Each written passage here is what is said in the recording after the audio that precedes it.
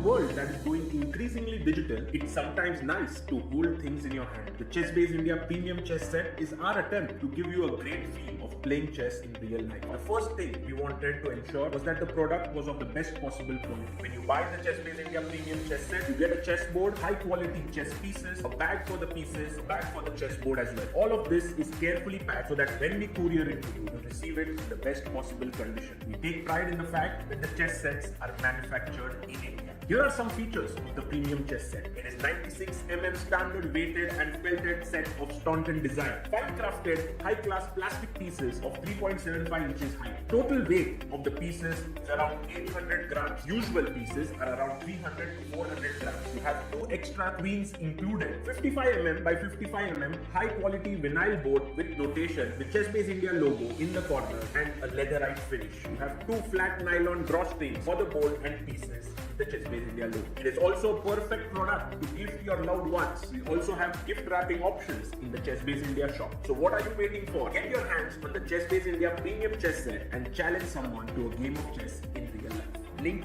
is in the description. A premium membership at chess.com will help you improve your game with full access to a powerful set of learning tools. Unlimited tactics let you practice like a master with more than 50,000 puzzles to challenge you at every level. Our library of interactive chess lessons created by master coaches will enhance every aspect of your game.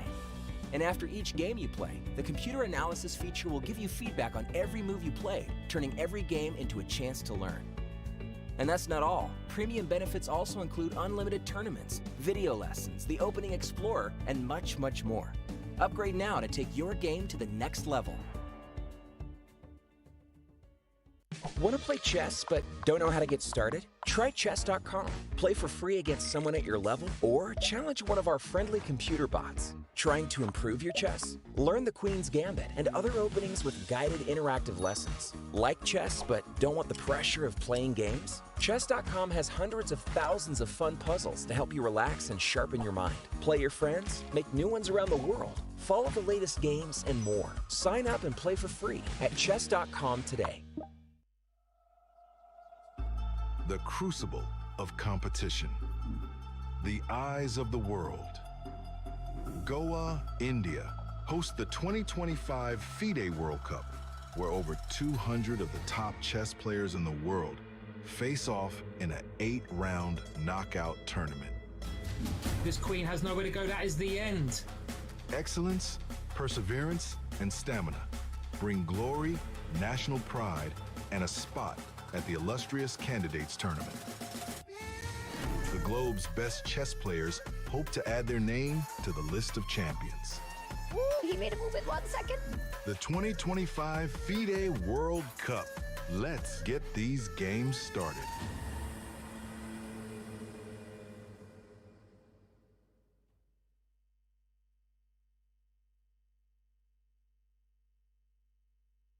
The most prestigious tournament in chess has come to India, the home of chess.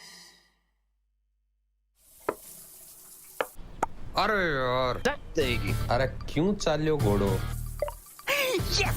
Yes! Yes! Yes! Chess chess chess chess खेल ये हमारा है। आओ दुनिया वालों ये welcome तुम्हारा है। अपना गेम भारी है, हैंडशेक की बारी है। अब इंडिया बोलेगा It's your move, it's your move। Goa कर रहा है wait, It's your move। Come, come, come, don't be late, It's your move। ए तो कोई खोद चतुरंग के सारे रंग सदियों से हैं अपने संग। शतरंज बिछता है हर आंगन, विश्व को दिया हमने विश्वनाथन। डंका बजा है, गोवा सजा है, खेल जमेगा खूब। It's your move, हो न जाए checkmate, It's your move। check में भी होगा chess, It's your move। Goa कर रहा है wait, It's your move। come, come, come, don't be late, It's your move। esto todo, It's your move। एक दो ढाई, It's your move। It's your move। The FIDE World Cup 2025, starting from 31st October to 27th November in Goa, India. It's your move. Namaste and welcome to FIDE World Cup 2025. We are live from Goa. I am Tanya Sachdev and as you can see, vibe here, hype here with me, my amazing co-commentators, Sahil, Harshit, Sahaj. I see you guys are really ready for the action here. Yeah, the players are ready, we are ready, and the celebrations must begin because it is the biggest event of the year. And hype is here. It's in Goa, I think, it's one of my favorite cities. What do you think? No, absolutely. First of all, I'm so happy to be here. We are in this amazing studio. We have a lot of live spectators watching, and it's going to be 208 players, 3 of whom will qualify for the candidate Sahaj. How ready are you? You can see I'm already in my Goa vibe. I think this is going to be a fantastic event. 1 month long, so it's going to be draining for the players, but fun for us. So let's get the event started. I mean, I have to say, I think, Sahaj, you look more ready for the beach than for the chess, but that will have to wait. A few years ago, if anyone had said that the World Cup would come to India, would be hosted in Goa, I would have said, kya hi bol rahe ho? But this is such a testimony to how far India has evolved as a superpower in the chess world, the height and the depth of Indian chess talent. And the big question for November, Harshit, will we see over the course of the month a repeat of what happened in 2002 when an Indian claimed the cup? I mean, we have some of the biggest talents playing. We're going to have Arjun, who has not qualified for the candidates yet. We also have Pranav playing, who most likely has qualified for the GP points. But imagine a scenario where Arjun qualifies from the candidates. Pranav has already qualified. We can also have some other. I mean, Gukesh can also win the tournament, and then I don't know what's going to happen because Let's play the candidates and then challenge himself to the World Championship match. But yeah, I'm really hoping that one of the Indians can, go the long distance. It's a very tough event because even the players whom we have not heard of can score an upset because it's knockout. If you lose in the second game, you're out. You're out of the World Cup. And knockout is pretty tough, right? You never know when you have to book your return flight home. It's really, it's just 2 classical games. You lose to somebody, you could lose to somebody who's even slightly weaker, and you are in that desperate situation of winning on demand, sometimes even with the black pieces. It's really hard, regardless of who you are.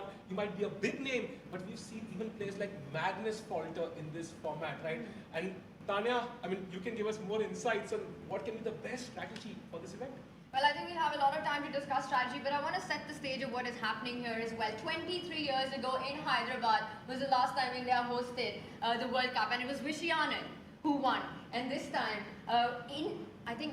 in the history of the game, we've got 24 Indians who will be participating in the World Cup, an unprecedented number.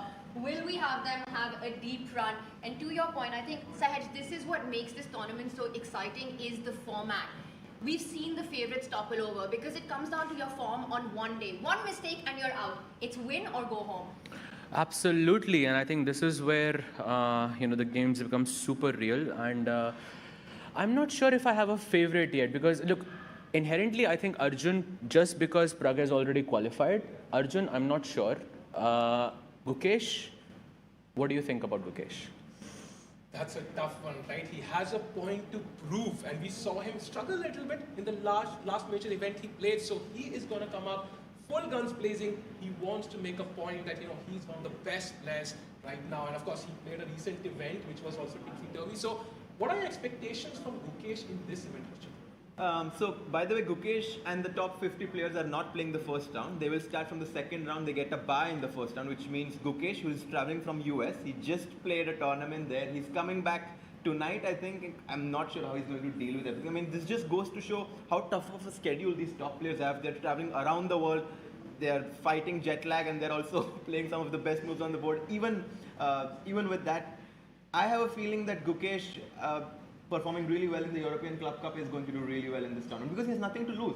He's the world champion. He has already, everyone is fighting to play against him, and I think he's going to try his best to ruin the chances for others. I completely agree. I think a fantastic double goal for him there at the Club Cup. And also what a mindset he has, right? When he went to US to play in the Clutch Championship playing against Magnus Hikaru Fabi, he took that as a preparation for coming into Goa. He's super motivated to play on home soil as well. We start with 206 players, top grandmasters who are in Goa. As you said, Harshit, 50 of those, the top 50 seed, get a first round bye. So they only enter the arena from round 2, which means we'll have a total of 156 players today fighting it out. It's a single elimination bracket, so pressure is super high.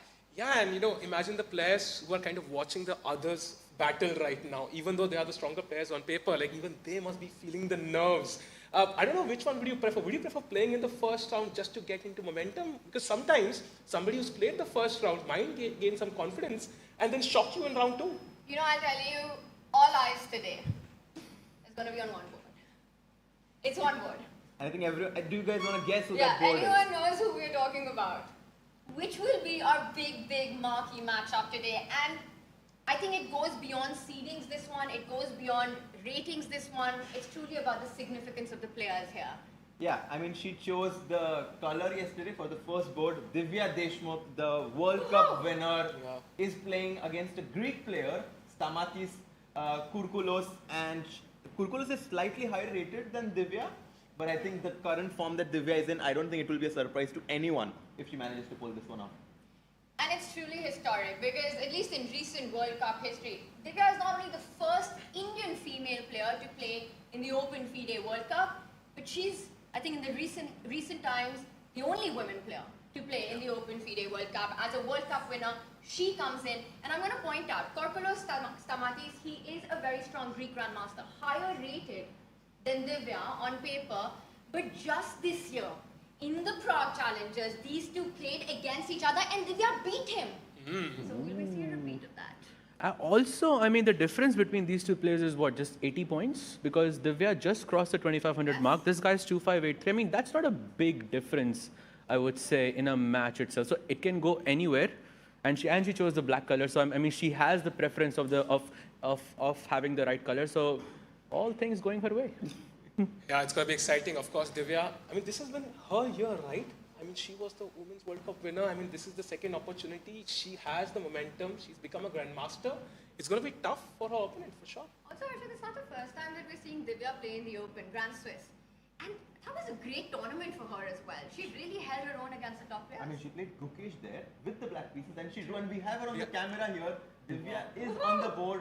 She's getting ready for her fight against Kourkoulos there. She's playing with the white pieces, and this is a 2-game format. You play 1 game with white, 1 game with black. Whoever gets 1.5 points in the classical segment goes on to the second round. If the match is tied 1-1, then you play tiebreaks, which is going to be 2 games of rapid, and then if you tie that, you play blitz, and then finally Armageddon.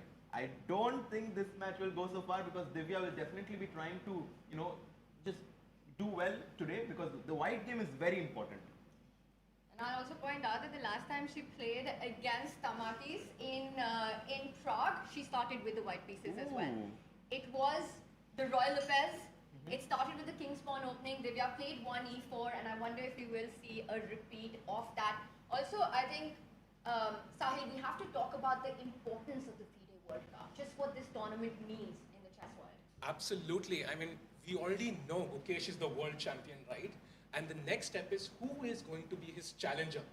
And this World Cup is an important step in that direction. So we have 3 spots up for grabs for the candidates. And that is an all-important event that's going to happen in April next year. So, and it's the last opportunity.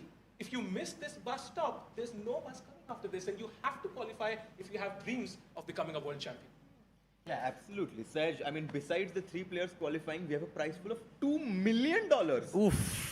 Oof, that's a lot of money. But quick question, will the world champion contender be decided in this event, or do you think it has already been decided with the previous 5 players who were selected for the candidates?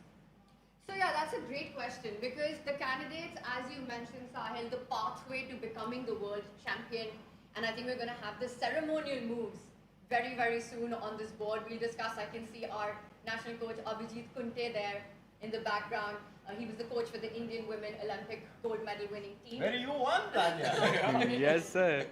By the way, for those who don't know, Tanya is part of the Olympiad gold medal winning team in Budapest, and she's also won a lot of medals for India. Arjuna awardee, international master. So nice to have you with us, Tanya. That's very sweet. Thank you so much. And couldn't have been anywhere else but here in Goa. And if anyone from Goa is watching, You guys have to come here. You got our live audience here with us. The tournament's happening. The best in the world are fighting. We'll have the first moves really soon. Coming back to your question about the challenger for the World Championship match in 2026. Now, 8 players in the candidates 5 have been selected. The final 3 spots go to the top 3 finishers here in Goa at the FIDE World Cup. So, apart from the $2 million prize fund that you mentioned, huge amount of money. Some of it might get blown up in Goa. After all, that's where we are. But it's really about finishing in top 3 for some of these big names. Arjun looking for that spot. Hans Niemann looking for that spot. You got Wesley in the fight. Vincent Keimer, a player who's been so in form. And let's not forget, the 2 times World Championship challenger, Jan Nepomniachtchi, still to book his ticket as well. Absolutely, and he is world number 4, yeah, Vincent Keimer. Now, he's the highest rated player to, go into this event, and I would say he is one of the favorites just because of the form that he's been in. I mean, and in the Grand Swiss as well. It was such a heartbreak in the last round. Second last round, it came down to where he had a completely winning position and he messed up against Bluebaum. And I think he'll be looking to make his mark here. Yeah, I think we saw him in Chennai. He won the event with a round to spare, if I'm not mistaken. By the way, on the board, we have Jeffrey Zhang from United States of America playing with the white pieces. And I think he's probably one of the top seeds because, as we said, the top 50 seeds are not playing, which is why we might see the inaugural move played on this board of Jeffrey. He's playing here with the white pieces. Surely a favorite, but these young players, they're so good, and we might not have heard of them, but within a span of just 1 year, they can go from like 2,400 to having a strength of 2,600. It's amazing. I mean, to your point, 2023 FIDE World Cup. Just to talk about the prestige of the event, it was where Magnus finished his trophy cabinet by getting that one missing trophy. It was Pragnananda, who actually started as the 31st seed, but what a run he had, taking down Hikaru, taking down Fabi, going into the finals against Magnus, went into the candidates, and here he will be one of the top guys. So just over a span of the last 2 years, what a jump Prag has made. And we've got Divya back on the screen, getting ready to lock into zone into that big game coming up. Sahil. Tanya, I have a question for you. What's going through the minds of the chess players as they, sit for round 1? Yeah, I think all of us have been in this situation, right? When you're playing at these high-stake tournaments, it's always the anxious moments at the very start, and it's so key to kind of get your levels normal. You want to just focus at the job at hand to block out the noise, and everyone has their own way of doing it. These are always those first few tense moments. You're trying to remember your preparation, calm yourself down. At least that's what always was my approach, Harshit. Absolutely. I mean, I've seen a lot of top players meditate before the game. They close their eyes. They just want to make sure that they get rid of all of the thoughts. I think that's what Divya is trying to do here. By the way, Kurkulos, her opponent, just came and took his seat there. What's your prediction for this match? Divya versus Tamatis. Oof. Let's put you guys on the spot. Sahej. I'm Sahil.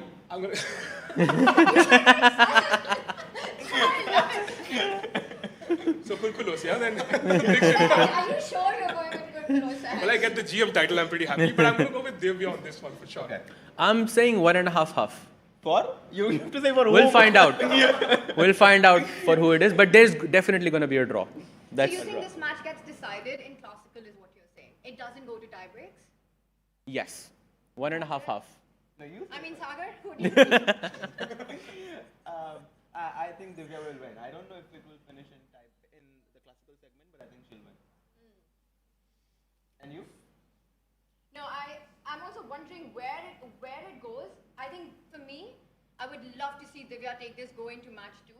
On paper, she is a slight underdog in this match, but Divya doesn't care about that stuff. Yeah. Divya doesn't care about what's on paper. She has this monster mentality when she's highly motivated. She said it in the opening ceremony yesterday as well. India mein ho raha hai, there is this extra motivation to do well, to give it your all. That's what I'm expecting. I predict 1e4, and I think Divya takes this match. 1e4 is my prediction. Sahaj and Harshit. I think e4 for sure. I mean, I think Divya has been playing 1e4 for a long time, and she'll probably stick to what she knows best. I think she will go for 1e4. London system. We want London system on. Here in Goa, let's go. London system? What's the Goan? I just want there to be a World Cup where the most amount of London system is played. It will be historic. Yeah. I can get in that boat. I would love that as well. Question: if there was a Goan system, what would the first move for that be? We actually asked all the top players this question, and really? many said like B3, somebody said G3. Only Adiban said a London system, so he's with us. So I will say Handshakes, by the way, Let's guys. go, let's We're go. off in Goa. I think it's going to be king pawn to e4. Basically what I said. No! Ooh, She goes for D4. d4. And we are about to see the London system. Let's go. Let's go. It might happen. Oh, d4, C4. knight of 6, c4 play. तो London तो नहीं होने वाला है. It's okay. We are almost there. Yeah, halfway. there. Halfway there. Halfway there.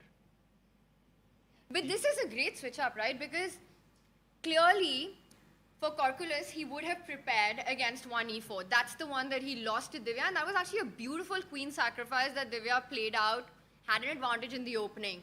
And then she is the first one to spring an early surprise. Also, Divya does employ the queen's pawn opening, but not as often as she plays e4. Yeah, and the element of surprise has a very big value in these kind of knockout matches, because I'm sure Kurkulos was preparing for something like e4. Divya comes and plays d4 because I'm sure she has some small idea prepared that she's found here. She goes for e3. By the way, this opening is known as Nimzo Indian defense that Black has played. Divya going for e3, something solid. Yeah, the general idea here being that white wants to develop the bishop to d3. The knight, you keep it on g1 for a little bit. It can go to e2, it can go to f3. They both have different ideas. You can also play a3 here, Harshad, which can also really be, the position can become And super. she plays it. Let's go. Said, She have you been helping her? Oh, I think she has better people to help her, but yes, she goes for a3. So the Samish variation, yeah, by transposition, I believe, if Black takes on c3 here. Yeah, I think Black needs to take on c3, because if you go back with the bishop now, White will have a good center, but Divya has definitely managed to surprise Kurkulos as he's thinking now. And it's a very direct move, because now you have to take this decision. Do you give up the bishop pair for the rest of the game, or will you just accept and come back? I think the most topical standard way for Black here to react, Sahaj, is to grab that knight on c3 in a way that at least White's pawn structure gets spoiled. Absolutely. So bishop takes c3 is what we were expecting, but he is still thinking. Makes me think that maybe he's considering bishop e7. I don't know, because technically you're supposed to play e4 there, but you already wasted a move by playing e3. And he takes. He takes knight, le liya hai. I mean, if you think about it, if you go bishop to b4, it kind of makes sense to take the knight on c3. Why will you go to b4 and then come back to help White develop his piece? So that's why he takes the knight on c3. Divya, of course, took back with the pawn.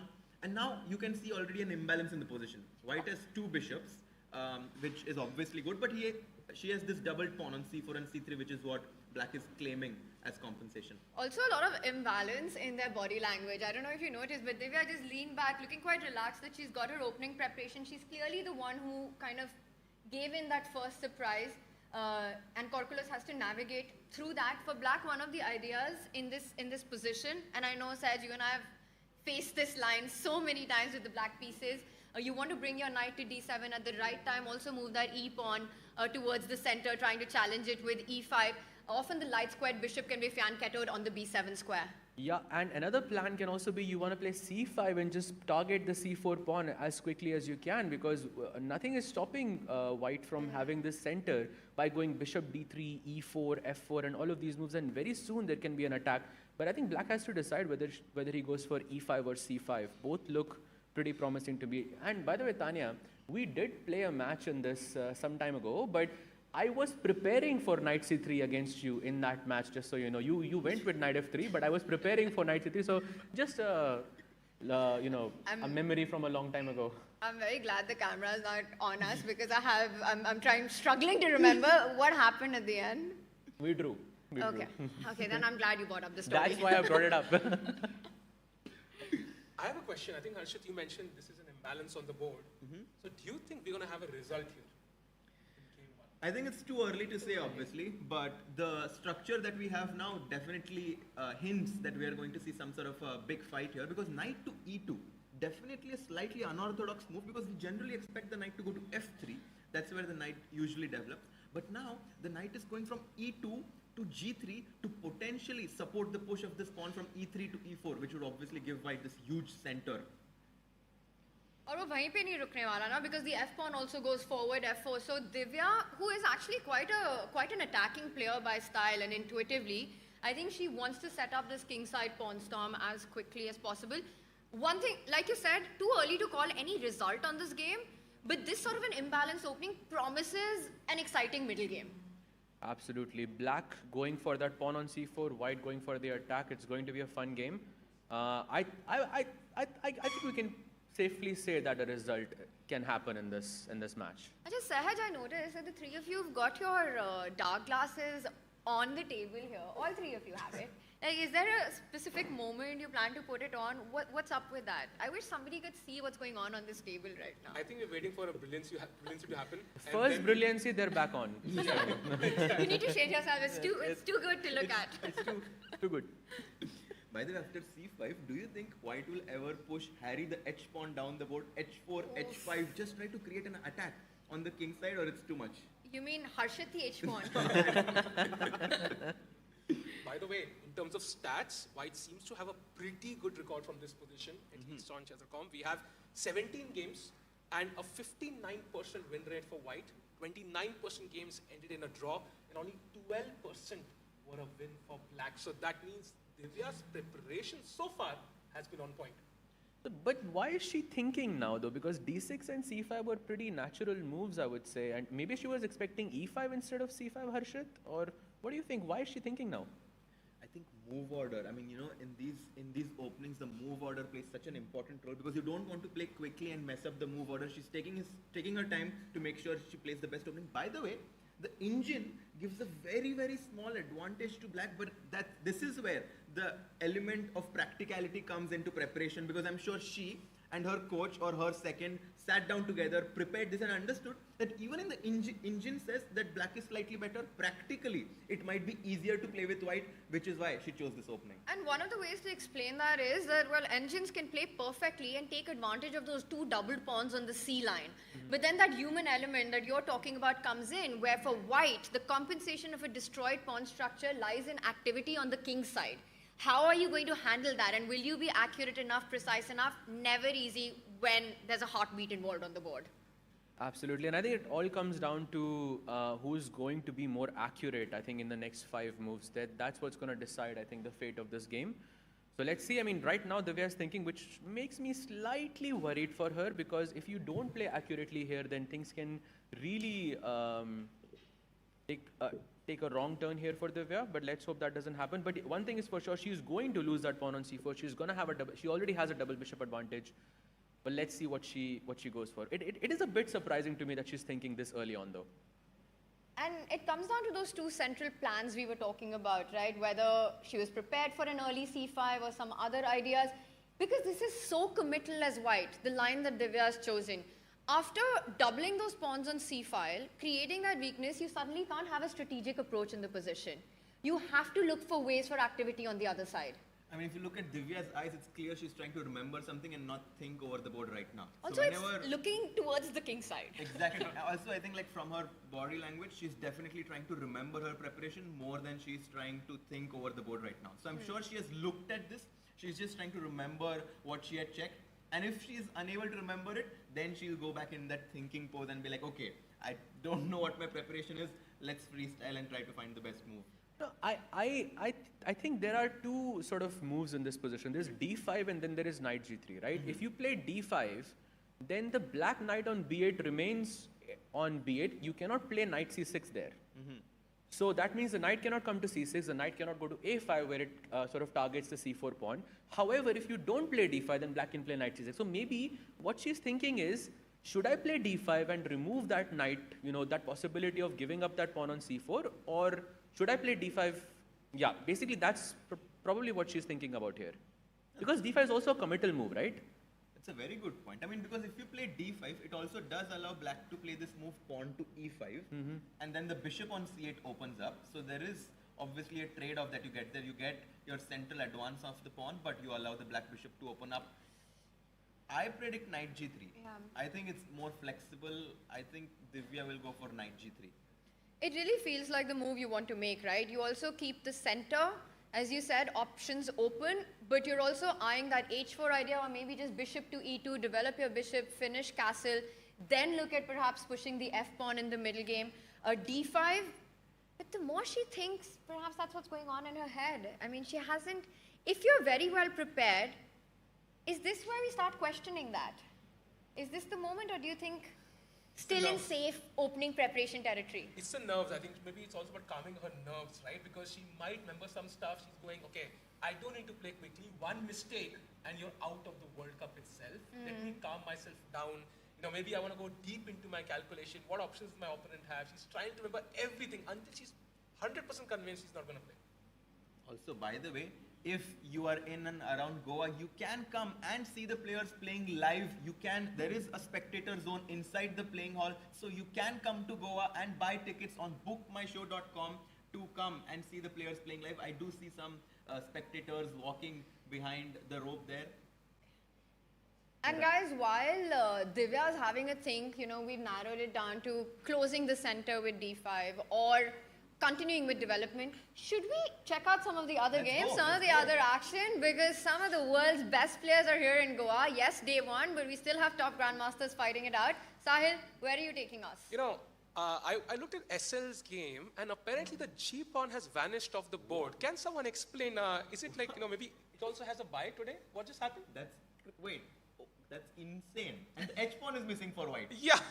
How did this happen? This definitely happened as a trade on g4 is my prediction. Somewhere, black went g5, g4, and those pawns got off the board. Yeah. So, playing with the black pieces is Swane Rasmus, a German grandmaster, very, very strong. He comes from a family of chess players. I think Friederike Swane is also one of the top grandmasters, also playing in this tournament. Here, Swane playing with the black pieces goes for the crazy move. Can you show it? Yeah. G5. Wow. Pawn to G5. How can we explain this move? The point is that if you take knight takes G5 instead of bishop C2, rook to G8 could have been a concept at some point, hitting the pawn on G2, which would be hanging if the knight moves. What a brilliant idea played by Swane in the opening. Yeah, I think there might be. I think that's the game of SL, if I'm not mistaken. That game. Yeah, SL, yes. I think that's the game. I think we're getting it updated. I think we're getting the names updated on our screen. But regardless, crazy position. After this G4, what happened? And you know this is prep. You know this is prep. You really want to avoid grabbing that pawn. Even if you think it's correct, your mind will tell you, okay, let's not do this. It's only 2 games. Let me play it safe. And I've worked with SL Narayanan in the past. He's a good friend of mine. He loves these dynamic positions. He loves to create imbalance on the board. And by playing G5, G4, he's saying, yes, I'm playing with the black pieces. And I know that it's a 2-game match. But if I win with the black pieces, the match is essentially over. Because then he just needs to make a draw with the white pieces. And he is a huge favorite on paper, more than 200 points rating gap. And you really want to capitalize on that. You know, you don't want to let go of chances just based on the color. And he's created this massive imbalance already. What are the chances, Harshad, that we might see Black's king, castle, queenside very soon? To be honest, I think that the black king is going to stay there. In the center? He's going to stay there in the center because it gives black so much flexibility. The black rook from A8 can go to C8 and potentially put pressure on the bishop on C2. The black rook on H8 will come to G8, and suddenly the rooks on the edges of the board have found open files from themselves to do a lot of damage on white. So, the question is not कि SL का king कहाँ जाएगा, the white king कहाँ जाएगा? And you know, sometimes जब कोई नया idea लाते हो, तो if your opponent deviates a bit, you can get confused. And Queen B6 after a 2-minute think apparently was not the best move played. But it still looks like very much he's in prep phase. And I mean, right now, the best move for white is d takes c5. And honestly, if I was playing as white here, that move would not occur to me. I would not play that. It's not a natural move to me. I would play d5 or something like that, just trying to keep my superiority in the center. And maybe that's what he's banking on. I would also think twice before playing d5 because that does allow black to double down on that knight on f3, right? d5, the knight jumps to the center of the board and you need to have a response to that. Exactly, because the knight on f3, we can show that after pawn to d5, the black knight will jump into e5 and you cannot capture that knight on e5 because the queen on d1 is going to be on pre there. By the way, after queen b6 Surge, I really liked your point that white is not wanting to take the pawn on c5 because in the opening stage of the game, what we have been told is the person who has good center is usually better. Here, it seems like with the pawns on c3, d4, e4, white has a very good center, and you don't want to break that central control by taking the pawn on c5. And I think this is what SL is banking on. Exactly, and on top of that, we are also taught that if there is tension on the board, you shouldn't be the first one to resolve it ever. And d takes e5, the d4 pawn is the tension. You are breaking two rules of chess, right? First, you're giving up your central superiority. Second, you're breaking the tension yourself. That doesn't feel natural to me.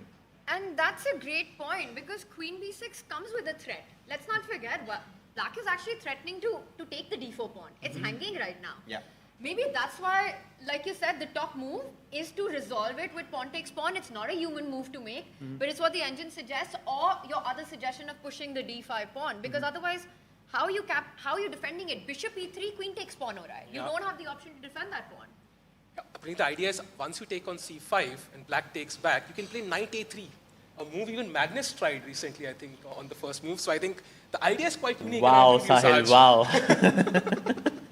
You just had to remind me on the first day itself.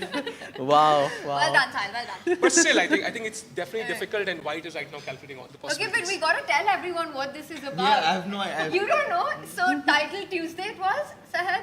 Oh, you don't want to I think I need to wear my sunglasses again. Or just yeah, I think this is the moment you put on your glasses. So, title Tuesday, Sahaj goes on to play, and the first round, he's matched up against Magnus.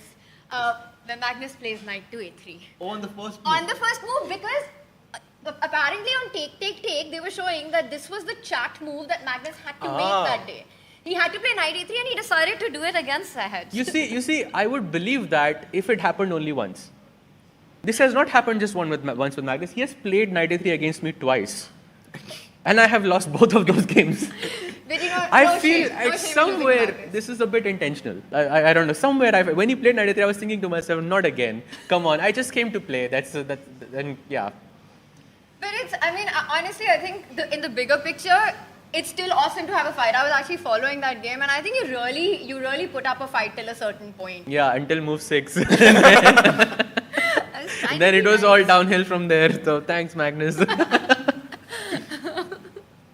So after queen b6. So yeah, let's discuss the game. Queen b6, great move. Also, guys, by the way, there are 24 Indians playing in this FIDE World Cup, right? 8 out of those 24 have got a first round bye and come into the arena from round 2. So you've got 16 players here. We've checked out Divya, we've checked out SL, both fiery games actually to start with. But I want to also point out that we've got other players fighting it out for whom this is such a massive opportunity, Harshad, and such a big platform to have this chance to play in this prestigious event. I mean, you're actually just 8 rounds away from getting to the finals. And to the candidates. And to the candidates. It's not just the 2 players playing in the finals, but also the person who gets the 3rd spot who qualifies for the candidates. As you said, 24 players playing amongst Indians, and we just need 3 of them to make it to the finals, and they're going to potentially be challenging Gukesh. Yeah, and also let's point out, the big 3 are missing from Goa. There's no Magnus, no Hikaru, no Fabi, which means that the field is wide open. This could be truly anyone's World Cup. And also, when the field is wide open, you usually get a player we don't expect. We saw Abbasov qualify last time. We also saw Matthews Bluebam do it in the Grand Swiss. So it's an opportunity, as you said, Tanya, for anybody to actually stake a claim to that candidate spot. But then now that you mentioned it, I think the knockout format of the World Cup is so special, and I think this is the reason why every top chess player loves playing here. I mean, Anish Giri has already qualified. Gukesh doesn't even need to play here, but they're all here. Prog as well. He's already in the candidates. But they love playing the FIDE World Cup just simply because what an exciting event it is. It's the only top level over-the-board knockout event that we have. What's at stake is super high. And because of this knockout element, jahan pe one mistake, one bad day, and a top favorite gets out, it just is the reason why you have players like Abbasov make a deep run, find themselves in candidates. You always have these Cinderella stories in these tournaments. We had Fedosiev in 2021 who made it to the semi-finals. He was a mid-seed. And I think that is the real element, the real storyline in a tournament like FIDE World Cup. are these unexpected winners? I mean, I think there's so much pressure playing in the World Cup, and as players, we love that pressure. Yes, it's very difficult in the moment, but we want this pressure during the game to be able to perform. Because when you have a lot of pressure, usually, we get these surprises because top players are more prone to making mistakes when they are under a lot of pressure. And also, let's not forget, those youngsters are now absolutely ready to take down the top players. Yeah, we saw Gukesh lose to a couple of youngsters in the Grand Swiss, so they're absolutely ready. For example, we saw, I think Gukesh also lost to a couple of them in the Grand Swiss, in fact. So they are ready, they want to qualify to the candidates, they are motivated. And for example, it is Gurel, a very, very strong youngster. I think we should check him out. Yeah, let's check his game. He's been so exciting to watch Sahaj over this last year. I'm just happy that knight a3 is off the board. I saw that arrow was there for like the last 10 minutes and it was... But yes, by the way, you know, Edis Gurel, there's a good chance if he qualifies to round 2 and round 3, he will play Gukesh in round 3, I believe. So, and these two have a bit of history between them. Yep, a very recent history, I would say. They met at the Grand Swiss. They met at the Grand Swiss, where Edis, the young talent from Turkey, was playing with the white pieces against Gukesh. It was a very tense game, but actually it was Edis who came out on top. Gukesh was having a tough event there, but Edis Gurel does have a better score against Gukesh recently, and I'm sure if they meet in round 3, Gukesh is not going to forget that.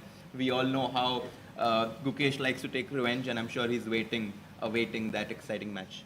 Absolutely. But this game, who is he playing? He's playing against Igor Efimov, a grandmaster from Poland. And the interesting thing is that whenever white goes for a setup like this, it is usually black who is thinking. Because white is doing all of these funky things with knight f3, e3, and, you know, delaying d4 for as long as you can. But if you look at the time, it is Efimov who has about 15 minutes less, which is a bit strange to me. So where exactly did his prep go wrong? I would say it's just a youngster playing very quickly, Sahaj. When your opponent plays very quickly, you feel the pressure. And now b3 played, by the way, on the board. Yeah, I mean, Efimov is trying to play something which Edis does not know, because the youngsters are very well prepared, and that's why he goes for this move b3. And I think what white wants to do is to go bishop b2, bishop e2, short castle, and just play very solid.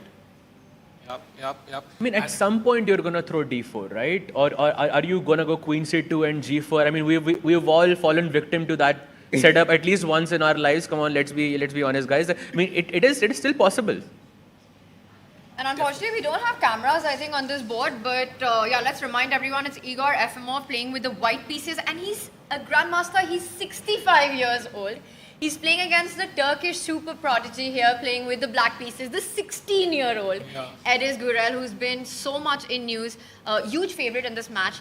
Almost a 300-point rating advantage to Edis in this one. And I think he wants to maximize his chances with the black pieces as well. This kind of an opening just signals, I want a game.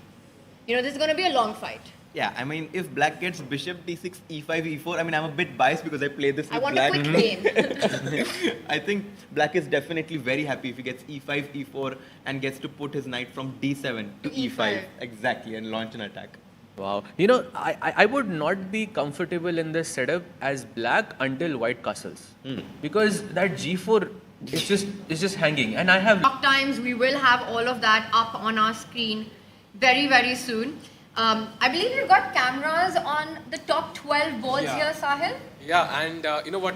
We do have cameras for Divya, so we can do a quick check on Let's go Divya's back. game. Because she did play knight g3 after a 15.5-minute thing. So that's a deep one. And now knight c6 quickly played in 50 seconds by her opponent, and Divya is now again thinking. And there we go. We have the names and we have the clock as well. And we have the players. And we have the players. Most importantly. Knight g3, but it is Kurkolos who has been playing very quickly. He played knight c6, and Divya has thought for more than 15 minutes now.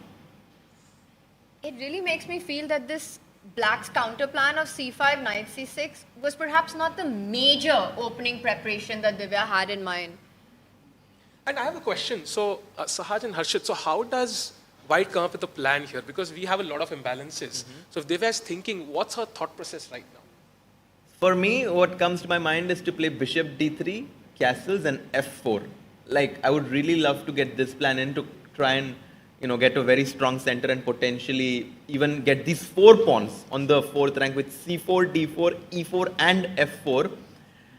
Maybe Sahaj has a comment on the F4 move. Yes. We have this running joke that the F pawn is the golden pawn and you should not try to touch it as much as, as little as you can. But I think in this case, it makes a lot of sense because you're doing it for dynamic purposes, because you want to create an attack. I think F4 is an inevitable move in a position like this, because if you keep the pawn on F2, then black is just going to, circle down on that C4 pawn and very soon just capture it, because you just don't have enough defenders. So bishop D3, F4. The only thing I think that I would do differently from you, Harshad, is that I would not castle. I would just keep the king on E1 and just try to go F4, Rook A2, Rook F2. Just save that extra move and just try to attack as quickly as possible. I love that idea. Tanya, what do you think? Bishop D3, Rook A2. Do you like what Saj is cooking? It's a very cool way, the rook left, to actually get that into the game and then try to push pawns. But the more Divya thinks in this position, there's already a big gap on the clock. I think you're also looking at other moves, right? Firstly, where do you want to place your bishop? Is it going to come to E2 or to D3? That's the first question. Do you want to push that H pawn or do you want to block the center? We can safely say that she's out of opening preparation because you don't spend this much amount of time if you're just recollecting things. So she has some decisions to make. Meanwhile, for Corculus, I think he wants to go B6, bishop A6, knight A5. There's one plan that black usually has in these positions, which is to target that C4 pawn. You want to get to that pawn as quickly as possible. So developing that bishop to A6, getting that knight to A5, and white has to be quick enough to counter these ideas. You can argue that you can play bishop D3 and queen E2 and okay, two pieces are defending C4, but black has this hidden resource that you can put your rook on C8 and capture the pawn on D4 and you have another major piece targeting the C4 pawn. So that can be quite dangerous and you just don't have enough pieces on the queen side here. So Divya would have to attack as fast as she can, but looking at her time, I feel like something has gone wrong. I'm not sure what it is though. I think trust the process. I think she's still trying to remember what's the process. She's trying. Lay the process out for us. She's trying to go back in her memory and try to recall what she prepared here. I think that's the process here, and she understands what to do. Maybe she has a couple of plans prepared. Does she really want to play Rook A2? That's apparently one of the main moves here. Oh wow! And does she want to play Bishop E2, Bishop E3? As you mentioned, Tanya, all moves possible. So 3 potential ideas. Even E4 has been tried in this position. So maybe she's trying to recall her prep. But Sahil, I feel that when you try to remember things and you don't remember it clearly during a match, it can be a very dangerous thing. Because you can misremember things. You can think, oh, in this position I was supposed to play this, but it can be a completely wrong idea, like altogether. So the fact that she's thinking so much in the previous move, she spent 15 minutes, and let's remind everyone it's 90 plus 30, and there is 30 minutes extra after move 40. Yes. So she doesn't have a lot of time, as she did in Grand Swiss. In Grand Swiss, it was a completely different time format. So here, I'm not sure if it is good for her. Divya is a fighter. I saw her in Prague where she was playing against these grandmasters. She had such a difficult event. And then I asked her, Divya, how are you dealing with this psychologically? She said, no, I'm just so happy that I can play these strong players because, this is what I want to do. I want to play against strong players so I can improve and one day become as strong as them so that I can beat them. And I think Divya is definitely going to take this as a challenge to come up with an interesting fighting idea because right now, it feels like Stamatis is very comfortable. I'm really glad you brought up that tournament because that was truly one of the events where it showed that mindset that Divya has, the champion's mindset, where she doesn't get bogged down by the score. She takes everything as a big learning thing and fights back right on the next round. That's exactly the tournament where in the last round, she defeated the opponent she's playing today. After a tough tournament, she defeated a grandmaster much higher rated than her. And we've seen what a comeback she had during the year after a few shaky tournaments, winning the World Cup, and the way she did it. So impressive. Her performance at the Grand Swiss, coming here, fighting it out in the open section, I think a true trailblazer. No, for sure. She was beating Gukesh. In that, let's just remind her, there was one moment where it was a -3 position, something like that, and that's super impressive. She also took down Dr. Amin Bassem as well. I don't think anyone wants to play Divya. Yeah. I think in your mind, you are okay playing maybe even somebody who, let's say, is 100 points higher rated than Divya because psychologically, it's just not an easy situation to be, knowing that you're up against somebody who is so hungry to fight for a win every single game. But let's not take anything away from Kurkulos. He is qualified to the World Cup.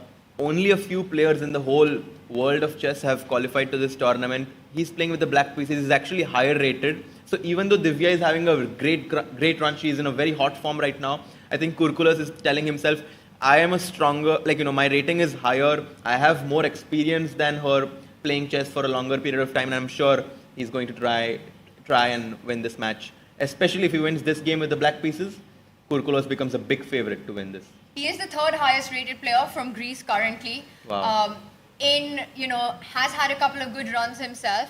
He is on paper the higher rated in this tournament, and while opening so far, it looks like he's the one who's better prepared despite facing the surprise, or at least more familiar Sahaj with the position. He has more time on the clock than he started off with. So I mean despite being surprised on the first move itself, so I think he has handled it really well. And if he knows this setup, then I think the next few moves are just pretty straightforward. B6, bishop a6, knight a5, take the pawn on c4, and you're good. By talking about straightforward moves, Essel's opponent has played a so straightforward move, and that is d takes c5. I wonder what white will play on the next move, like if we had to take a guess. Could it be a move that you might have faced, against the world number one, recently, on maybe the move number one? Oh, please don't do it. Please don't do it. Can we just move to another game? Is knight a3 the move here, really? Yes, that is. Wow. No, he's going to go knight b2. I'm telling you. Rojas is a... But the problem with knight d2 could be that you just, you're demotivated by that rook coming to the d file, pinning that knight. So yeah, but I'm also demotivated after seeing knight a3, so... By the way, that's a very good point, Tanya. That after knight bd2, black can castle long, and suddenly the rook on d8 puts pressure down the d line. I think that's why it's very important that you place your knight on a3, heading to c4, which hits the black queen. No, knight d2, central. Not allowing the black king to the queen side. Because yes, you can go rook d8, but in the other line, you also do it with a double purpose, right? You also get your king to safety. Absolutely. So knight a3, Sahaj's favorite move. Will we see it on the board? Please no. Okay, what about if he plays knight a3 for the next 5 minutes? You have to, I'm gonna wear these sunglasses because I think I need some place to hide for sure. Shade. There's too much shade. When we're throwing shade at you for that move. By the way, chat has a question. Why don't we see Gukesh in action today? Great question. Yep, and chat, I think many of the players have a bye in round one, so the top players, the top seeds have a bye for round one. You will see them in the next round playing against the winners of this round. And they're going to be playing on November 4th. That's when we're going to have the second round, because on November 3rd, all the players who have made a tie in the classical segment with a score of 1-1 will play the tie breaks on November 3rd, and then the round 2 will start on the 4th of November. So top 50 seeds of the tournament will start from round 2, as you mentioned. And it's also very interesting that in this tournament, though according to FIDE ratings, it's Vincent Keimer who's the highest rated player. It's insane. It's nuts, absolutely, the kind of year that Vincent has had, right? He's gone to world number 4 currently. Anish being world number 5. Crazy things going on in the standings. But Sahil, still, Gukesh is the top seed in this tournament. And the reason for that is, as world champion, you get top seed. And he was Gukesh's second. Let's not forget that. Yes. That's a very interesting dynamic. So your second is now higher rated than you. So it's going to be, if he qualifies, he already understands how Gukesh prepares for the World Championship. We have a big update, by the way, a big update from the playing hall, because Swane Frederique has gotten a full point because his opponent could not make it to Goa, which means Frederique Swane is going to move on to round number 2 because he has he has gotten a bye against Orlando Husbands. Yeah, absolutely, and we're not sure if it means that he's qualified. Maybe he shows up for round 2, but it's but it is official. Yeah, we can see it. His opponent has not shown up, so that's officially the first win from the World Cup. Another husband to not show up today is Sagar Shah. But he will be joining us. Chat, Sagar and Amrita are on their way back from covering the Clutch Championship, and they'll be with us from tomorrow, I believe. From tomorrow, yes. But yeah, it's unfortunate, obviously, for Orlando, who qualified for the World Cup but could not make it to Goa, which means Frederique Swane is going to have a few more rest days heading into the second round. Absolutely, that's 3 rest days. That's going to be amazing. And yeah, if we can just show anything besides that knight a3 on the arrow, it would be amazing. Every time I look at the screen. I love how he's also highlighted that square there, marked an arrow on it, just in case you missed it the first time around. You know, actually, Sahil made a video on this as well.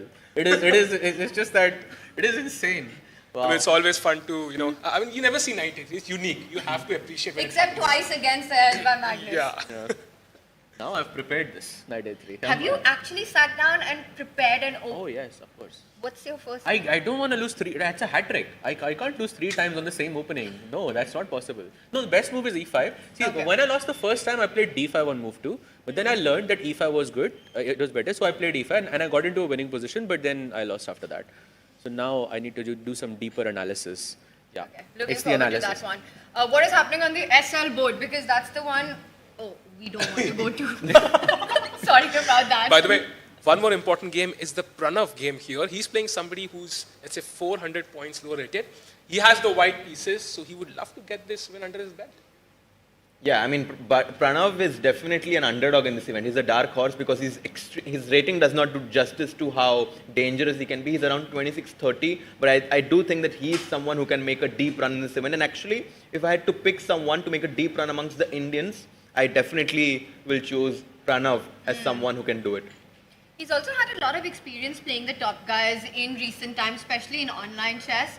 And I think we can see with his over-the-board performance what a long way that's gone in giving him the confidence to face the best. So I think it would be awesome to see him do that long tournament here at World Cup. I think it was Vishy's interview that I found so interesting, and I think he gives such a great perspective on this tournament that the World Cup cannot be looked as one single tournament. It's sort of multiple mini-match tournaments. Every time you win one, you reset yourself. You need to reset yourself. You only have 2 classical games. One mistake, one missed opportunity, one bad day, and you're going home. So every bits of the World Cup, every single match is a mini tournament for each of these players. I love that perspective because I didn't think it like that. I always thought of World Cup as being one of the longest events, but you can actually break it down and think of it as a few small events. I think it's the longest for all of us. Yeah.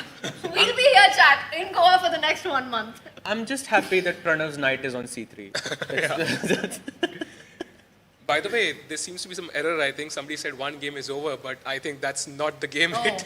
It must be a DCT typical error that we see. No, so it's very easy. If we go back, it was queen takes d1. And rook takes queen. Yeah, rook takes like d1, this. and I think this is the position that we have. Raja Ritwik, another player who has qualified to the World Cup from India. He's playing against Kazibek, and the ratings are actually very, very close. 25-43 for Kazibek, 25-41 for Raja. I think this is one of the most level-headed matches that we have in round 1. And Kazibek Nogibek also reminds me that Nodibek Abdusatro will be joining from round 2 as well, and he's also one of the very big favorites to have that deep run in this tournament to make it to the candidates. He still hasn't booked his spot. There are so many big names fighting for only those top 3 finishes. But that actually brings me to a point, and I'm sorry to put you on the spot, everyone, but if you could just pick You're one not name. really sorry, let's be honest. I'm not. You need I'm to really put that not. out. I'm You're not not sorry at all. Let's just say one name, and it can't be the same name. Okay, I'll pick Arjun. Who do you guys Vincent. think? Vincent, I'm taking. Like to win, or what is it? To win the World Cup? To qualify for the candidates. Arjun for me. Oh. I love how you put the question and you cannot you cannot copy my answer. And we can't copy your answer. Arjun, it's you and me. Do you want to go first? You can go. It's okay. Okay, so you were saying Arjun makes it to Vincent candidates. is gone. Kaima makes it to candidates. Okay, because Anish has already qualified, I'll take Nepom Neshe. I'll take Jan to do. That's very good because I'll take Nodibek. Okay, done. Yeah. Oof. So let's see who gets this right. I'm actually hoping Sehaj gets it right for sure. I think we all want that. Guys, what do you think? Who do you think will make it here in the top 3? You got a few of you joining us. Sorry?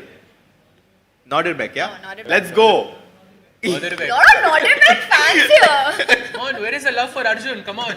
I mean, Arjun, though, you have to put also Jan Nepom Neshe. Of course. I mean, only 2 times World Championship challenger, some pedigree there. And Ian, of course, gave an interview. Yeah, he was very intense. He really, really wants to qualify for the candidates. And it's been 3 candidates. You've seen him there every single time. It would kind of feel empty without him, to be honest. Actually, my second guess would be Hans. You know what? I will say one thing. I would love to see him make it through the candidates. Whatever, one's opinion might be, like him, don't like him, agree with him, disagree with him, you have to admit, like, he's there with a vengeance. He brings on the entertainment, the drama. He wants to play for the wins. He's outspoken.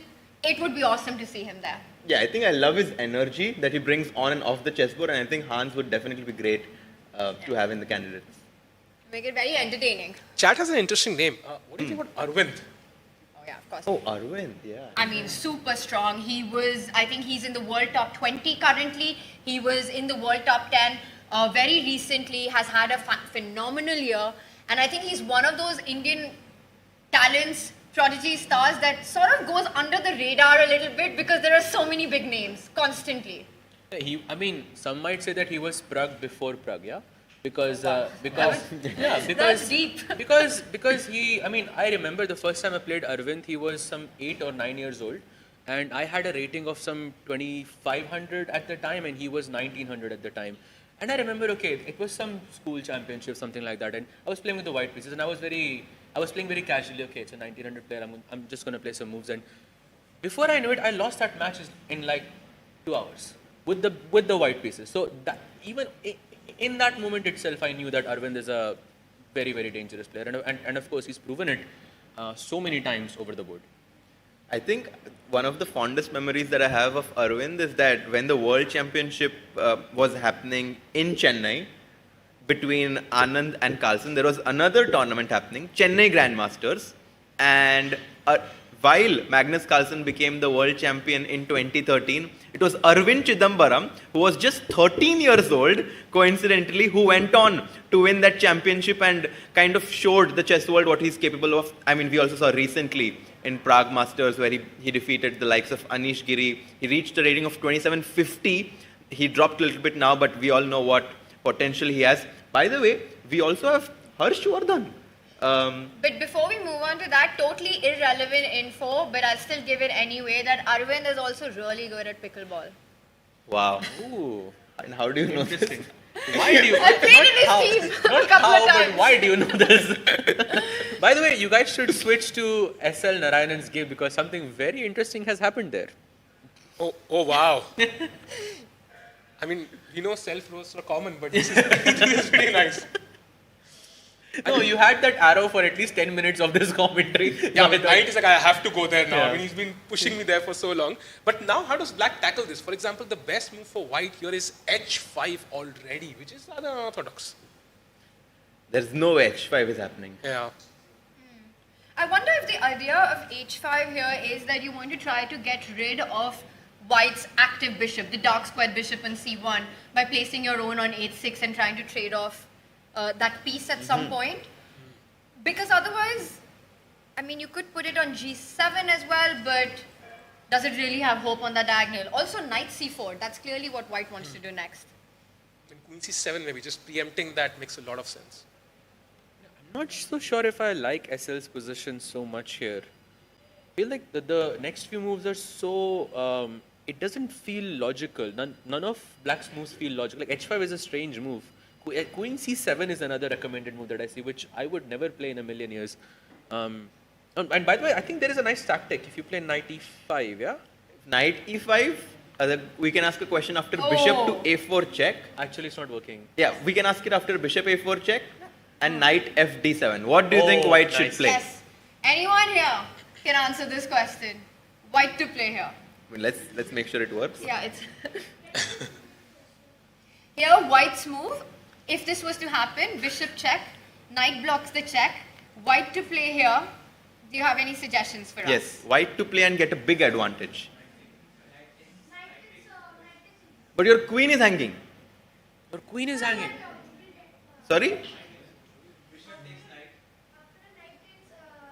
Let's have that. It's knight. Then queen will take our queen. Like bishop will take. Yeah. Then we will take his knight. From queen. Uh-huh. And then king moves. Then king will. pawn on f7 and we Lot will of get the rook. ideas. Very nice. What's your name? Tirth. Very good. What's your Tirth. name? Tirth. Super fine. Wow. Very well done. He sacrificed his queen, and we already see such cool ideas of sacrifices early in the opening. That's the best move. Knight takes e5 followed by bishop d7, gives white a big advantage. You know, I was just checking the engine here, and after king takes d8, white's best move is bishop f4. Oh la la. And black's best move is bishop e2. That is beautiful because king takes bishop, queen takes pawn check. On b2. That is Crazy. insane. Beautiful. Crazy move. But imagine, Wow. if you don't play bishop e2, you're dead lost. Because you don't have a square for that bishop, Sahaj. That bishop is actually trapped. E2 is the only square. Bishop h5 because rook h5 is hanging. I thought that the pawn was on h2, but yeah, wow. What an incredible line. So Amazing. I think after knight to a3, SL actually has to be very careful to not get into trouble. And I think that this is why he's taking his time here. Knight to e5 would be a grave mistake. Pawn to h5 is the move that Tanya recommended. That's the best move. Too much credit. It was the move that was the top engine move that Sahaj mentioned. But I'll take it. I think h5, the only way somebody plays this move, or it would even come to mind, is if you want to trade off the dark squared bishop. Because most of us would think about putting it on g7, but the idea of bishop h6, get rid of that bishop, you need to put h5 on the board. I like this idea of bishop to h6 because we want to get rid of that bishop on c1. That's the most active piece that Yes. white has currently. Let's get rid of it. Also defending b2. Nikalo usko. हटाओ उसको board से. But इसमें problem ये कि knight c4, you go queen c7 and then bishop g5. Then you have to be okay with the fact कि bishop f6 के बाद आपका पूरा pawn structure टूट रहा है, which doesn't feel normal. I don't know, nothing feels normal about this position. Yeah, I mean, Estelle has to be careful to not get into trouble with the black pieces. By the way, we do have Divya on the board, and she's still thinking from what we can see on the camera here after knight g3, knight c6. She's down to 56 minutes now, and I'm getting a bit nervous for her. And having played alongside Divya, watched her play, I will say one thing. She does not take time at all if she's confident or is in her prep. She's somebody who puts pressure on the board, uses the clock as another piece to put pressure on that as well, and combines these two elements. So definitely, I think she's feeling a bit unsure. She takes a decision, by the way. Oh, she goes. Puts the bishop on e2. That's the square that she's chosen. Once again, for Corculus, Harshit, I think the plan's pretty clear, right? Bishop nikalo, knight aage lao, c4 attack karo. And he plays it. b6 खेल दिया उसने एकदम फटाफट, and white has castled. मुझे ये नहीं समझ आ रहा, why did she choose bishop e2 instead of d3? Like, what's the like bishop on d3 is definitely more active. Does she plan to go bishop f3 at some point, or maybe she thinks that pawn to d5 would be supported by the queen on d1, but the Indians are not at all happy with what Divya has played, because bishop a6, knight a5, and rook c8. Sahaj, the idea that you mentioned, doubling down on the pawn on c4, seems to be giving black a very comfortable edge. And Harshad, after bishop a6, the best move for white is to play bishop d3 to correct your mistake.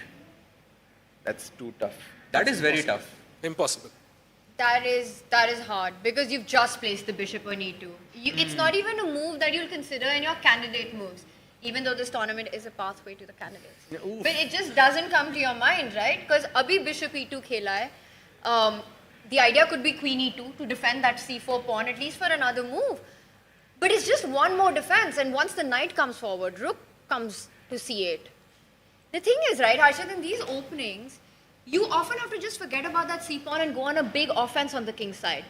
But Divya, the way the pieces are placed, it's not going to be easy to get that. Exactly, and the bishop on e2 is not really eyeing the black king on g8. If the bishop was on d3, I think the bishop could have potentially become a rocket after it goes on b1. The queen goes on c2, you know, setting up that battery there. Now, on the other hand, this idea of knight a5, and one might ask, queen a4 se kyun nahi baja? Let's say that white plays a move like queen a4. The problem is, black will play knight a5, and let's say you play a move like rook to d1. Now, after queen d7 or queen to e8, one of these moves, we get rid of the defender of the c4 pawn, and after this, black is just going to win that pawn on c4 much, much better for black. Bishop a6 on the board. On the board. This is a thematic plan for black in these structures. Bishop, and it starts from that move 4, bishop takes knight, where you've doubled up these two c pawns. It gives you a direct target, and Corculus here, he's sticking to plan. I mean, she has to attack now, right? This looks very, very, very troubling for Divya, because if this match doesn't go her way, she has to play game 2 with the black pieces in a must-win situation. That's going to be tough. That's going to be very tough. So this is something to worry about. And also, she's half an hour down. Yeah, no, I can definitely feel the pressure for Divya right now, because, you know, she's one of the, like, all the eyes are on Divya, right? All the players, all the spectators are like very curious to see how Divya will do in this tournament. But in the first round with the white pieces, she has found herself in some trouble here, because blacks play so easy. And we talk about this so often, that it's so easy to play with black. Tanya, you can explain how this concept of easy play sometimes gives the opponent such a big advantage. And see, this is it. Divya knows that she can't just sit. She can't just go on the defense of that c4 pawn, because, like Harshit was saying, easy play for black, easy moves to follow. Knight lao, rook lao, pawn takes pawn, win the c4 pawn. Divya has to go on the counter here. And I think this is where it starts. Because that dark squared bishop is the one piece that's unchallenged on the board. Bishop to g5 ideas, f4, f5, f4, e5 coming in. Divya is going on the attack. Absolutely. And ab mujhe samajh aaya why the bishop is on e2. Because if the bishop was on d3, then you could take the pawn on d4. Oh. So there was a plan. Trust in Divya. Let's go. Trust the process. Trust the process. So let's see what she has in her mind. Knight to a5. Does she want to just go all in with f4? F4 by golden Really? pawn. Let's go. You know, I really want to, yeah, this is the 4-pawn attack. 4-pawn attack. Love it. But can we just demonstrate what Sehaj mentioned about the difference between bishop e2, bishop d3 on the board? Because I think that's a very key point here, Sahil. Yep. So, for example, if you go bishop d3, at some point, I think there could be pressure on Same that. move. Yeah. So b6, let's say, happen. You go short castle, bishop to a6. And the difference here is now you can't play e4. Yeah, because then you would lose this pawn and knight just takes on d4. By the way, even this is not that bad, right? We go bishop to b2, we go f4. I mean, yes, black is up a pawn, but white also has some amount of counter But I mean, play. optically, you are giving up a central pawn. Yes. I agree. I would much rather give up one of the c pawns, because they're already doubled. Yeah. And at least central majority to hai mere paas. And you'd do this in a training game. But here in the World Cup, yahan par you'd nahi. rather just put it on e2 and go with the same plan. So this is what Divya had in mind as you guys just broke that down. And now we've got e4. And this is when suddenly I think Corculus has to start feeling it a little bit. Because he knows ki, bhai, she's coming. She's coming for the right side of the board. Can it be a sample line here, Harshit? How could that go, for example? If you go, let's say, 5 moves deep. Okay, so knight a5, everyone agrees, right? We want to put Yes. pressure on the c4 pawn, which is the weak pawn. The pawns are doubled, and when the pawns are doubled, we obviously can take advantage by attacking them. So knight a5, we are thinking that Divya will just forget about that. She will go pawn to f4, sacrifice that pawn, because if you take that pawn with the bishop, Saj, what do you think white will go for? f4, bishop c4 maybe? Actually, bishop c4 or knight c4 is not... Okay, knight c4, there's queen f4 and you lose, I think, a piece. Bishop c4 is too much of a committal move. Here, actually, the best move is pawn takes pawn. Actually, bishop c4 gives Divya a huge advantage already. Wait, c takes d4. Pawn to f5. Opening that bishop on c1 and then bishop g5. If this happens, I think... This is insane. No Sacking way. pawn after pawn, yeah? I mean, this was the guy she sacked her queen against and won the game. I mean, ye to sirf pawn hai. Wow, still, yeah, allowing this to come to c3. And she Very gets up from the dangerous. board. Divya plays e4 and gets up on the board.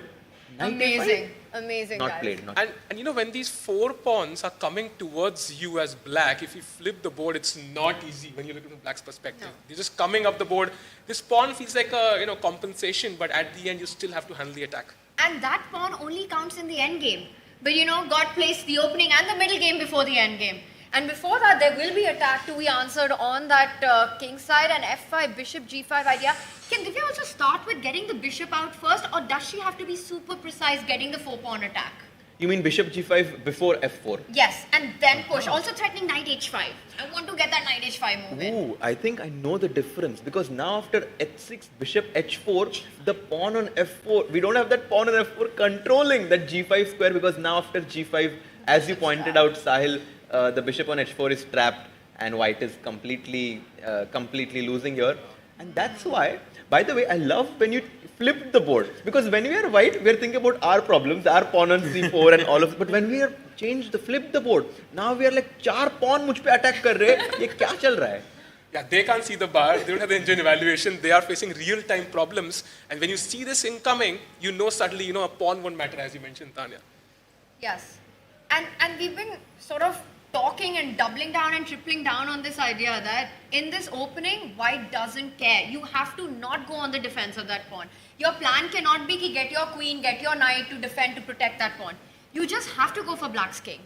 And that's what Divya is doing. And it's also a bit psychologically difficult, right?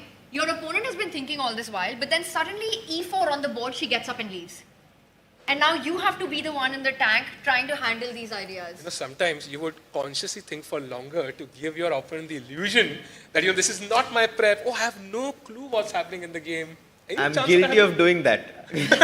Right? So do you think that's a possibility? She knows what's happening in the position?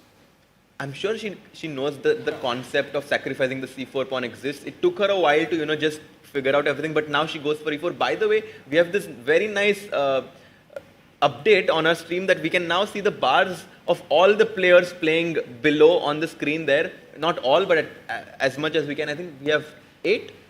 Yeah, I think we have 8 bars of the top 8 Indian players playing, so you can follow what's happening on those games as well.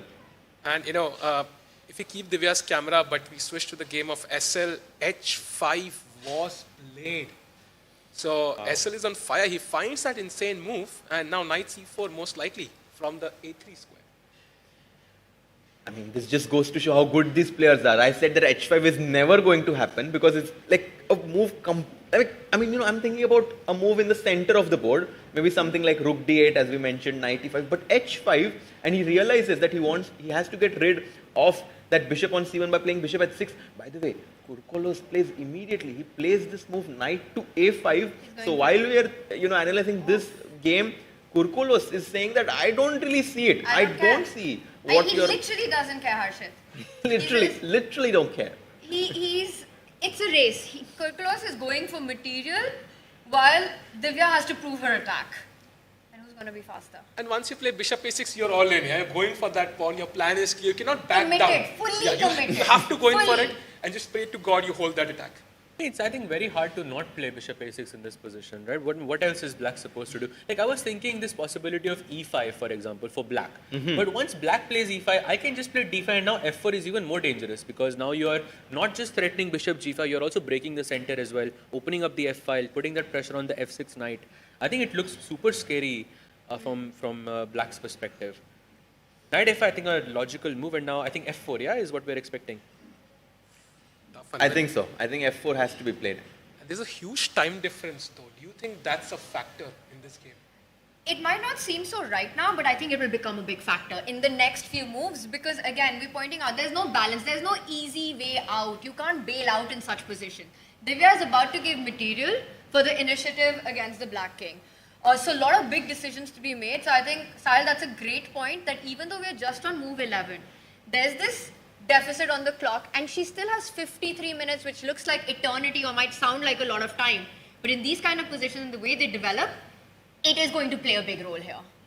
She needs to make it to move 40. That's where she gets the extra 30 minutes. But she's a long way from move 40. By the way, maybe we can keep the camera of Divya and check out the other Indian players. Harshardhan has a very, very interesting position. He's playing against Mustafa Ilmaz from Turkey. Harshardhan is an underdog in this match, but I've seen him recently playing Hooghoven last week where I was playing in Netherlands. Very, very talented, very motivated player. And I think here, he has just pushed his pawn from g2 to g4, and he has announced that he's going all in. Ooh, rook takes c3. Rook takes c3. And the question is, in how many moves is it going to happen? And that's such a great point because it's an exchange sacrifice, super thematic in this position. It's something that Black always has on their radar. Rook takes knight, destroy the pawn structure, get your queen to a5. At the right time, break open with d5, opening up that bishop, attacking a3. How quickly is it going to happen? I would say, if allowed, if white doesn't have a way to capture that knight with a piece, we might see a rook lift, rook h3 at some point, trying to laterally defend that knight, stopping that idea. But if that doesn't happen, I'd say in the next 3 moves, he goes rook takes knight.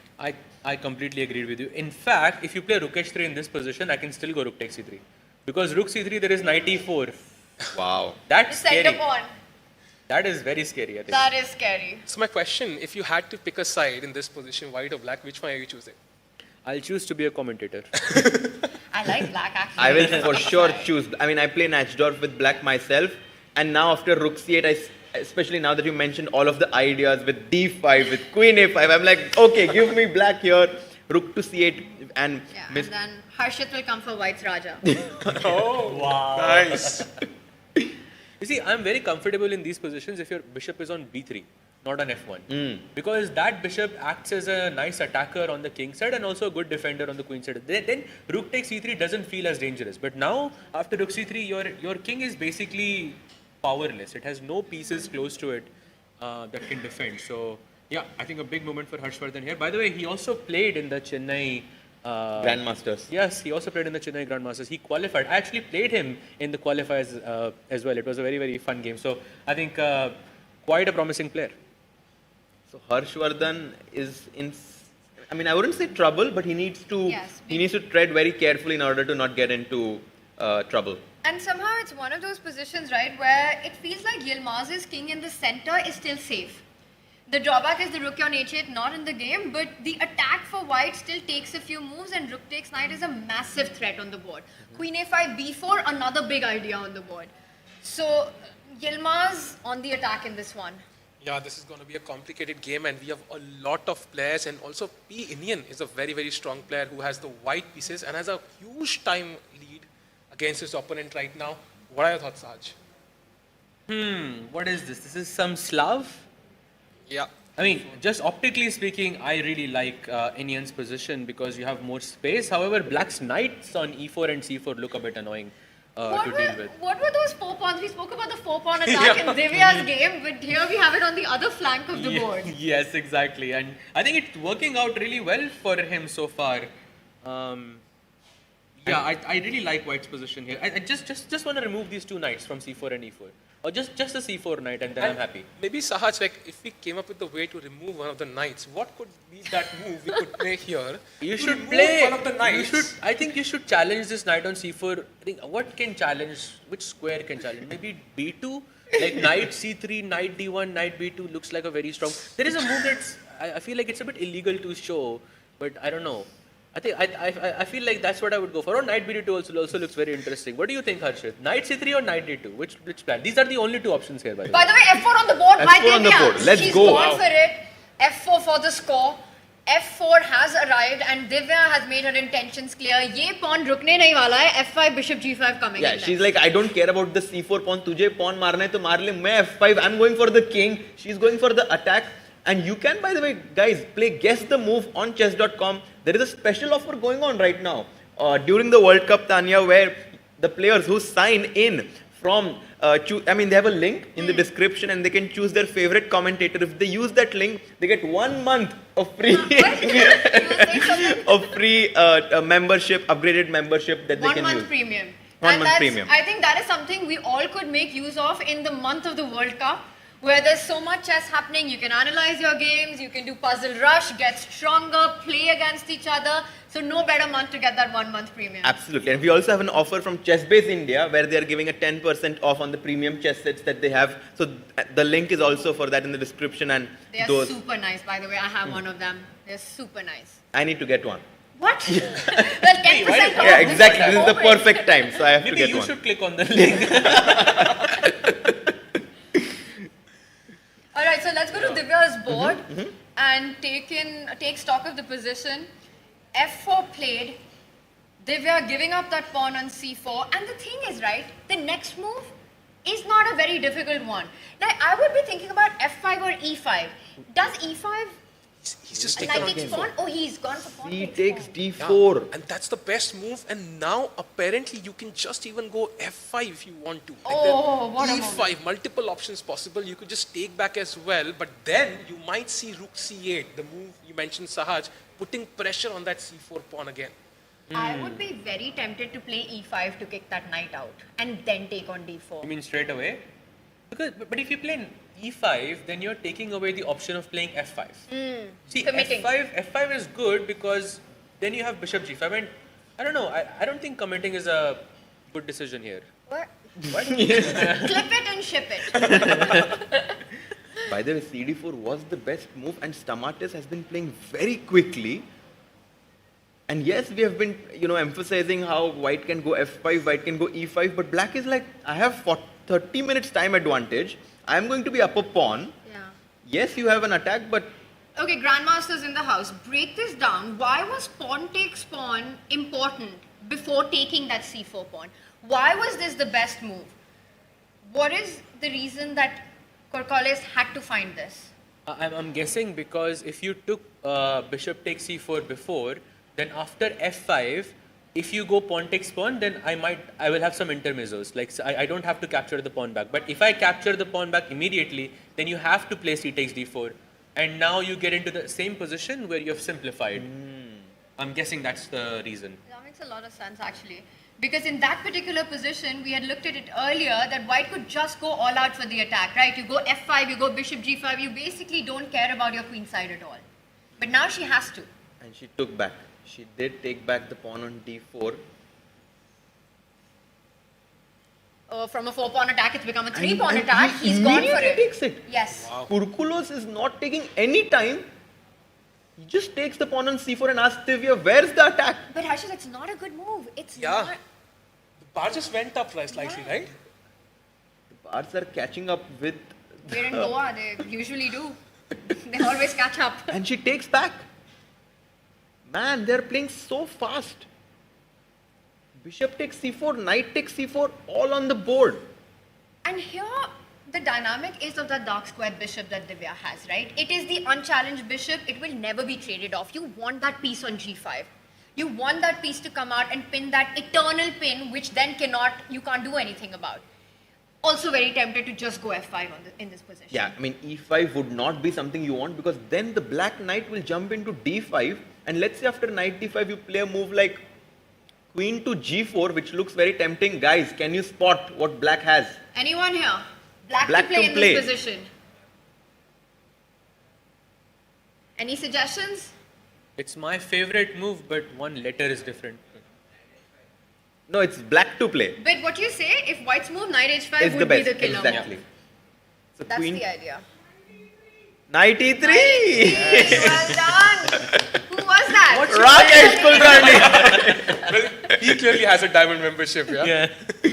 Yes, knight to e3 hits the queen and the rook. By the way, f5 played Played. on the board. Let's go, Divya. Let's go, And how does black defend now? Because the answer is not easy, right? Well, this is a big decision now because black needs to play this move pawn to h6 in order to stop the white bishop from going to g5. From Goa being to g5. I got you. So we have bishop g5 as a threat. We have two moves here. We have h6 to stop bishop g5, but it's a committal move. And he does not play. You could He also... plays e5. Why is he playing so fast? I mean, this is the kind of position you want to sit for 20 minutes and she's coming for the king. No, I'm telling you, he's playing on a time. He's playing on a time. But it's too soon to do that because you could be lost in the next 5 moves, Sahaj, with the attack bishop g5, knight h5 idea. And the thing is, after bishop g5, if you go h6, I think white can trade knight h5 and go f6. Yeah, but knight e3. This recurring There's idea always of knight e3 hitting though, the yeah. queen and the rook. So you just go queen g5 in this position and knight e3 is annoying for f6. Yeah. Do you think Stamatis is still in his preparation? No. No. No chance. Yeah. But he's playing the best moves. Okay, How? let's First, you have to also play you have to prepare against e4 to start with. In d4 to figure out that Divya will go e3, a3. Huge risk on that and move 60. Harshit, no, big call. Maybe like he has looked at it, but not against Divya. He has looked at a similar line, but What not... do you guys think? Is black in preparation? Any thoughts on that? I think everyone is just Everyone is in thought. not Stamatis. I love how Stamatis is playing. I've become a fan of him. He's just playing fast and asking all the questions. I don't know. I just feel that he's, on purpose just playing fast just to get her in time trouble. Because if she gets in time trouble before you hit that 40 move mark, that really increases his chances to win. So, and he wants to, it would be great if he can finish this off on day 1 itself, right? Because on day 2, Divya plays with the black pieces. It's going to be really difficult to win with the black pieces on demand. Chat online saying they do think he could be in preparation. Some people are in favor. Maybe he's just a specialist in the opening. He understands it really well. But because he is playing the best moves very quickly. What is chat saying? Are they more for prep or more this has to be over the board prep? No chance they're saying. No chance, I'm with you. This is chance pe down. There's no chance that this is prep. I want to just point out one dynamic in this position. So black has an extra pawn, right? If pieces get traded off, queens are off the board, Corcolis is going for the win. B5, A5, that's a passed pawn that it's going to be very hard to fight against. So all of Divya's attention has to be on the middle game. Now, one way to do that, and I did have a peek on this, the best engine move, and it's kind of understandable, is to block the center. You go d5, so you get a free hand to eventually start rolling on the flank. You want a center block. You don't want activity. Next, to follow up, maybe the idea of bishop g5. Maybe the knight gets out of the way, and g4, g5 is what we're going to see appear on the board. It only makes sense now that you explain it, because I personally wanted to keep the tension on the board, but now that you mentioned that, now I can just go for h3, king h2 and g4 at some point and completely lock down the center. I like this concept. Long term, just keep the boards on the board. You don't need to rush with it. As long as you have this dark squared bishop and the potential for a pawn storm, Sahaj, there will be compensation in the position. I think it's a great point. And I think it also adds on to your point that if you don't play d5, then black can always capture and take that square on e5 for his knight. That's just only supporting your point more and more. So I think it's a great point. d5. Will she find it? Will she play it? Looks, once you explain it, it feels easy, but what do you think, Sahil? I hope she plays it quickly. Because if you look at the clock, 45 minutes, she might play the second best move, but I hope she plays it very, very quickly. Otherwise, this is a complicated position. She will need that time later. Do you think if you guys wore your glasses, then that'll send good energy for Divya? Laser glasses. Laser focused glasses. Let's do it. Let's do it together. Okay. I feel like Anil Kapoor in Massive Welcome. FOMO for me. No. Oh, d5 is so natural to me. Once you wear these glasses, it all makes sense. Why are we thinking so much? D5. Let's go. Okay, but she's thinking about it. The thing is, if I didn't have this peak at the engine, it would be very difficult to think of this move. Yeah. But Tanya, how did you find the move without the glasses? I just looked here. I got the all-seeing eye here, so... Actually, there's also a lot of developments in the SL's game because he has put his king on the queen side. He has long castled. Oh, wow. Queen e2, queen side, knight c4, queen moves back, and now bishop g5. You have to wear it till No, you have to wear it till Divya finds it. That was the deal. Yes. See, Divya's thought process just got broken now because he was wearing it and she was thinking about d5 and then he took it off and now she has to think It's again. connected, yeah? Of course it's connected. And she has to look at the center of the board. Yes. Okay, so we have SL's board. Yeah. We'll keep the camera on Divya so we can see when she makes the moves. Ye kahan se glasses hai yaar? Dude, this is so cool. It's cool, no? I feel like Anil Kapoor from Welcome right now. Is it like this, no? I would not flex that, but yeah. So you can have them on and off aise. Yes, and this is the chess stream, guys, clearly. Crazy. But yes. Do you think your chest strength goes up depending on which one you're wearing? I mean, I have an excuse now. I couldn't see the board if I make blunders. That's the only advantage of these glasses. Yeah, now that's a good explanation then that you have. Harshardhan, you might not be able to use it. Okay, let's get back to chess here. So, SL's board, h5 khela tha, has got the king to safety, queen side, and I like that. We were talking about this move, right? Rook develops king to safety. I'm still liking black's position here. Only because of this move, bishop to h6 that we have been mentioning, and you pointed out that get rid of that bishop on g5 because the white bishop on c2 is blocked by its own pawn on e4, which kind of stunts its mobility, and I think that's why getting rid of that bishop on h6 is a great idea for black. Also then that f4 square, your queen starts feeling more safe on the dark squares. You're not worried about moves like bishop f4 in the future. Ideas of queen e3, bishop f4. Actually, that might be something that white is setting up. Queen e3, attack c5 and bring that bishop to f4. So it might be the moment that black has to capitalize on and trade the bishops right now. The question is, bishop h6 सीधा खेलना है या knight d7 के बाद खेलना है? That's, but you can also play knight d7 and then bishop h6. Why should castle? I was wondering, keep the white king in the center somehow for as long as possible.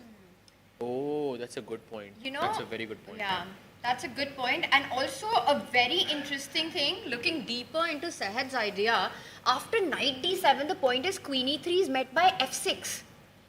And bishop f4 can be met by e5, I want to say. Driving that bishop away, and then it's going to be black's bishop that gets full control of the diagonal. Bishop h6 in so many tempos. Very back to instructive back. idea there. f6, Amazing. e5, putting the bishop back to g3 and then getting our own bishop on h6, getting control of that beautiful diagonal there. And I think this is why if bishop h6 or knight d7 is played by SL, he's going to be very happy. And Divya, okay, she's still in the thing. You think she's getting ready to, has she made a decision? She's a bit nervous. She's like, you know, I have to make a move, but on the other hand, I cannot make a mistake now because the stakes are higher now that I'm down a pawn. I have to be precise to have my compensation. You have to be a bit worried though, right? The clock is 40 minutes now against like double the time. That's insane. Okay, if not d5, we've been talking about Divya's board. D5 is the top move in this position. Block the center and then slowly focus and build on that right flank. Build your kingside attack. What else can be going on in her mind right now? What are the other natural moves here? Queen e2. Attacking the knight makes a lot of sense. If you play b5, then bishop g5 or something, that seems decent. Because another thing is, once I play queen e2, then I can play bishop g5 and bishop h4 because there is no knight e3. See, that's where I'm gaining that tempo. That's another move I think that is quite interesting. By the way, after h6, bishop h4, g5, does everyone know of this special rule in chess? What do you guys think? What's the difference here? h6, bishop h4, g5, and now white has this special move. White to play here, guys. Exactly. Yes. A streamer's favorite move. Streamer's favorite, you can play en passant because now f takes g6, a move which we cannot usually play, but we can play here when the black advances its pawn 2 squares immediately. F takes g6, and this gives white a big advantage, of course. So you have to be careful to not blunder this. It's one of the very special moves in chess and often forgotten. Has it ever happened to you in a game that because it can, right? You can just miss out on it. En passant, no. I have forgotten that I could castle once. This has literally I think that has happened to me. Like it's like move 20, move 25. You automatically think that king to move kari kya hoga, and then you forget that you can castle. It has happened to me so many times. Actually, एक बार मेरे साथ क्या हुआ कि I was playing a game in a tournament, and I moved my he gave me a check. I moved my king once. And then it came back that square. और तूने castle कर दी. Castled and he did not notice. And I'm serious. And the game went on And the game went on. I mean, it was very it was a long back. Okay. But this Was happened it a friendly or no, it was a rated game. And what happened in the end, Harshardhan? I think I won, but I mean, I was 1500 or 1600. But फिर game तूने ChessBase में कैसे डाला? Sorry? No, exactly. I came back home and like, okay, I moved my king and then I castled. I'm like, oh shit. Wow. Yeah.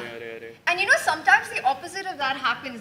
And this I've seen happen so many times, especially in online chess as well, where you forget that your opponent can castle as a defensive resource.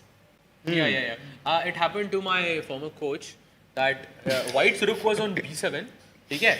White rook on b7. Can you like highlight that? White rook on Just b7. the square. White rook and black could castle with a check. Oh. Literally, it was like 20 of us analyzing, the position, and one girl, Isha, and Isha Karvade, I'm sure you know, she just talked and black castle kar sakta hai na? She's a very strong player. Isha's an international master. You are just one castle and white is dead loss. You're losing a full rook and both players forgot. Yeah, I think that happens a lot. But en passant, coming back to the board, the position, So very interesting that once the pawn is on f5, वो resource नहीं है, तो now bishop g5 with the ideas of knight h5 become real threats. And कहते हैं ना कि chess is a move of one tempo. Like if you just get one tempo more in chess, life is so easy because bishop g5, knight h5. If white can get both of these moves in, it's over. White is winning. D5 खेला नहीं है नहीं खेला. नहीं d5. I think she'll not go for d5. That's why. D5 खेलेगी. खेलेगी. So you think she will go for d5? I don't think she will play d5. I also don't think she'll play d5. Any other ideas that we have? Give me. You are the decider. I don't think she'll play d5. No. Or the not decider, because if I say d5, then it becomes 2v2. I think she goes for d5. I think Divya plays d5. Look at this crazy line. Bishop g5 आता है, h6. Okay. Bishop h4, knight e3, queen कहीं भी रख दो. e2, f3 doesn't matter. Knight f1 and knight h5. Mamma mia. Full rook sack. And let's just show, let's just show this till There is no d5 on the checkmate. board. No d5 on the Let's board. play pawn takes pawn. ed. Okay. Finish Bishop it off. f6. Bishop takes knight. Oh, we could have And asked after this. Now we'll gf6. ask. Guys, Very tough question actually. Yeah, White super, the to play toughest and win. of the day. Very. Let's see if you guys can find it. Yeah. Queen to g3. g3. Almost correct. g4. G4. Queen g4 and then king hata. Very good. ऐसे खत्म होनी चाहिए game. But what a crazy line this is. And Amazing. knowing Divya, I think she's definitely going to go for it. And I think Might she's. get tempted. But we would love to see this, right? We want to see this over the board. But black is not forced Yeah, to yeah, walk of into course, this of checkmate. course, of course. So what happens? What is black's best defense? Because you're right that Divya could potentially get into this variation and want this. This is very Divya chess. Go for the direct line. I think she should go for bishop g5. For This is d5 forced. is no bishop g5. Let's go. This borderline forced after bishop g5, h6 is the only move for black. And bishop h4, knight e3 is the only move for black. Okay, let's say you move the queen. And Let's say- what's the defensive resource here? Yeah, so knight f1, knight h5, and now apparently black has to play king h8. Wow. This tough. is really difficult. And look at this. After rook takes knight, even in this position, black doesn't have a big advantage. Now, engines are super materialistic.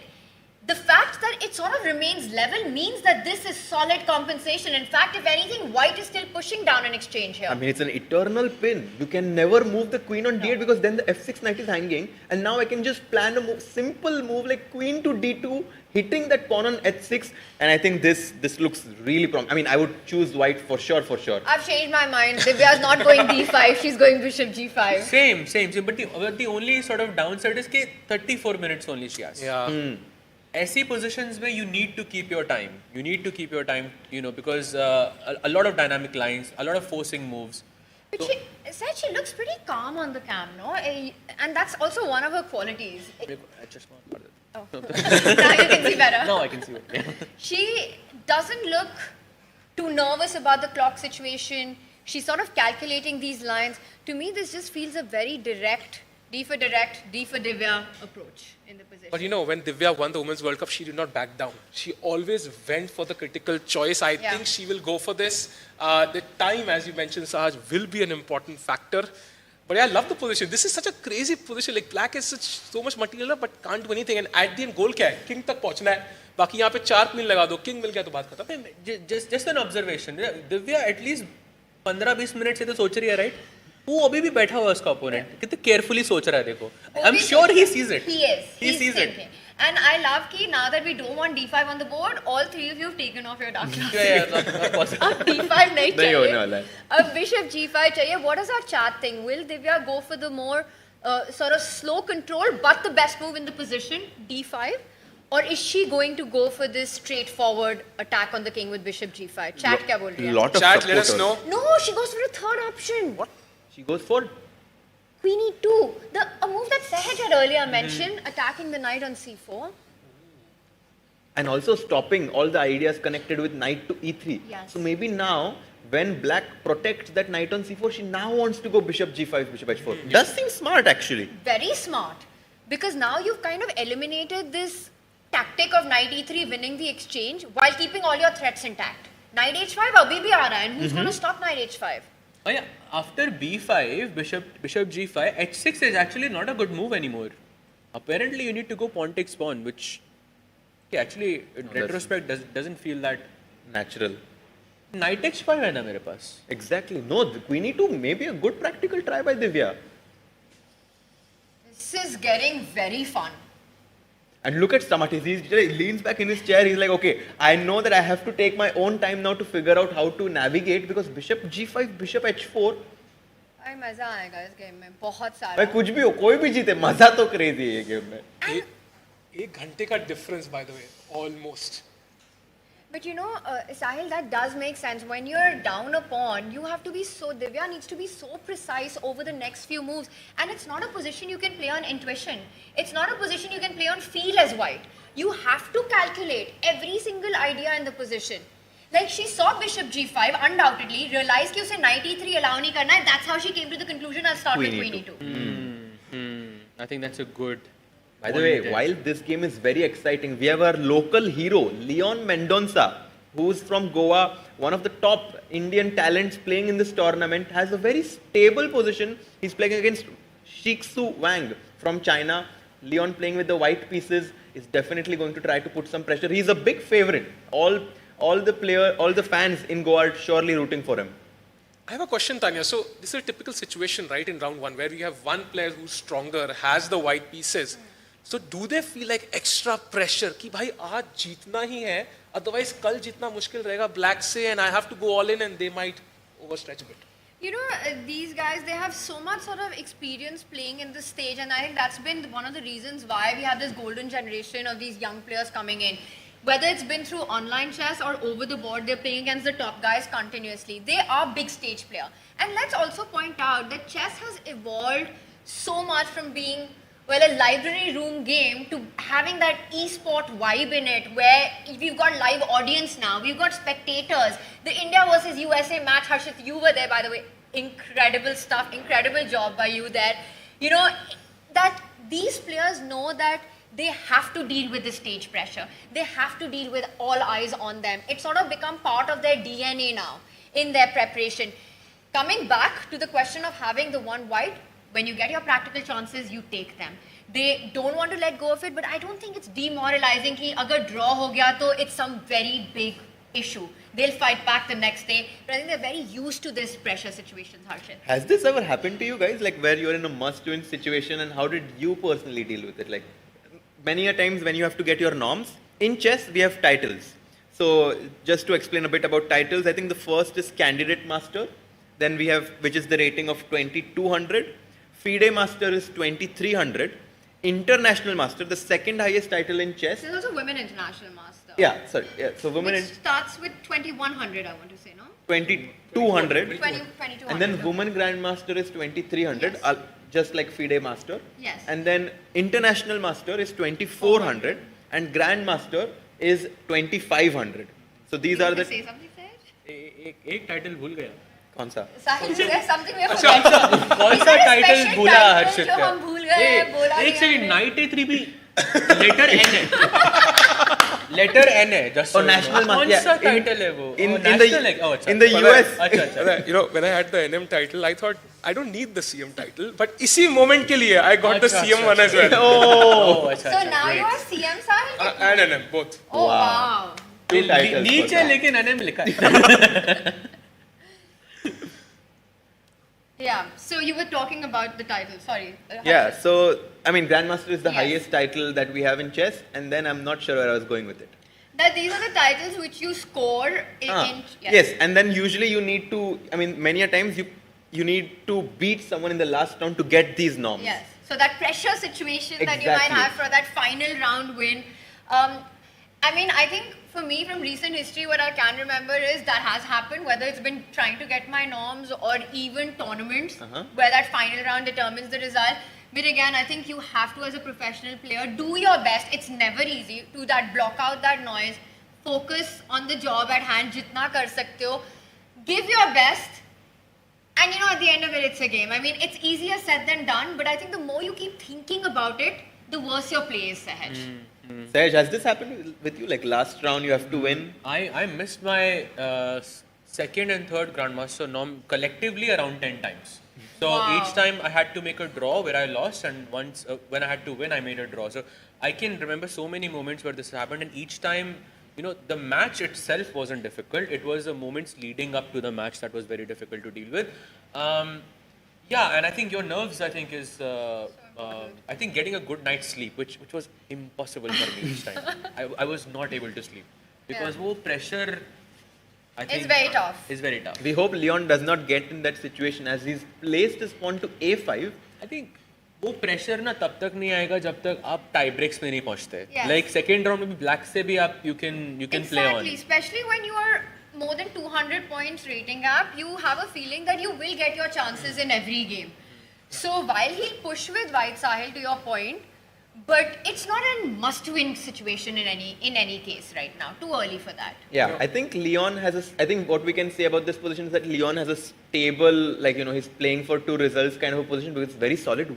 One very cool moment that happened in Indian's game, if we can go there, I mean, he found an insane idea because he played knight a3, black took the knight on a3, and here we obviously expect white to recapture on a3 with the rook or the queen, but this move knight e5, we call these moves as Zwischenzug, intermediate move which now hits the pawn on c6, but I mean, he's down a whole piece right now.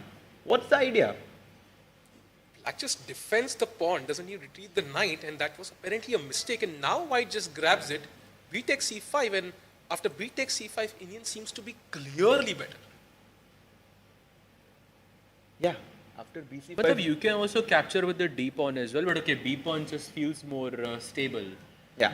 Like you can just double up on the b file and just, that entry point can be b7 or b8 later on. And c6 ka pawn bhi itna weak ho gaya, right? And it's honestly looking like a beautiful position for white. You've got the space advantage. Your bishops are more active than its counterparts.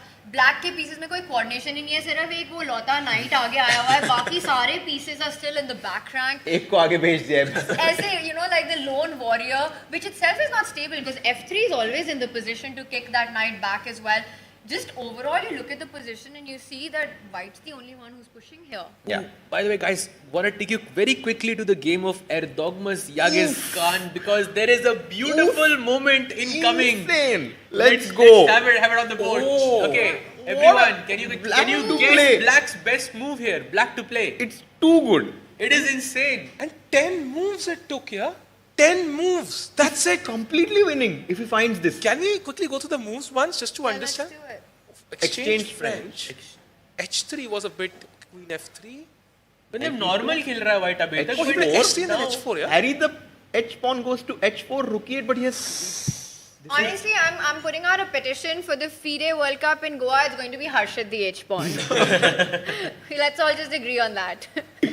साहिल को फिर S pawn दे देंगे. तुम्हारा भी ऐसी है भाई. ये तो भूल गया मैं. Can you guys find it? Black to play. So black to play. I am also trying to find this. This is oh.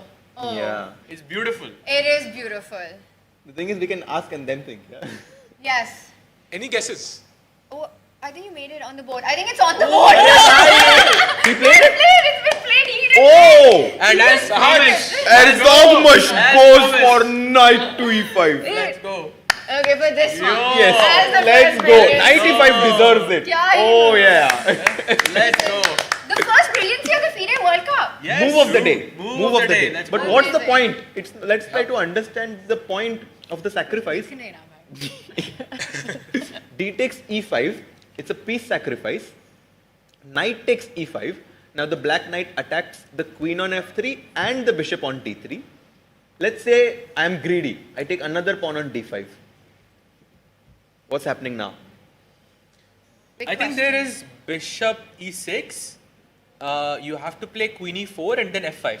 But can't you instead also go bishop g4? I was thinking initially the idea of bishop g4, putting pressure on f3, also threatening knight takes bishop. Oh wow.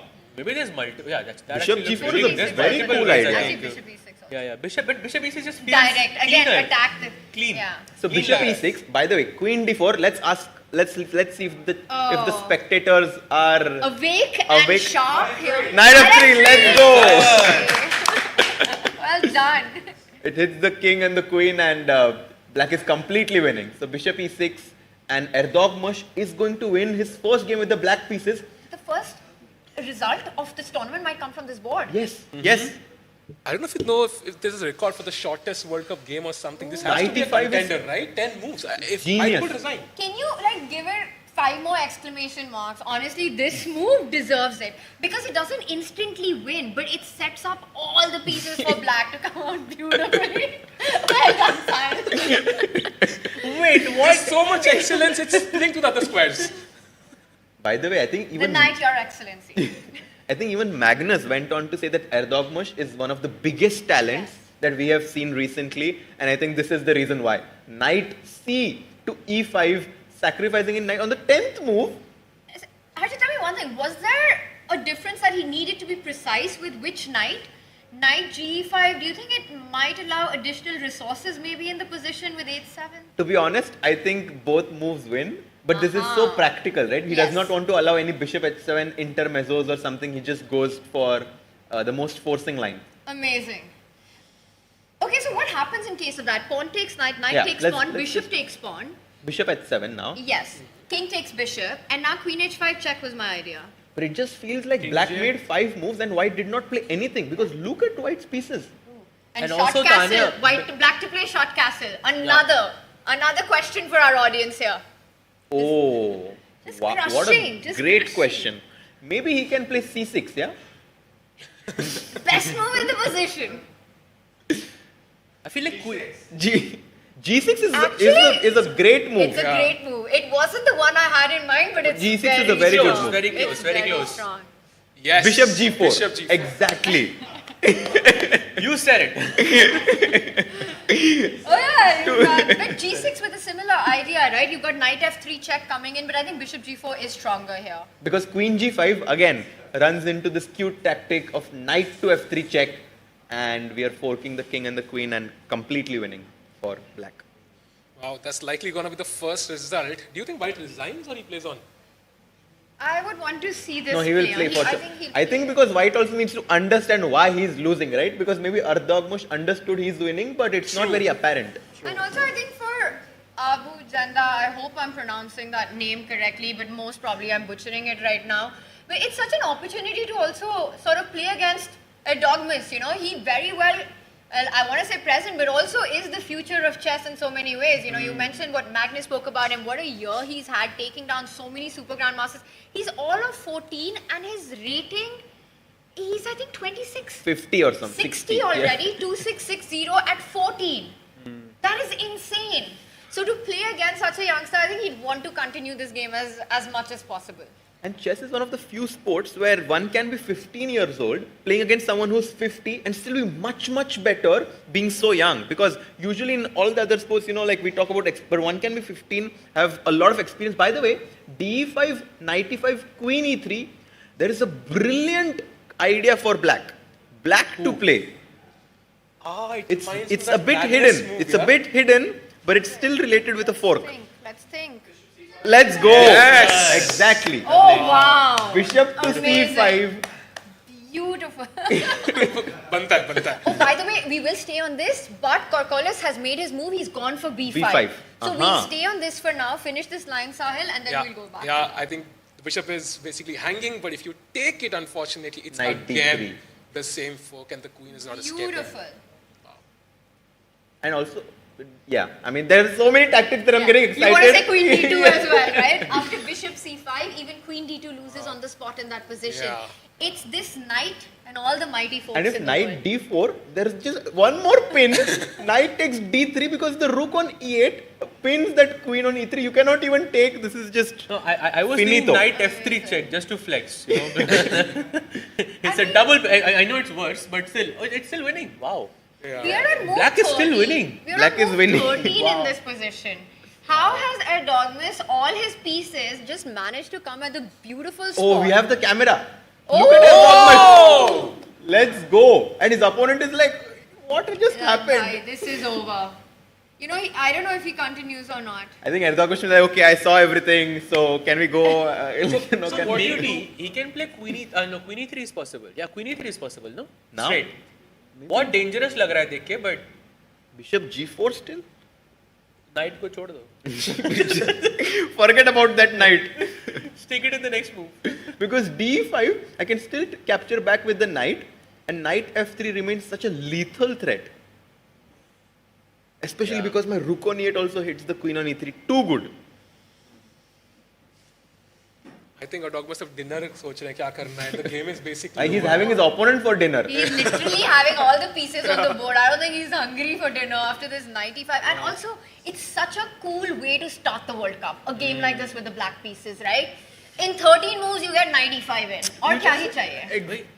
I'm genuinely curious कि वो resign करेगा यहाँ पे कि नहीं, because he just gave an expression that okay he missed that and now it looks like he's about to resign. I'm wondering what is Dogmus's bracket looking like on his path? What is his? I don't know if there's a way. Who is the unfortunate victim next few opponents that will fall in line? For Abuganda, he is from Libya. With this, I think he knows he's the underdog, the dark horse in this match. You know, we were talking about who were the few players we'd love to see have that deep run in the tournament, and I have to say, I would love to see Dogmus go down that path. But I think it will happen for sure. He's just. But do you think he has it in him to even make it to the candidates already? I mean, could he? What is the potential for that? I mean, he has to have a really special. By the way, D takes E5 happened, and immediately knight takes E5. Yes. He has an insane team helping him. I have to tell you, I don't know if it's very public, but he has... It's about to be. It's about...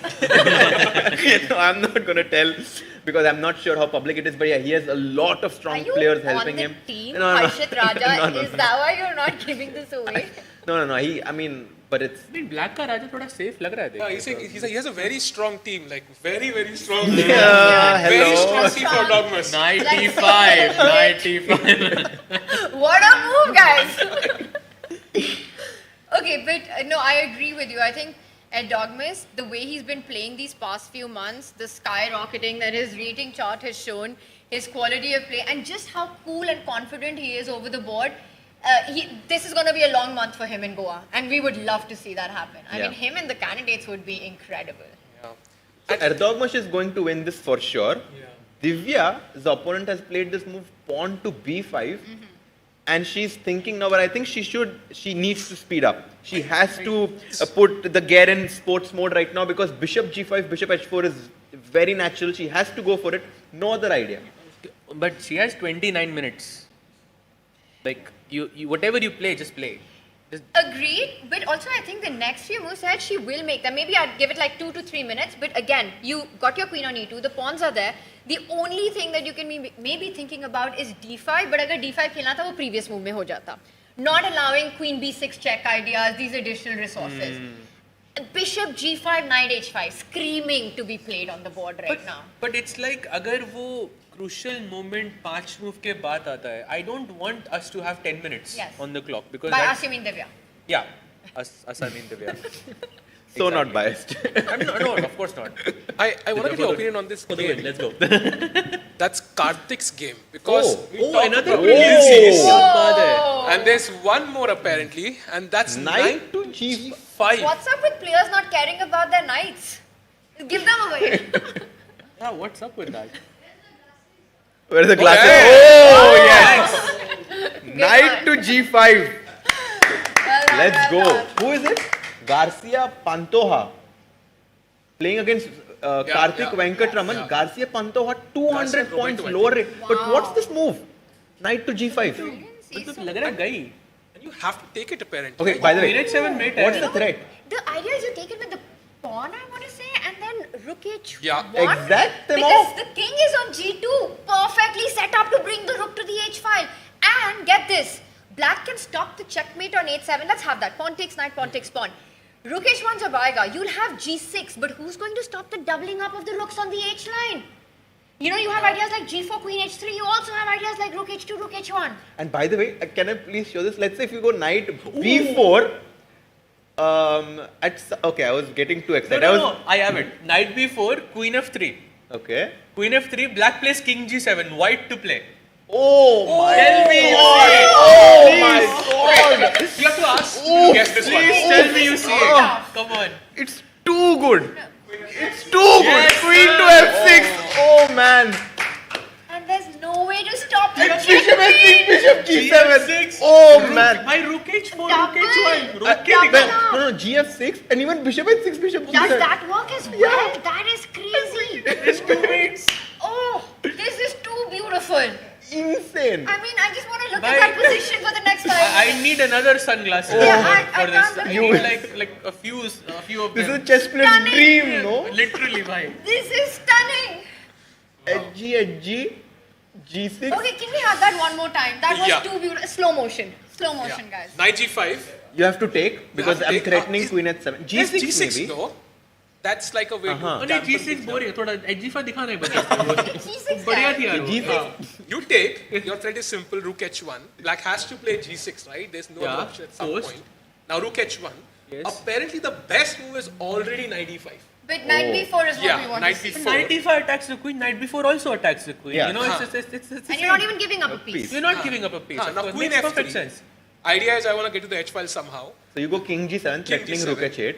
Yeah, rook H8 idea. And now, white says, Oof. White says, oh my queen! Oh no, my queen! and queen F6. What a move actually. Wow. Hey, you need like 3 brilliancies for this, like 3 exclamation marks. Crazy. I have them. Okay, so And if G6, King G8 also Rook H4 or Rook H3 that does also work, right? also You could win. just double. But Bishop H6, Bishop G7 is so flashy. Queen F6 खेलने के बाद you want a bishop Oh checkmate. no. Bishop Assist. F6. Wait. Bishop F6, G F6, Yes. King G8, Rook H8 check. Oh! Rook H1 check and then Bishop Yeah, we're H6. having too Too much much. fun. This is too much. Is Wait. it working? It's Tell me it's working. working. It is working. It's working. Let's go. Oh my God! You've given up a queen, you've given up a rook, you've sacrificed And the whole house. The thing is, after you give up a queen and a rook, you're not even giving a check. Yeah. You're just telling Bishop H6. G7. And then you will set it up again with Bishop G7. Yes. Crazy. So much pressure. So much pressure. I can't take this. This is too much. But this is bad news for Karthik, yeah, who's under a lot of pressure now. with the black Karthik, pieces. हाँ. Yeah. So And- Knight G5, I think, okay, if we are rooting for Karthik, I don't think he should take on G5 No. even though it's But very it's beautiful. checkmate and one queen H7. So if you don't take, then G6. Sahil's other move is the G6, only only option. move. G6, yeah, you have to play that. Knight H3 maybe?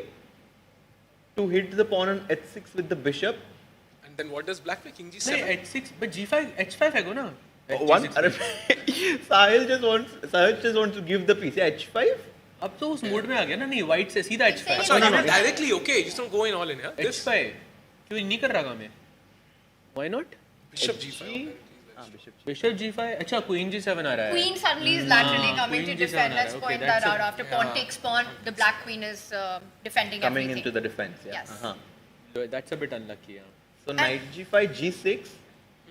We expect Knight to H3, I think, hitting the pawn on H6. Also rerouting it to F4. F4. It looks so beautiful there, right? Knight Yeah. to F4. I think Garcia Pantoja has found a great idea with H4, Knight H3. This definitely puts Karthik under big pressure. Also, after Knight F4, you have these Knight takes G6 types of ideas, which is, yeah, just going to seal the deal. Okay, this is tough for Karthik actually, very tough. And Karthik Venkataraman, he's a two-time national champion, 2024 winner. That's how he qualified for the World Cup. Really strong grandmaster and even a rating favorite. So feeling big pressure right now against Garcia, who's 2502. Yeah. Lower rated, but he's on the attack right now. I'm really liking the position. And the way he set it up, right? Queen on D3, bishop on D2, moves the king to G2, sets up the sacrifice, now rerouting the knight, the pawn on H4 ready to go up to H5. The makings of a beautiful finish. Absolutely, and you know what, talking about pressure, there was a position which you really liked, Harshit, and that was this one. And it's kind of taken the natural contour here, and now bishop x6. I think this was very left, right? Rook c8. You're ready for rook takes c3. And now bishop takes g5, simply bishop e5, and now suddenly after bishop g2, already like black is breaking through with b4. See that, I think I think white's pieces are placed perfectly, just that bishop on G2 is bad. If I could just pick up that bishop and put it on b3, I think white has very good chances to play. I mean, probably white is close to winning here. I actually did a course on this, yeah? Very, very close to winning here. King on b1, bishop on b3, just play f4 and somewhere bishop takes e6 happens. And the problem here is, right, it's the Sozin bishop, right? And I know you're a Sozin attack player, so bishop on b3 is where you want it. It just feels like black is faster suddenly. Queen b6 is actually threatening b4, which is coming with huge power. Then all these ideas of rook takes knight eventually in the air as well. The question here is, will white be in time to get f4 in? And I think that was the key moment, because instead of bishop g2, he could have just played f4, and just one slow move like bishop g2 can give black a big lead in the race on the attack here, because pawn to f4 asking a very direct question. Which has only one answer, I think. Yeah, you have to take take the knight.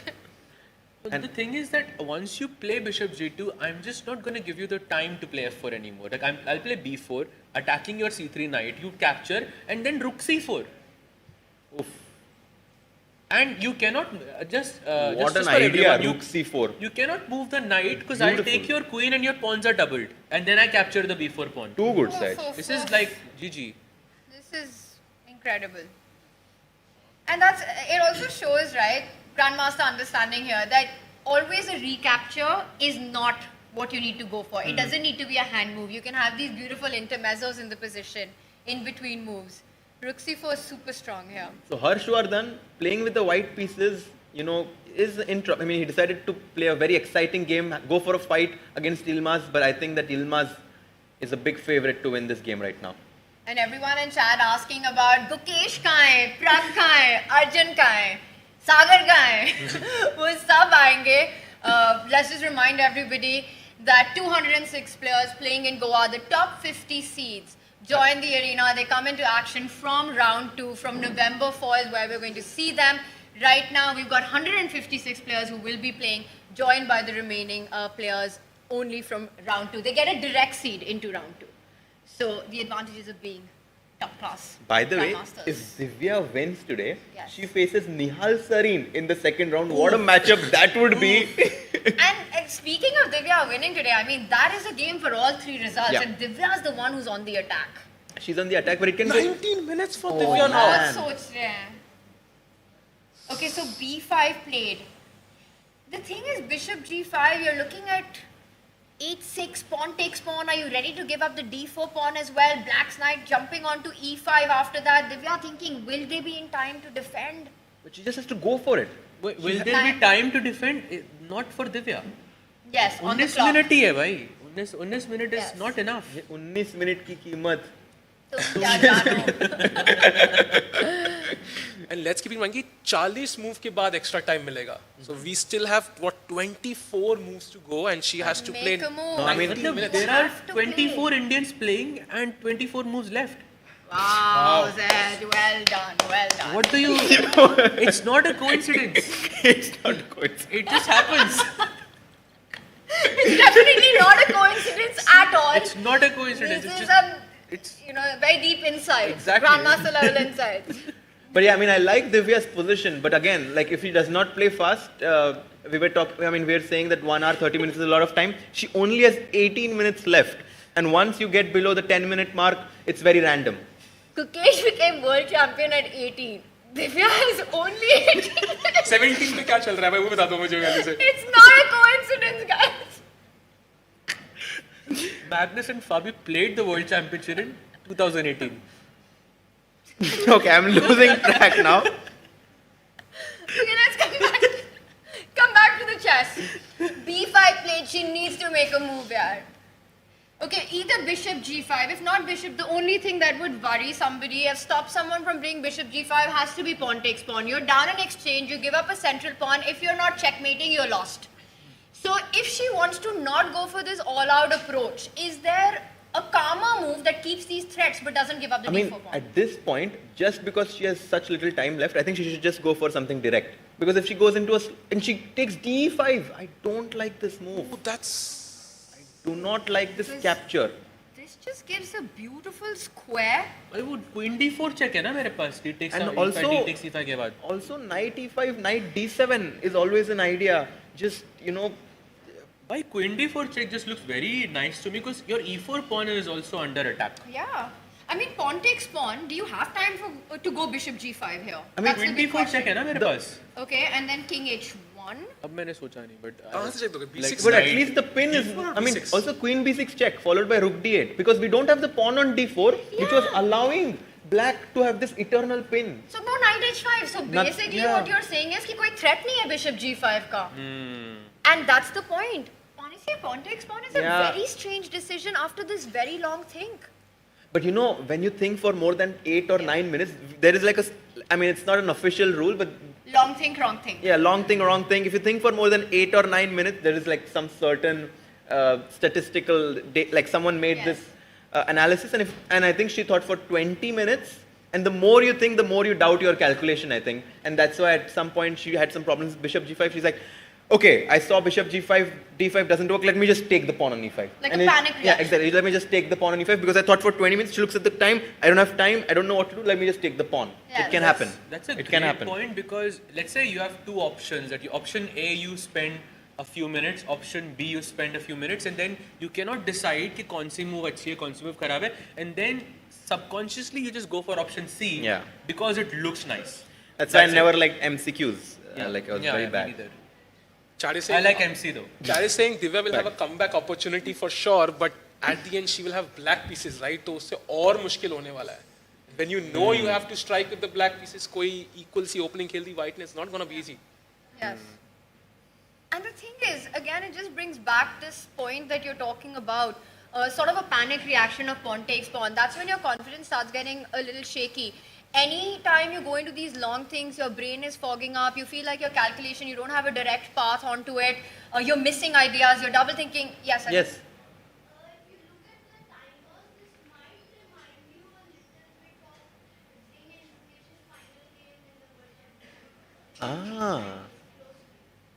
Yeah. Because Ding had very little time on the clock, or? Oh. Yes. Were you following the match? Still the same, no? I was like what? I was not watching the match. I forgot about chess. Okay. But after Gukesh won, then I was like, okay. Now I should have. You know, it's funny because that is also in some ways Gukesh's story, right? Where Gukesh was one of the first tournaments that he went to was the World Championship match in Chennai, Magnus versus Vishy. And that's where I think the inspiration grew. He got into the game and eventually went on 11 years later to become the world champion. Yeah. What's your name? What is your name? Prithviraj. So hope maybe we can see Prithviraj at a big stage playing at some point. But great observation, Prithviraj. Thanks. Do you have a favorite player here? Who? Yes. Yes. You also Guke. Yes. I wants to go to the local favorite. Leon? Yes. Let's jump over. I think we did have a look at the opening, didn't we? Yeah, I think this is where we left it after a5. We have rook a c8, knight c4, and b5. Where are you?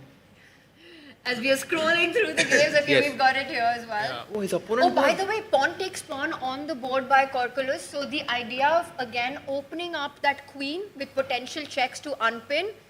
Divya, a little bit in trouble on the board and the clock in this one.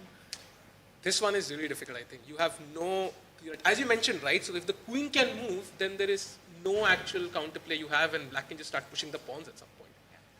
Yeah, pawn takes pawn. You know, the thing is, even as a panic move, she's really given her opponent a very strong defensive resource of allowing this check.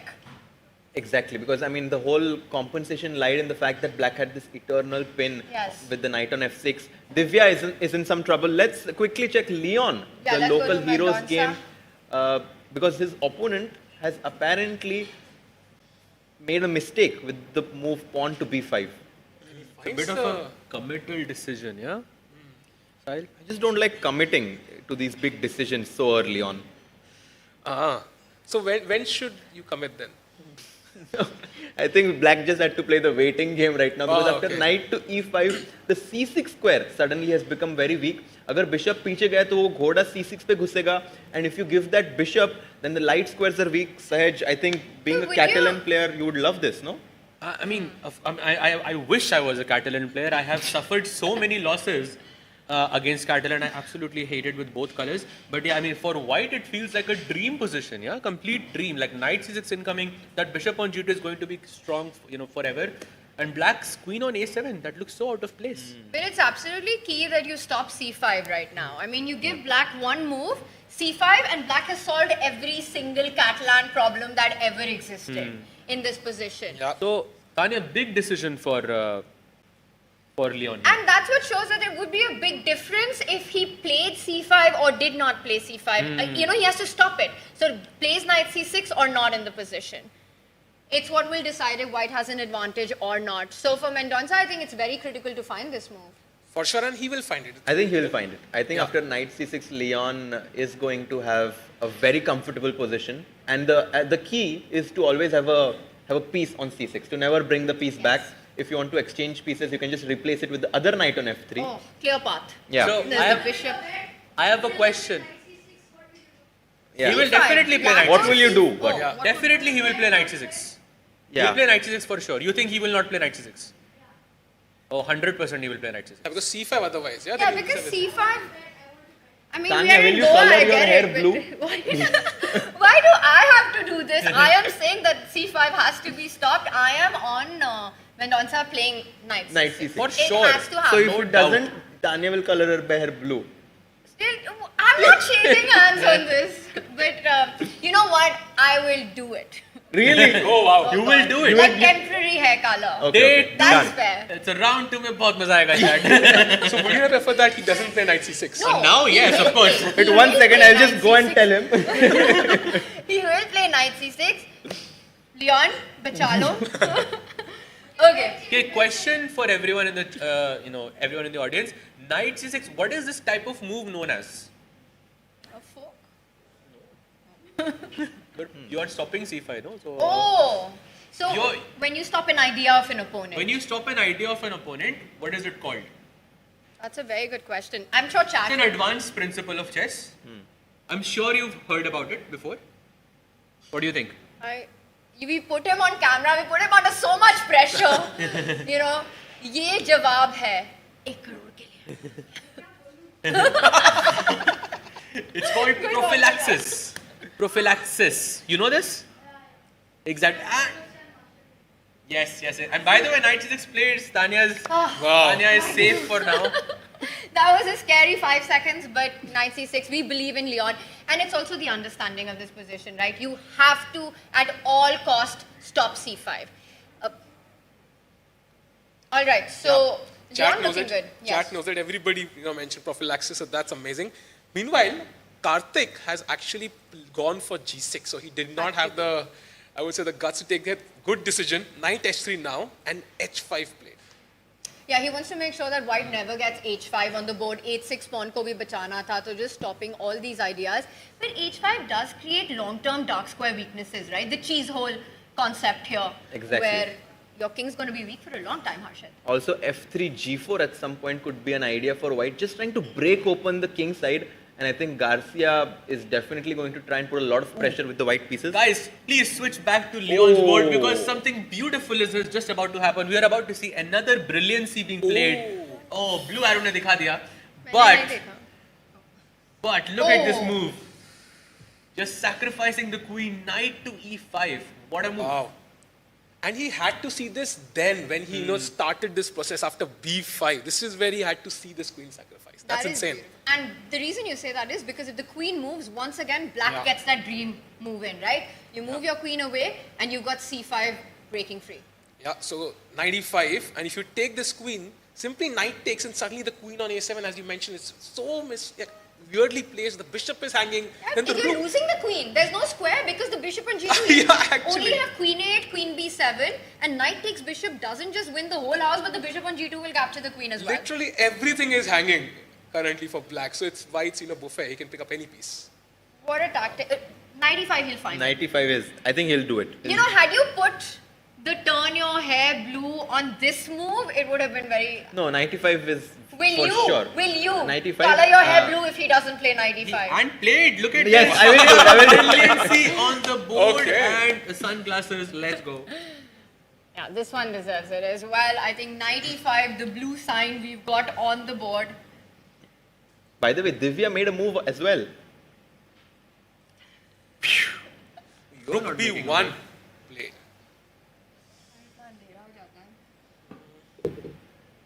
Rook b1. Rook b1 played, and I have a bad feeling for this game now because Divya had a few chances to go for this move, bishop to g5.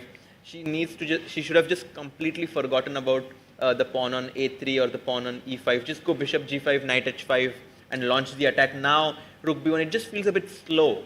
And the thing is, right, when you're down material and suddenly you have to play on the other flank, a move like rook b1 will feel aa jati hai that white has lost the thread somewhere. And if you've given the exchange, and this happens very often in attacks, I think at some point you have to stop yourself. You have to fight your own mind to care about material. You can't suddenly start thinking my pawn on d4 is hanging. You have to go all in for the attack. Now, black has so many options, you could just give a check, make sure bishop g5 is not a big threat on the board. There are ways to defend that pawn with a check as well. You could continue with development. I just am not seeing attacking possibilities for white anymore. To her credit though, like rook b1 is still a move that threatens something. The b5 pawn. The b5 pawn, of course. So if black plays queen b6 check is a bit worrying to me. But let's say if you play a6, you're kind of in the same situation where you can go bishop g5, knight h5, and you can still continue the But attack. there's still queen b6 check unpinning. This is the problem of pawn takes pawn. Or queen c4. I have queen c4 always. That's what I was getting to. Maybe queen d4 check to unpin. Yeah, queen d4 check is I think the bigger worry for me. That I really don't like this check. It was that pawn takes pawn. After that 20-25 minute think, opening up the position for black's queen to come into the game. And also, let's not forget, she has 22 moves to make in 12 minutes. Yeah, I think if it all comes down to this move, d takes e5, I think, which was definitely going in the wrong direction. By the way, can we quickly check the game of Denis Makhnev versus Diego Flores? Because Diego Flores made a huge inaccuracy. Because if we just go back a few moves, Sahil, queen d3, and yes, at this exact moment, black played queen d6, an unthinkable mistake. Unthinkable mistake. What white to play? This blue arrow. Ye blue arrow ko band kar do. Actually. Because Bishop this is f4. Beautiful tactic. But let's ask. What a blunder. Let's not make the move. Knight takes f4. Piece ja raha hai Harshit. Bishop f4, knight takes bishop. What happens? White to play. Prithviraj, knight takes f4. Channel your inner Gukesh. Knight takes bishop, white to play. You can make it on the board. Maybe let's have that on the board. Yeah. What's the problem? White to play.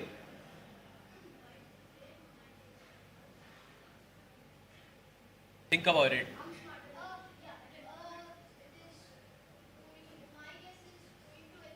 Very good. Very good.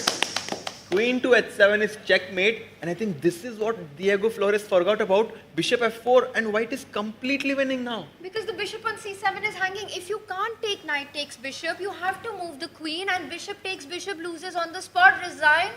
So he sacked the queen, yeah? This is what pressure can do to you, Tanya. He just played queen d6, forgot about this tactic, and now, of course, white is completely winning. I don't know why this is the bar showing black in this. They should show full white. He is totally winning. Yes. Yeah, because you're just a queen up. Yeah, you're a queen up. For only mistake. 2 minor pieces. Yep. And that's not enough at all. And to imagine that Flores, he's a 25-63, 2563 is his rating. He's a grandmaster. And again, to your point, this is what happens, one off move, one off day, and suddenly you're looking at just an elimination from the whole tournament. True. And of course, he will have the white pieces luckily in the next game, so we'll get a chance to fight back. Also, he was the higher rated player Yeah. in today's match, Sahil. But to lose like this with a one move blunder, it's painful. But talking about one move blunders, a dogma's opponent has still not resigned, and we have seen bishop e6 on the board, so he's still choosing a square for the queen. So which folk we are going to see here? Queen, we saw multiple, knight f3, knight d3, I don't know, even others, bishop g4 as well. Queen d4 runs into knight f3, that's losing on the spot. You have to stay connected to the bishop on d3. Queen e4 is the f5, move. F5. queen e3. Bishop d5, hitting the rook on h1 and also threatening knight f3 check. Wait. Castle, knight f3. This is so lost. Knight f3 anyway, right? Game over. Game Busted. over. No, at Tata, Dogmas. bye-bye. Yeah, Tata, bye-bye. No, wait. Nice to meet Question you. for chat. Okay, instead of knight f3, play knight g4. Oh my god. Queen d2. Oh my god. Black to play and win. Oh my goodness. What a move. Oh, that is What a beautiful. What a This move. one, if somebody finds in our chat, it's Question for too chat. awesome. Chat or here, yes. We've got some, we can maybe pass on the mic. It's not easy, I'll tell you that. So, yes! Yes! But what's queen takes pawn? h4. Amazing. So beautiful. And pawn takes queen? The rocket bishop goes to h2. Bishop h2 checkmate. What's your name? Amansa. Mansi. Super. What a Super. beautiful finish. I mean, ऐसे finish हो game तो मजा ही आ Yeah, जाए. this would be insane. Yes, I would love to see the game And I finish. think- We might see this. He's not resigning at least. Yeah, we might see this happen. But he won't play knight g4. No, he'll go knight f3 check. That's the. I'm that's sure the- our that's online true. chat would have also Thoda gotten help queen chahiye h4 Yes, because it was everyone. such- Queen everyone h4. got queen. Sack the queen. Super sharp. Super sharp. Yeah. Yeah? Well done, chat.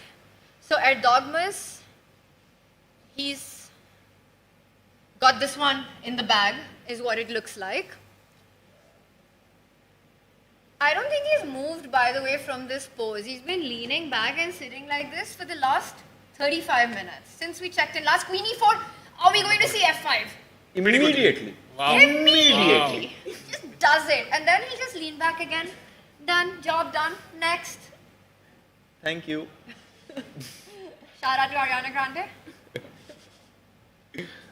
Such an aura move, right? Okay, whatever you are calculating, I've seen it like 1 hour back. Yeah, just chilling now, nothing to think. Aura se yaad hai, we haven't checked Fausti's game yet. Oh. We should check how Fausti is doing because he has a very Oro has complex- aura. That is Exactly, true. it's the Oro, and he has a very complicated position, I would say, and I'm not sure who is better here. Like it does say White has a slight advantage, but I'm not so sure. By the way, Faustino Oro, for the ones who don't know, is very young and he's also streaming online, if I'm not mistaken, in Spanish. Amazing player, amazing streamer. I love watching him. He's very good in Blitz, and I think this is a great opportunity for him to showcase that he's also very good in classical. It's called the Messi of chess. The Messi of chess. Faustino Oro, he's been incredible to watch, just like Erdogmus, over the last year or two.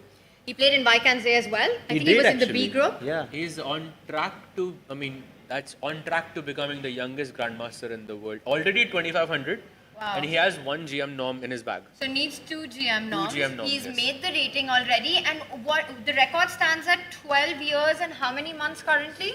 3 months. It's Mishra. Already Mishra, 3 right? months or 4 months. 12 Yeah. years and 3 months or 4 months. I mean, it sounds like he'll do it, yeah?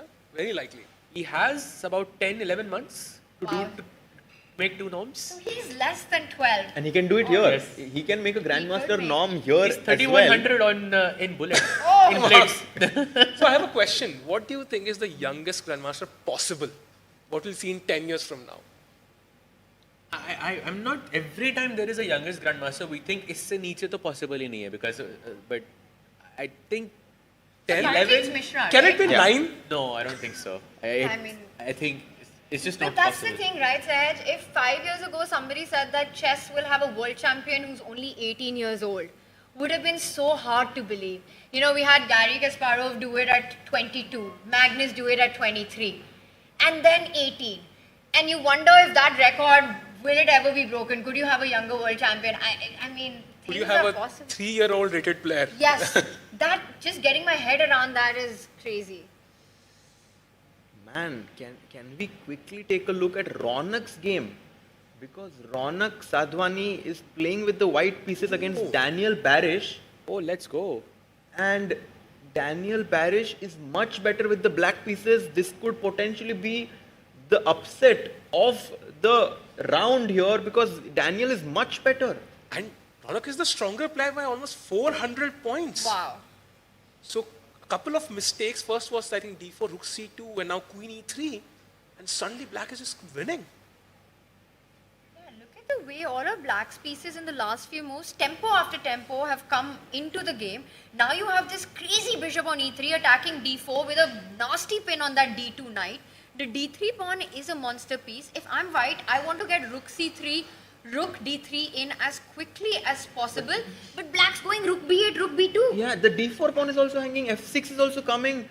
Tanya, I'm very scared for Raunak right now. I mean, he's a big favorite, but... How did he get himself into such a big mess with the white pieces? No, Daniel is a good friend of mine and he's amazing when it comes to opening preparation. So my guess is that he caught him somewhere in the opening. Yeah. He's you can call him a specialist of sorts, Barish there. This queen g6 move was missed by Raunak because he missed that queen g6 also protects the bishop from coming into g5. Bishop g5 came in next, and after this it was all black. And this is super direct, but even without queen g6, it felt like the position, something's gone wrong for white. It just feels so shaky, and now this, and you know, you pointed out f6, the moment you say it, it almost feels like white's king is in a checkmating attack. f6, pawn takes pawn, rook takes pawn, the other rook coming on to e8. That's over. That king is getting checkmated in the center of the board. Now the question is, maybe Black, because we saw him exchanging queens, which was not the best idea, maybe he might just take the pawn on d4, hoping for a risk-free position. And maybe that gives Raunak a chance to strike back in the endgame. I think for Raunak right now, he should just draw this game somehow. How? Somehow, like bishop d, let's see, bishop d4, knight f3. Takes on b2. I'm just down a pawn. Rook c5 or rook c7? Rook c5 probably, yeah? Okay, push that pawn. And then I captured d3, okay, now it's more or less And okay. then you defend that pawn, and then you go rook c. But can you actually take it? Because there'll be a pin. You see, if we compare this exact same position with black pawn on f6 and white pawn on e6, yeah. it looks much better for black. Yes. Because that pawn on e6 can be taken, and I think that's why Barish has to play f6 first. Tough one to This goes to show. No, I think it's with just, if you compare those two positions, I think f6 is a very natural move here. What does it go to show? No, this just goes to show, even if you are a favorite, you have to be on your A game. You cannot just relax and play as if you are going to win without any efforts, because here it's possible that Barish wins this game with the black pieces, and then suddenly Raunak finds himself in a must-win situation which no one expected. No. In first round, being almost 400 points ahead of his opponent. I mean, it feels like a busted endgame. Did he go bishop He takes did pawn? go bishop d4. Okay. I mean, which is obviously good news for Raunak, because Yes. f6 was much stronger. I think it's possible Raunak holds this. He's still not, we're still not in the territory where it's like borderline loss. It's still just much better for black, and I think Raunak can still manage to hold this. But this game is kind of, it's a symbol for the World Cup, right? 400 rating point difference, and you're beating a strong grandmaster like with the black pieces. That's insane. I think first rounds mein hamesha, I think I feel the stronger players are more takeable because they are not feeling in the zone just yet. Because वो tournament just abhi shuru hua hai. In round 2, round 3, I'm talking about open events. Like then it's much harder to take them down. Because they find their rhythm. It's always Exactly. you get the biggest upsets in those first 2 rounds. Simply people finding their form, getting locked into the tournament. First rounds are infamous for these huge upsets, and we might be seeing that on Raunak's board. Meanwhile, Divya's opponent, we've got some progress there. Yeah, we have some progress there. We also have Pranav's camera. So I was thinking maybe we could check Pranav's game Let's as do we have him on camera. Pranav. Ooh, this was the position. He was much better here. He's playing with the white pieces. Yeah. Bishop takes 94. E5. I think black broke with e5. That really simplifies the position. And now this is the... Oh, bishop b4 is the only move. Oh, that's not easy to play, I think. Yeah, another game where suddenly the lower-rated player is just kind of fighting and giving it, his everything.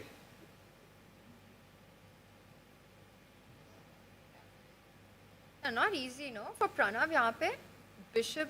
Okay, let's say, let me just understand. Let's say white plays a move like pawn to a4. So you don't want to play bishop? No, just to understand what's the problem with pawn to a4. Like a natural looking move. Okay, first tactics, right? The queen is overloaded. Can I go bishop takes pawn and attack that bishop on d3? Is that a threat on the board? Wow, Tanya, you're so fast. Very sharp. Took me a while actually. Very sharp. Bishop takes b2. Because if queen takes b2, the bishop on d3 is hanging. Nice. And then the knight on e4 That's is very attacked, so nice, you don't actually. even have time for a5. That's very nice actually. Oh, actually, if I go rook b1, then there is queen a3. Just to adding on to your point. I think there is queen a3, or I'm not sure. I think. I like that. Is it working? There's bishop c2 apparently, which Oh, okay, come on. I was kind of happy because rook b2, there's rook d3, and it's a nice tactic there, but yeah. But then maybe you just come back. Is that the point? You just come back with your bishop? Yeah, just bishop. But Because that on looks, e5, it starts looking a bit shaky. maybe let's not. I mean, just practically, I don't know. It feels dangerous to take on b2. And you know, just your point here, Tanya. After a4, can I not just go knight takes a4? Why is that bad? Oh. It's the same thing.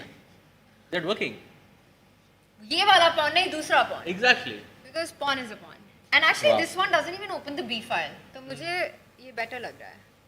Yeah, I think you can take, but again, rook takes d3. Yeah, just rook takes bishop and you're a happy camper here. No, this is good.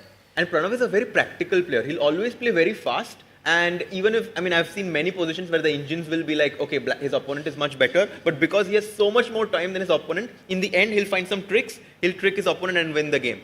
Buddy Pranav is very tricky.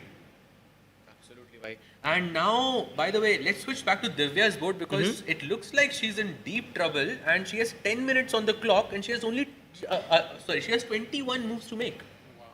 10 minute is just... 10 minute. And h6. I really like this move by Kurkolas. He's like, you know, White had this chance of going bishop g5 a few times and he's like, now I'm not going to give you that chance. Where is the bishop on c1 going to go? It has no good squares. No good squares. It's also stuck to defending that a3 pawn. Can we go back to that moment? Because I think that moment where the center pawn, right? it was here. For those of you joining us, you know, Divya sacrificed an exchange, going for the attack on the king side. And here had this huge opportunity to continue with the plan of bringing the bishop out, pinning that knight, advancing with her own knight to h5 after pawn takes pawn, giving her huge chances in this game. Practical chances. Very difficult to play and defend this with the black pieces. But instead that move with pawn takes pawn and suddenly all of black's problems were solved because black has the ability to unpin with a check with the queen. By the way, rook b3, on the board. Okay, rook left. Do you even rook left? Coming to g3 in some positions? Okay, how natural is knight d6 here? Because that's apparently the only move for a for a winning advantage. Everything else? Is like -1. So knight d6 is the clearly winning move. Otherwise, Divya gets some compensation back. Why is that the case? First, let's try to find out. For example, let's say you give a check with the queen. I play something human, queen b6, rook d8, what happens? Yeah, let's say queen b6 if you play, for example. Oh, it's not a check. I completely forgot that White has moved king to h1. But because your rook is here, suddenly knight h5, the rook is swinging to the king side, and to be honest, I would rather be white already. Yeah, I mean, queen b6, knight h5. So, I mean, this variation goes to show that black cannot be careless. He still needs to be precise. So basically what you're saying is that after playing a move like rook b3, White has this He played. threat of bishop What did he h6. play? He hasn't played yet. He played rook b6. Rook b6. वो कह रहा है rook b3 copycat chess. मैं भी rook b6 आके knight को भी defend करूँगा. And after knight h5, basically the rook laterally defends the h6 pawn. It's quite a nice defensive move, no? In fact, you know, once he played it, then the engine realized it's the best move in the position. Like, what a beautiful moves. It's defending everything. f6, h6. Is it safe to say that Divya is objectively lost here? Like, अगर दोनों players best moves खेलेंगे यहाँ पे तो still Divya would lose, or do you think it's too early? Objectively, yes, because the computer is giving a huge advantage. But chess is not about objectivity; it's about practicality, right? So I think practically there are still chances for White. You've got threats like knight h5 at the right moment. I don't know. Do you go immediately for that idea, or can you build the attack? What else can Divya do? Objectively, I completely agree with you. But look at Divya. She looks so nervous. Yeah, because clock, 9 minutes. Because the idea was knight h5, right? What happens now? How does black defend after knight h5? Just move. Knight h5, something, play. Because you cannot afford to lose on time. You just have to play. Knight h5, I like this. Go rook g3. But knight h5 maar ke don't I have knight d2 here?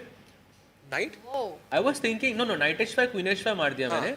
and then knight d2. I was thinking then just take away the bishop, and that takes away all of these possibilities of bishop takes h6, and now black should be winning here.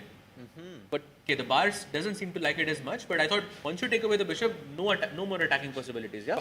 Bars next two moves, if you can guess, I'll give somebody a diamond membership. The next two moves. Okay, wait.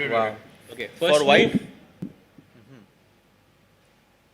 something to do with f6, but you have g6 there, so I gotta take away the rook, the queen. Thoda help karna. Only Sahaj. It has to be both of us. No, only one diamond membership. Can't give two now. Okay, my first move is h4. Okay, and second? The second move h4 मतलब सही है. मैंने ऐसे कुछ confirm नहीं किया. I know you. Second move is each. टिकू बोल रहा है ना तो कुछ crazy होगा. h4 होगा and a4. A4 क्या move है यार? Unfortunately, that's wrong. The move is h3 and king h2, which is like, as white we want to attack, but suddenly you're just sitting calm playing. So h4 was correct technically. Almost correct, yeah. That's insane. Okay, we'll give you a premium if not a diamond. Yeah, कुछ तो दो यार. कुछ तो देना For चाहिए. 10 days only. Oh, by the way, there is this offer going on. Yes. So, yeah. If you choose your favorite commentator in the description and sign up, you get 1 month of free upgraded membership. So do check out that link in the description. Yes. And generally, I think no better month to go premium than right now. Then November? Yes, November, because this is the month of the World Cup. You're going to need all the chess help that you can get to step up your game. Go do those puzzle rushes, go analyze your games, the post-game analysis, all of that. So this is the big chance. And I think we've got the link in chat. So favorite commentator you Also, said? let's not forget Magnus's birthday is also in November. Yes, cannot be a coincidence. So you were saying that they should click on my name and then go and claim the Yes, my name. premium Yes, my name. Yes. बिल्कुल सच, Dave. Oh, she played a4? Hey, Divya सुन रही है? No, I mean, I thought you were joking. I thought you were joking. Divya is... Oh, wait, no, he said knight h5 ke baad h4, which was... No, we ignored that. Oh, we ignored that. Oh, wait, but it's does a she bad think like this is not possible? Wait, BA4 is just hanging. Yeah, exactly. Does she think this is not possible? Oh, because after rook takes b6, the knight can capture back. No, I thought maybe she forgot this was hanging. No, rook takes rook, knight takes rook. Yeah. Knight's not attacked. Queen takes knight, like you said, can't take because the rook's hanging. Is it just a free pawn? Did Divya miss something? He doesn't take it. He buys the bluff. He quickly plays a6.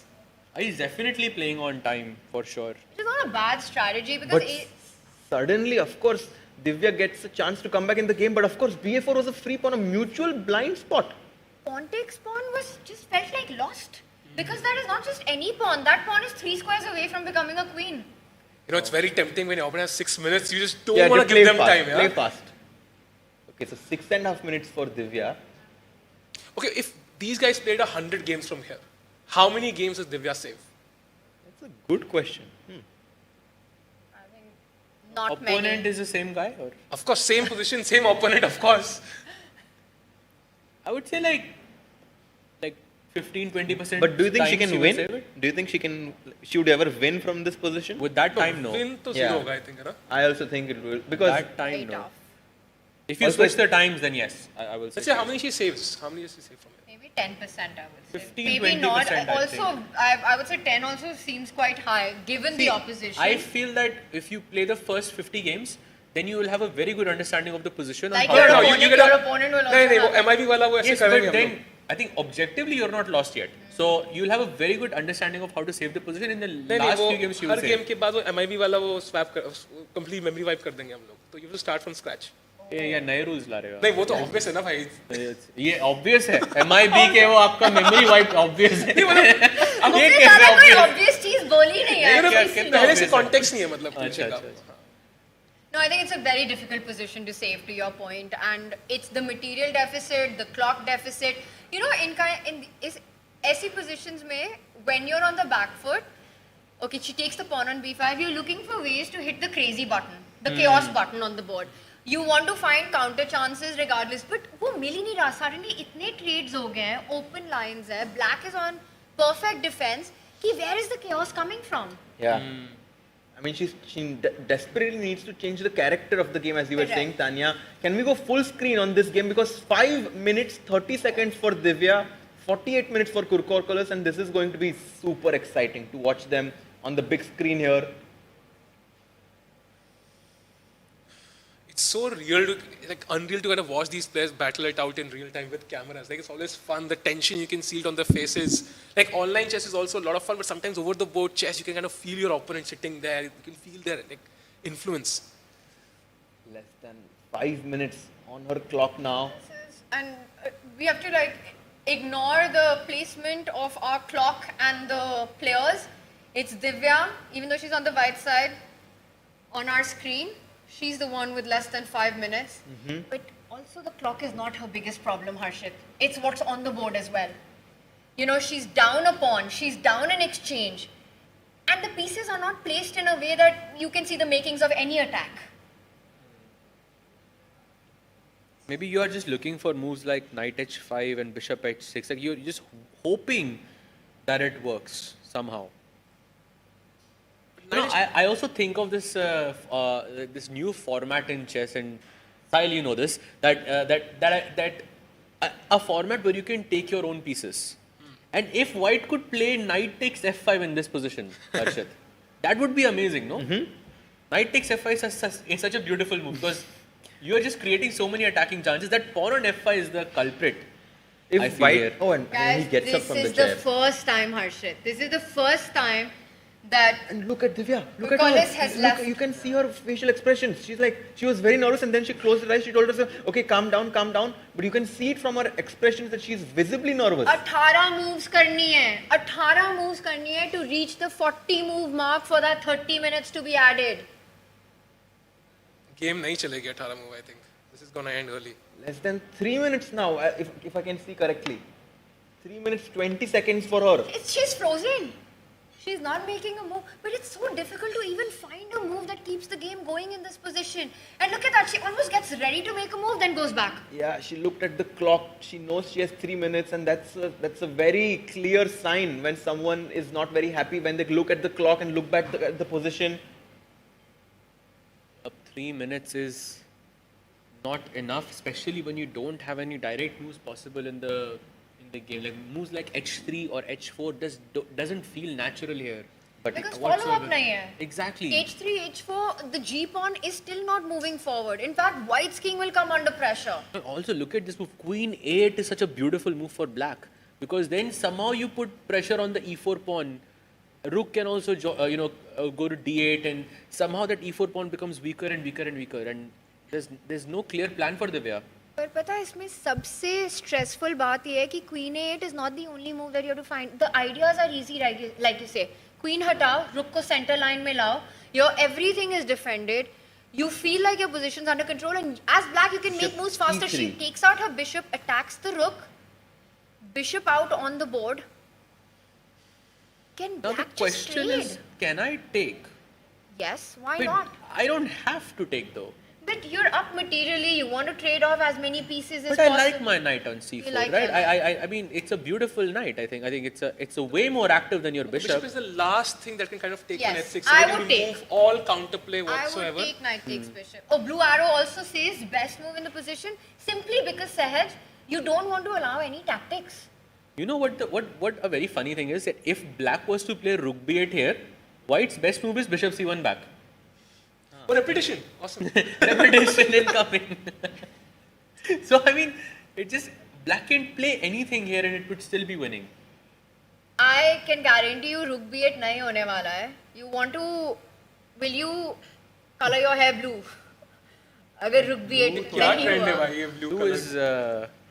blue arrow, blue for brilliancy. I will color my hair black if it happens. But I mean, we also have to say how Harshit karega. He told me. Yeah, if he plays rook b8, sure. If Kurko, sorry, I'm not able to. Yes, and Ardatis. I mean, he has played so well this game.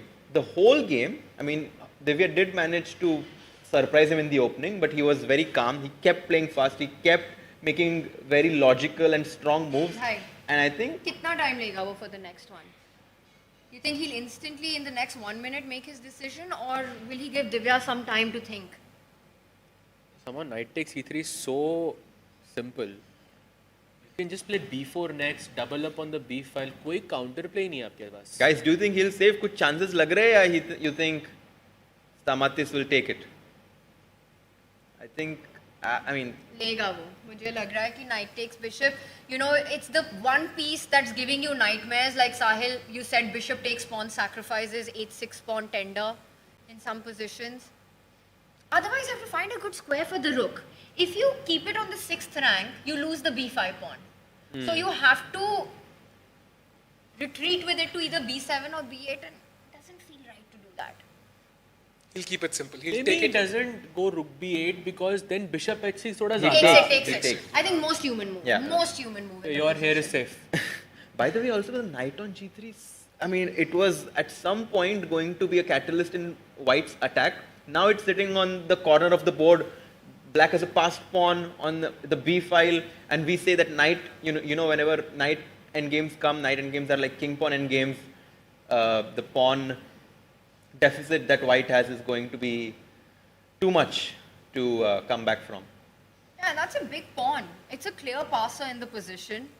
And also now I don't really like my pawn on f5 because it makes my pawn on e4 weak. You know, suddenly White's attack has completely faded, and it seems like Black is just in great shape to win. Yes, so many pieces liquidated, vacuumed off the board, one passer, no attack in the making, misplaced pieces for Divya, and no time on the clock. Still 3 minutes, and how many moves? Kitne moves hai? 16 moves और 16 moves करने हैं. Black के like तीन moves एकदम they are so natural, like rook queen d6, b4 and rook c8 or rook b8. They all just feel so natural to play. The question is like, which move order is he going to go for? Does he play b4 first or does he go queen d6 first? I am personally tempted by queen d6 because I don't want to allow the white queen to jump to c5 somehow. Just like b4 queen c5 somehow I don't really want to allow this. You know, you hit my b4 pawn and e5 pawn. That's why I think queen d6 looks very logical to me. I think that's very fair to say. Even though agar queen c5 aa bhi jata hai, then I have queen b8 also. Nice. That guards everything. Nice. You are right. I would still play queen d6 though. I mean, he knows that he can take his time now. Agar time advantage use nahi kiya, to fir time advantage ka kya kaam ka? So he's thinking very, very experienced play. You know, he played fast when he could. Now that he has a winning position, he's taking his time. और पता है उस moment में जल्दी खेला जब he knew he didn't want to give Divya that much time to navigate the attack. So he put pressure on her. She wasn't able to find those right moves. And now that Black has a winning position, a player of Corculus's caliber knows that I'm close to getting this point. Huge point with Black to start the World Cup. So now he slows down a little bit, doesn't rush his decision. Knowing when to think and when to play fast is a huge skill in chess. And I think so far, day one, we can already see so many games where the low-rated players are kind of better or pushing the stronger players. So the upsets are not going to stop. We saw Magnus crash out in round 3 in this format. And even if you see the big names, Gukesh coming in, Anish coming in, Prag, Arjun, like, we cannot be sure they'll make it to round 5, for example. We'll keep seeing upsets, and they might only increase in number as the rounds go on. This game, however, it feels like Stamatis is going to use his experience to bang the first point. Yes, we have a question. To say like 3 things. First, audience, chat, are you listening? Give us a yes chat if you're listening. Let's go chat. Let's go. Hearts and chat. What are they saying? Are they saying yes? They are saying yes. They're saying yes, Prithvi Raj. Let's go. So now everybody start chanting Divya's name. Start chanting. I love his energy. I love the energy. He's like, we are in Divya's trouble. Let's go, baby. Yeah. Now second thing. Yes. Promise if you meet Gukesh in this tournament, please tell him about it. Yes, we promise you that. We promise. And in fact, I'm sure we'll have Gukesh at some point even join us during commentary. So you should be here when that happens. And then you can also meet him yourself. In second round. We don't know when, but we'll try our best to get him. Okay. And I want to tell the last thing. When I was at home, I watched ChessBase India live on their live stream. I used to dream of like being live on that. I dreamt of watching it and being there. But I thought when I came here, I thought that I'll just be watching it. But now I made. You're live on ChessBase India right now. It's a dream come true. I think that maybe 1,000 or million people are watching me right now. So I can't believe it. It's great to have you here. That's very, very cool. What a story. That's so sweet. I think we need hearts in the chat for Yeah, sure. so sweet. Let's go chat. That's very sweet. I'm sure we'll have you many, many times on this stream. And you will get to see your hero Gukesh as well in this tournament. And if anyone is in Goa while the World Cup is on, you can get the tickets. I believe they're live on Book My Show. And get them. Join us here in our fan zone for commentary. You'll get to watch the players as well. There's a huge moment in Indian chess. Yeah, I mean, I think the whole stadium is going to await Gukesh's arrival. He's going to play the second round on the 4th of November. So do get your tickets for that day. Meanwhile, he has not made a move yet. But Andy Woodward is about to win his game against Himal Gusen as well, which means that some of the Indian players are struggling in the first round. Wow, Yeah, completely losing. Yeah, this is just completely... By the way, Andy Woodward, I have to tell you guys about him. He's a young junior from United States of America. I played him 6-7 years back in Charlotte for the first time. And he was so well behaved, and he's so like when I was analyzing, I barely managed to win when he was 21 or 2200, and then he also defeated me a few years later. Now he played in the US Championship. He defeated Hans Niemann. He's one of the most rising stars from USA, and I think in the second round he's playing against a very strong player, Alexienko. Yes.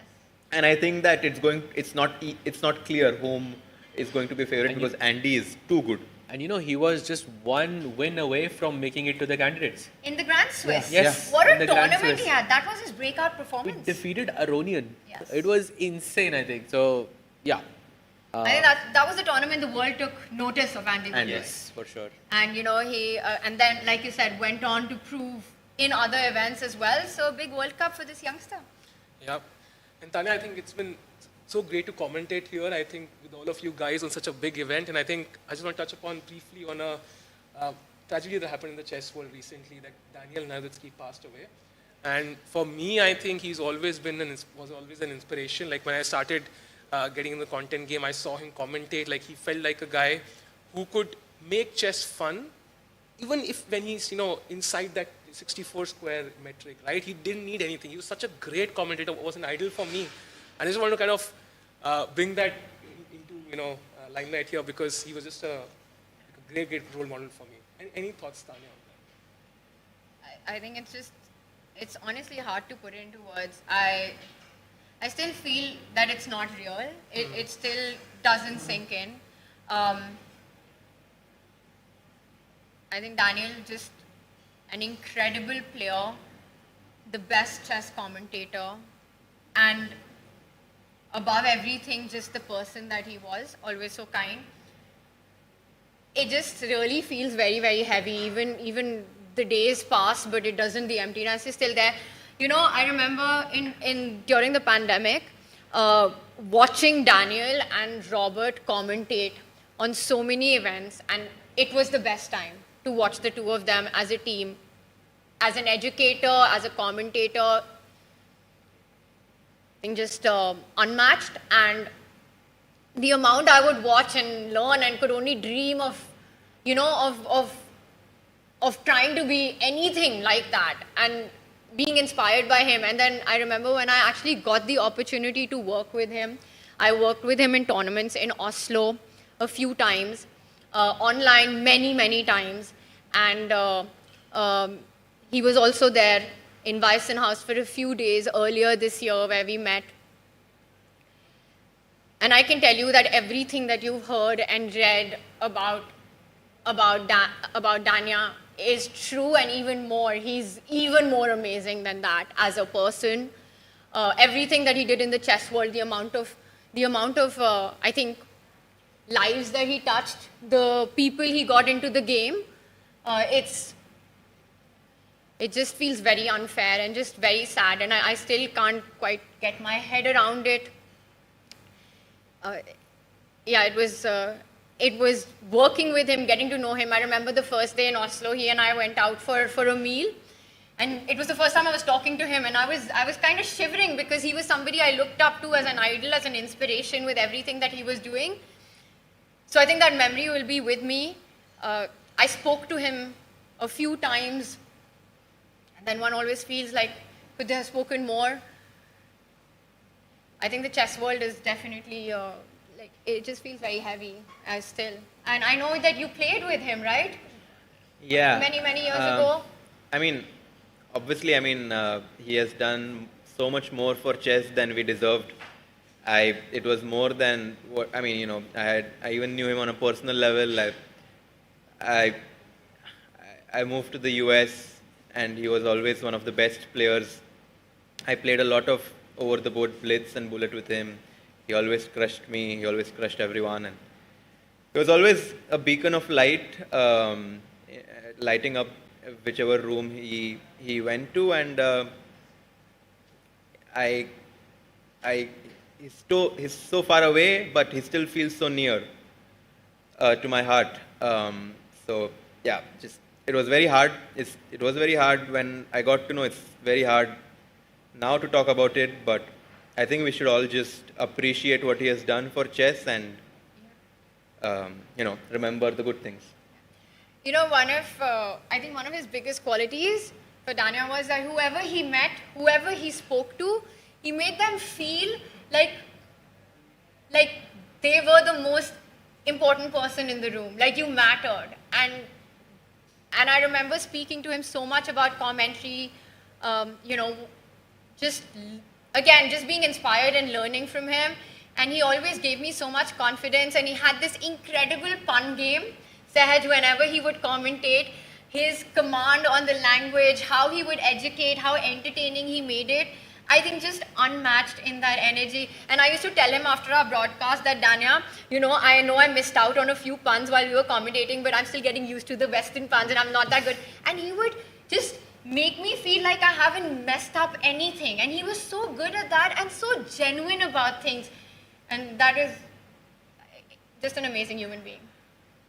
Yeah, I think I didn't have the privilege of knowing Daniel personally. I wish I did, but I always knew of him because we are the same age actually, and we played. The first time I played him was in World Under 10 in Belfort in France. It was many years ago.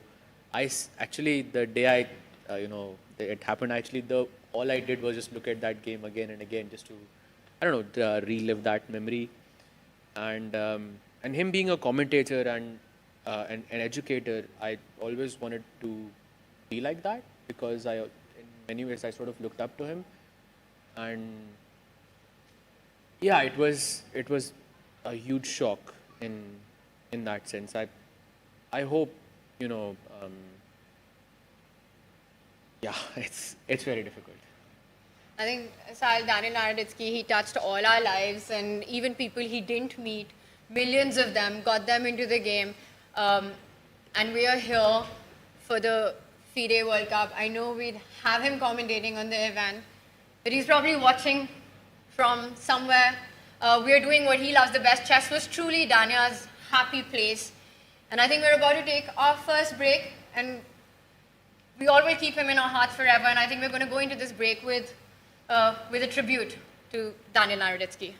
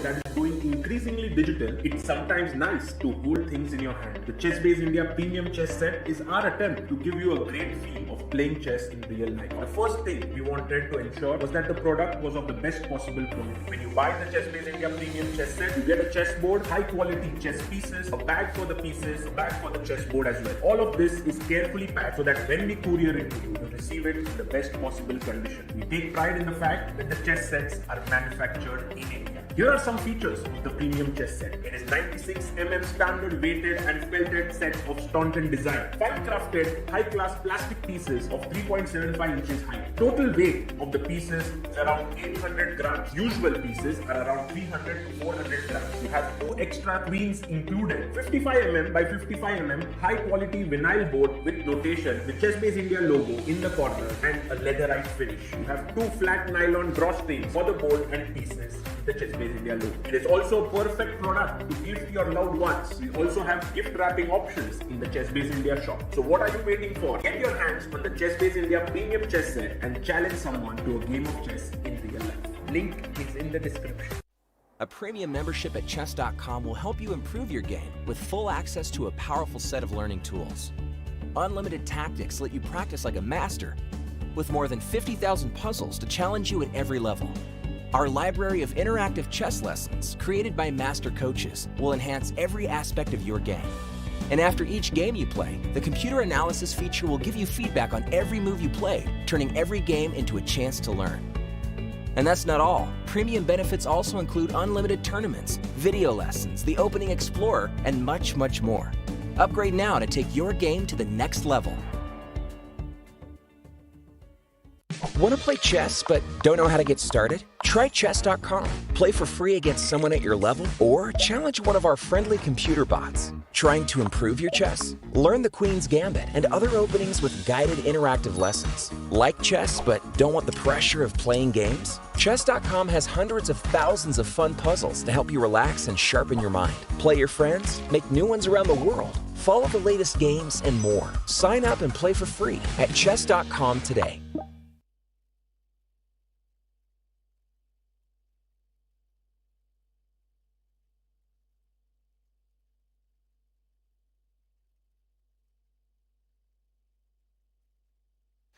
Welcome back, everyone. We are back after that short break and the tribute to Daniel Nayaditsky.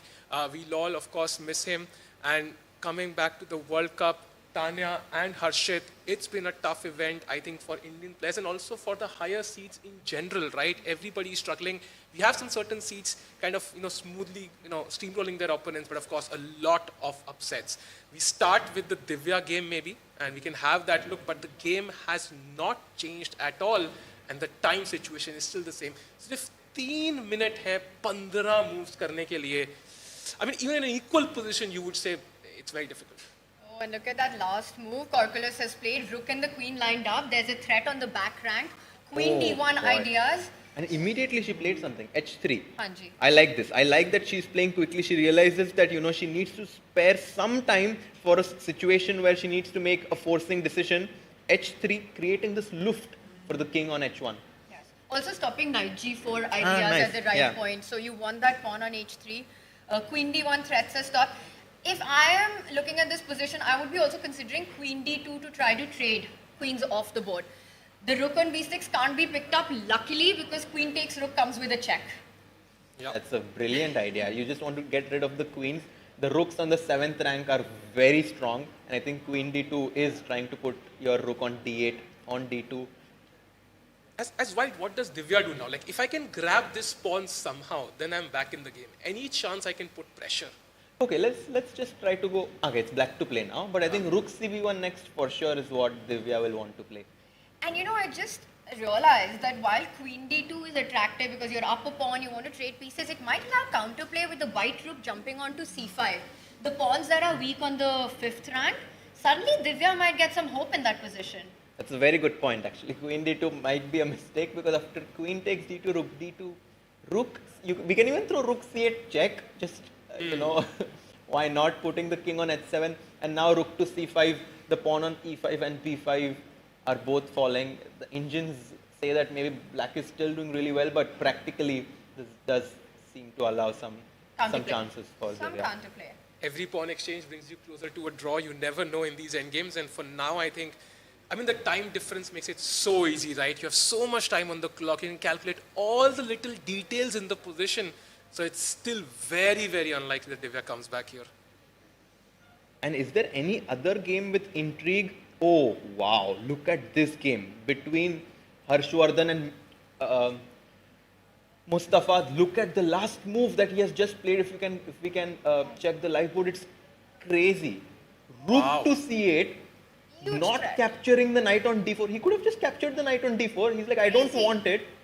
Because वो कह रहा है वो knight हटा ही नहीं सकते. B3 pawn hanging है after rook c8. This is that same instance where a recapture is not always forced, Harshit.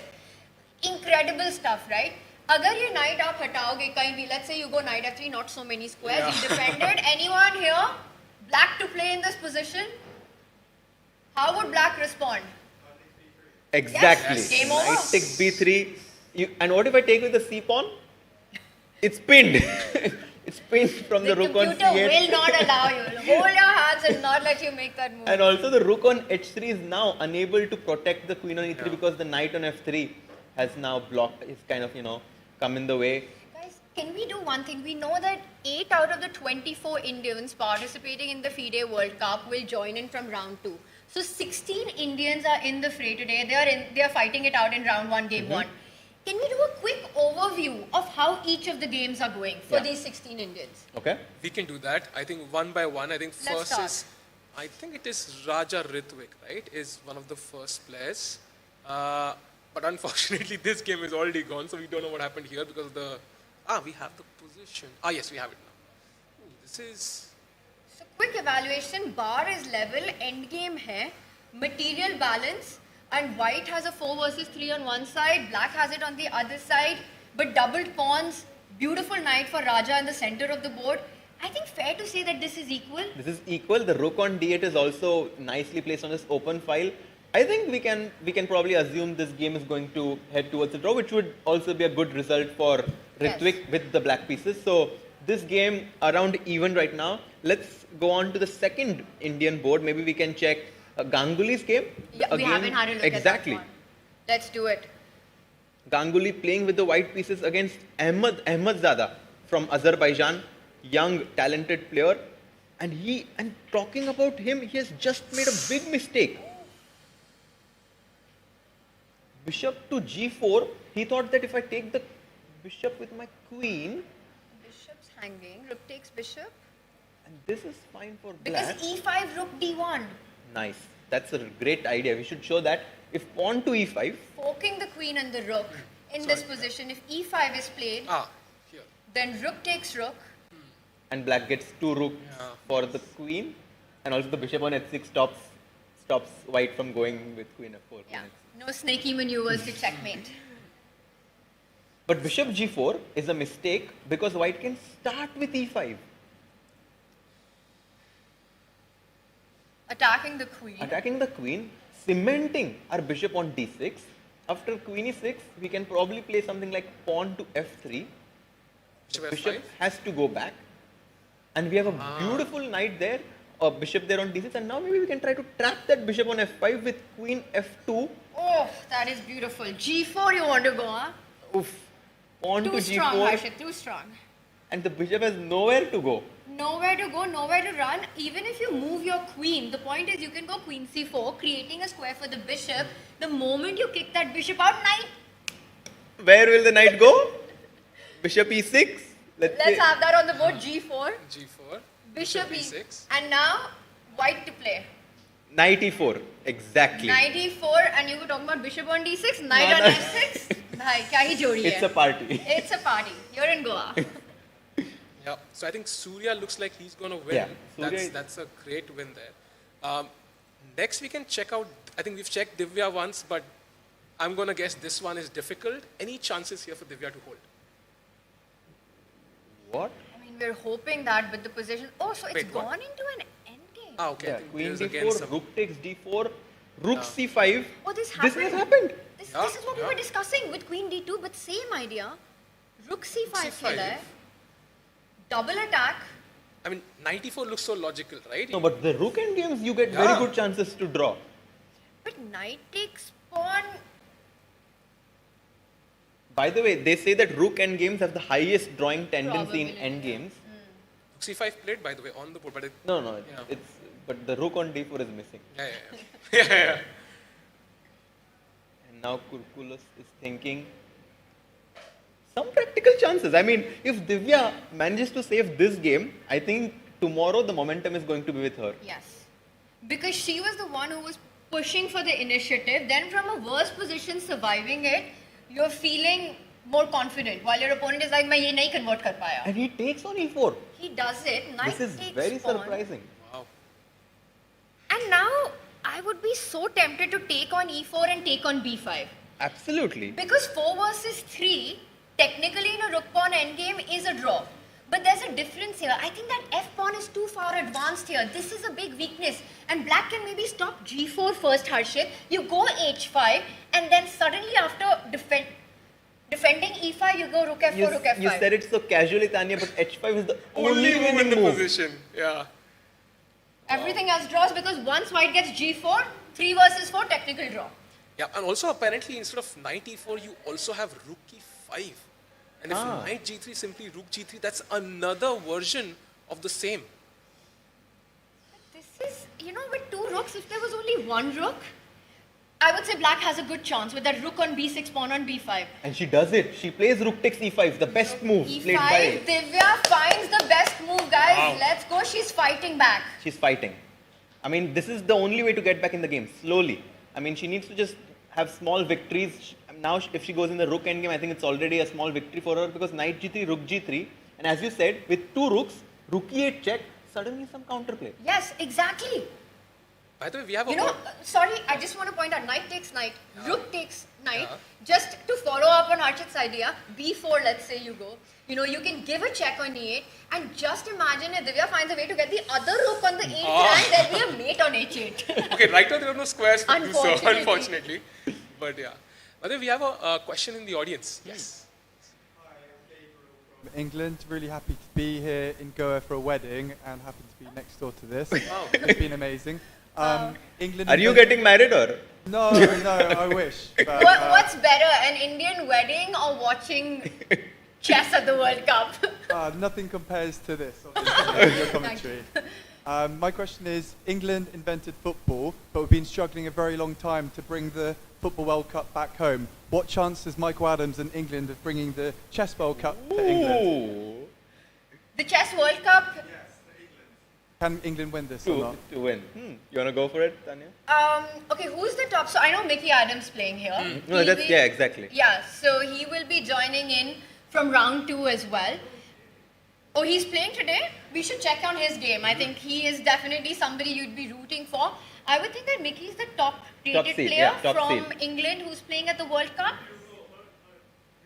Vitigov is also playing. Yes. And Gawain Jones.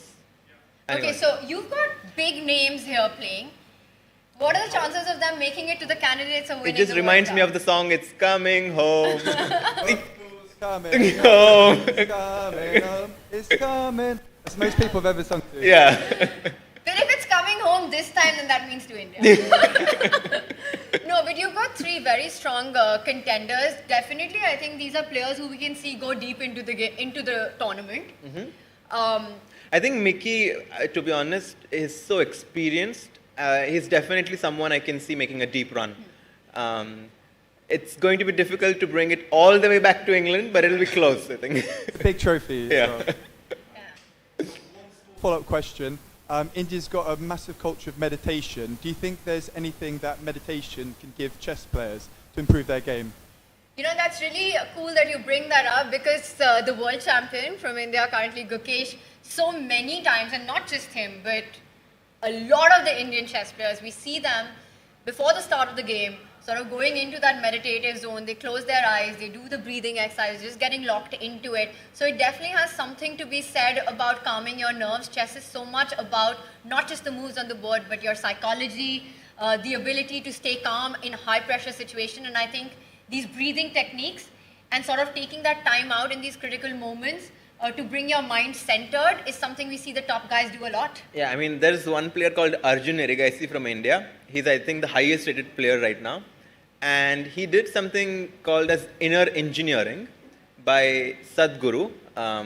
And it has helped, he has publicly said that it has helped him a lot in his chess career. So I think like if someone who's India #1 saying that, then it clearly says that there should be a strong correlation between. Let's not forget the former Indian one, Vidit Gujarati. Vidit also, of course. I mean, Black Lotus. every game, before the game, he'll be meditating for at least a minute. His clock is running down. He knows how valuable the time is, but he never misses the meditation. So definitely helpful.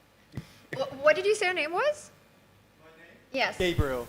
Gabriel, you said you were loving the tournament. Just want to use this opportunity to tell you that you should go on chat, click on your favorite commentator and get the 10% off on the free membership. 1 month free. 1 month free. The 10% off is for the chess set. But get that free membership on Chess.com, and I think your love for chess will grow even more. I'm on chess.com already. But are you premium? Gold. Okay. Since 2013. Wow. What's your Chess.com? How are you doing on it? I'm about 2,900. No. I'm joking. I was like, I need to take some lessons from Gabriel. Yeah. Please, there's an empty chair here. Join us. 2,100. Oh, nice. Oh wow, that is strong. That Very is strong. By the way, Now Adams it is makes winning. In the meanwhile. some good news for you. Yeah. Come on, England. And it was a draw till the last move. So when we started talking, like that's when the Just came. after he asked the You are question, lucky you're for it, like, clearly. The energy I'm giving. Yeah.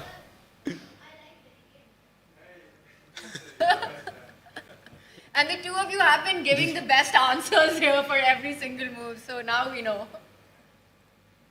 Yeah. So Mickey doing well. I think he's one of the most experienced players in the field. A long time, absolutely. He was also England #1. I think many times champion. And by the way, actually, okay, let's just see why he's winning here. Queen 8 check, king h7. Bishop e3, I want to say. Yes. Queen e5 check. Oh, because the b pawn is just unstoppable. Unstoppable. And that queen on e5 centralized, white will not be able to set up any perpetual checks. Black's king is safe, and you just start marching up the board. Exactly. The queen, in queen endgames, the queen being centralized is such a big asset. As you said, Tanya, and I think Mickey is a big favorite to win this. In Divya's game, Stamatis made a mistake actually. He played the move pawn to b4. Divya had the chance to equalize. Oh, and If she played rook e8 check, the variation which we were talking about to find some counter, she goes rook b3. Makes it passive. Rook Not b7. passive, Divya. She had to go check and activate her pieces. Honestly, even though the engine says black has a big advantage, of course, black is up a pawn, I do think that practically she has chance. I mean, her position is better than ever before in the last 6-7 moves. Yes, this is actually the best position she's had in a while in this game. The two rooks give you chances to hold and fight against the pawn, create counterplay. One big counterplay idea will be to time f6 for Divya at the right moment. But she has 2 minutes to figure out what she wants to do here. She has 2 minutes. Okay, asking the question again. So out of 100 games, how many does Divya hold here now? Has the number increased? I mean... Yes, it's increased for sure. For sure. For sure it's increased. I would say it's probably gone up to 35% of the times. 35 games that she saves. Okay, great chances. So other Indian players we want to check out. But we should definitely stay this because 1 minute 35 seconds she plays rook a5. So just holding the position, keeping the tension. And now Stamatis is thinking, yes. So we were trying to, of course, take a look at all the Indian players and see how they were doing. Yes. Buddy Pranav seems to be in a very good position, by the way. So maybe we can try to see how Pranav is doing. He did play bishop b4. Wow, queen e8. Knight came in. Bishop dropped back. And king f1, yeah? Wow, only move in the position So found. good. Ooh, king b8 and suddenly... And look at the white bishops. Yeah, one is looking towards the king, one is looking towards the queen. Snipers. Oh wow, Sniper knight bishop, knight a6. What a move. And we also have the camera. And he has 4 minutes. Now queen e5 played. Oh, best move. And knight b8. Oh, queen Queen h2. h2, queen h2. But king f1 is there. It's not checkmate. checkmate. But it's so scary. It is very scary. And you could not have taken that knight But he because makes a mistake. Yeah, he had to take with. Oh, he had to play knight e3 now here. very difficult. Very difficult to find. I think if he found this, Pranav was in trouble. Yeah, knight takes pawn is And now I think still in the air. queen b8. Can white just play rook g d1? Trying to. Oh wow! Look at the deep dive. Rook takes e3 apparently, just wins. Queen g3 check. Queen g3 check if you take the rook with the pawn. Wow, that's over, yeah? Scary. That's just game over. Goes Oh, he goes rook e1. He defends that e3 pawn. When he touched the rook, I got a bit scared, but yes, he puts it on e1. Best move. He goes sacrifice now. Support of the e3 pawn. Okay, now f4 is apparently the only move for black again. f4 बहुत tough है. You don't want to block your queen on b8. Yeah, because f4, e4 and you think white is completely safe, right? No attack. We have one more question in the audience. Yes. Hello, am I audible? Hello, am I audible? Yes. Okay, this is Dr. Shailendra. I am from Delhi. I am here with my daughter, Aditi. And it's always a treat to see you people on YouTube channels. You are inspiring millions of kids in India. And today we are seeing you in front of us.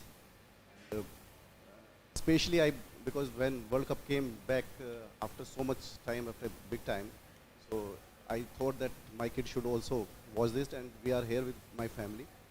So first of all, congratulations and thank you to you people, all, Tanya, especially Sahil and Archit, for making these kids to attach with the chess fraternity.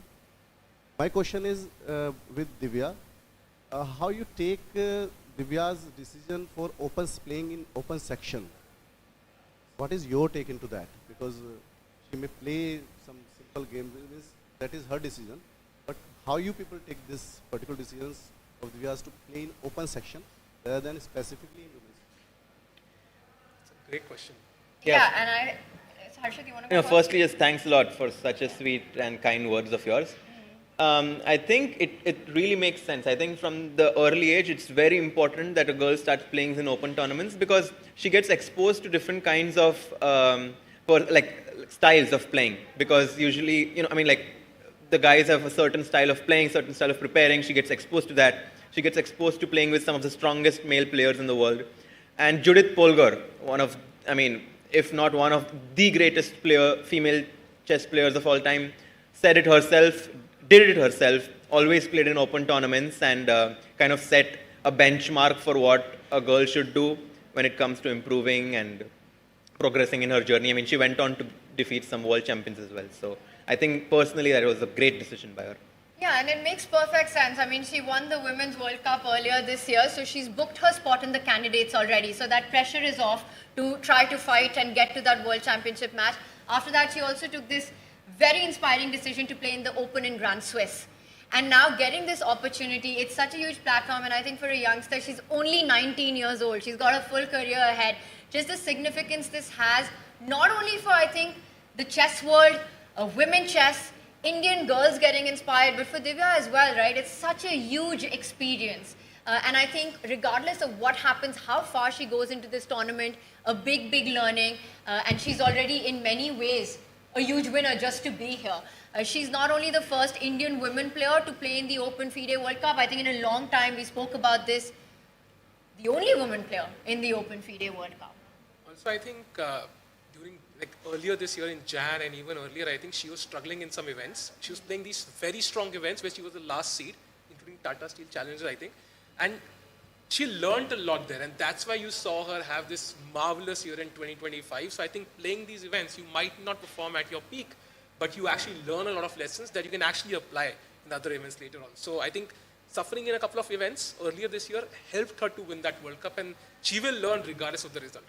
And that's an incredible point you make, because for Prague also there was a similar story in 2024, right? Had a very difficult year, took the learnings from it, and in 25 has been on fire. These youngsters, I think they have this amazing ability to do that, and many people, I think, underestimate that. They jump to conclusions about what's happening when they have a few shaky tournaments, and that's honestly as first a player and then a commentator, almost heartbreaking to see because we can lose perspective on how young these boys and girls actually are. And in fact, these setbacks, what looks like setbacks to us is actually just a slingshot effect. You know, where you go back only to propel yourself further because you have that mindset of learning, of fixing those gaps and coming back stronger. Yes.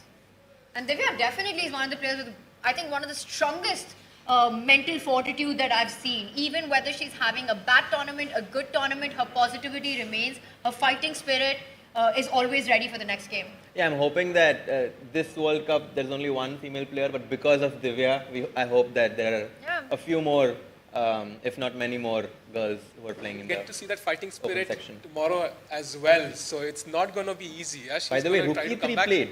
Yeah, she has 50 seconds on the clock and she's trying to checkmate Black. She's like, I want to go Rookie 8 and go Rook H8 to checkmate, but Black has G5. Also, Black has this run through, right? King H6, King G5 as well. True. Because unfortunately, H4 you're not in time. But Because the rook, Divya's setting up ideas, but the B4 pawn, Harshit, that B pawn is just very scary.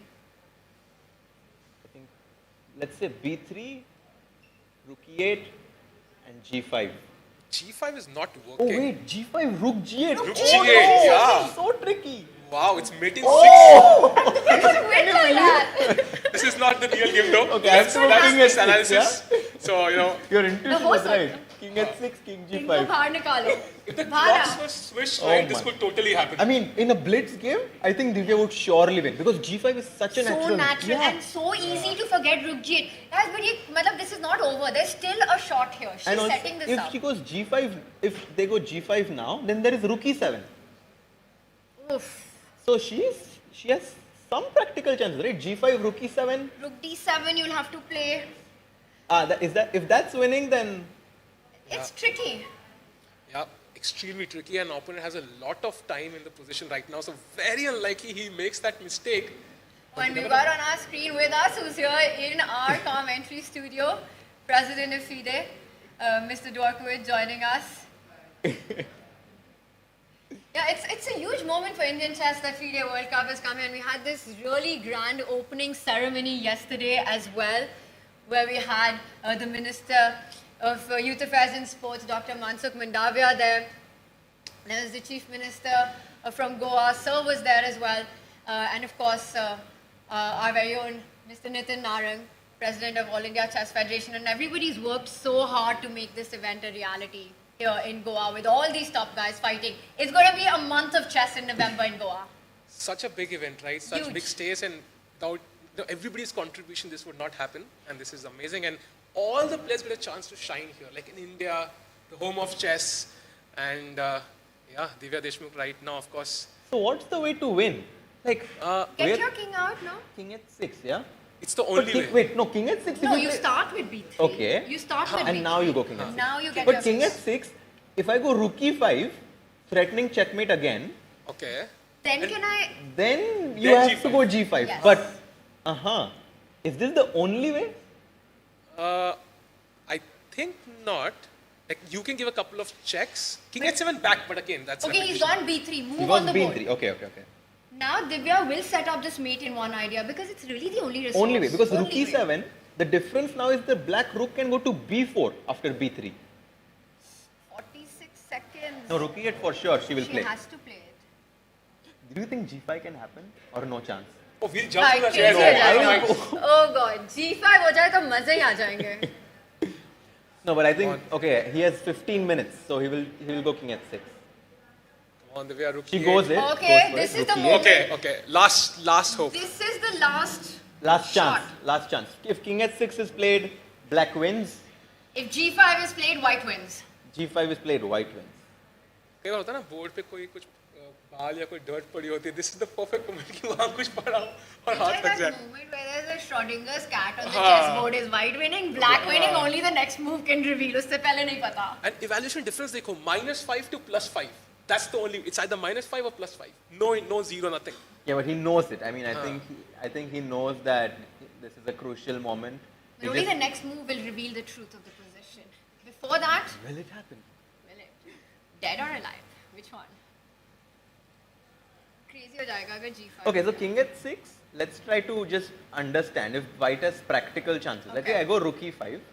Stopping the king from getting Running, out. so because- threatening checkmate again. Let's say you play g5. Yes.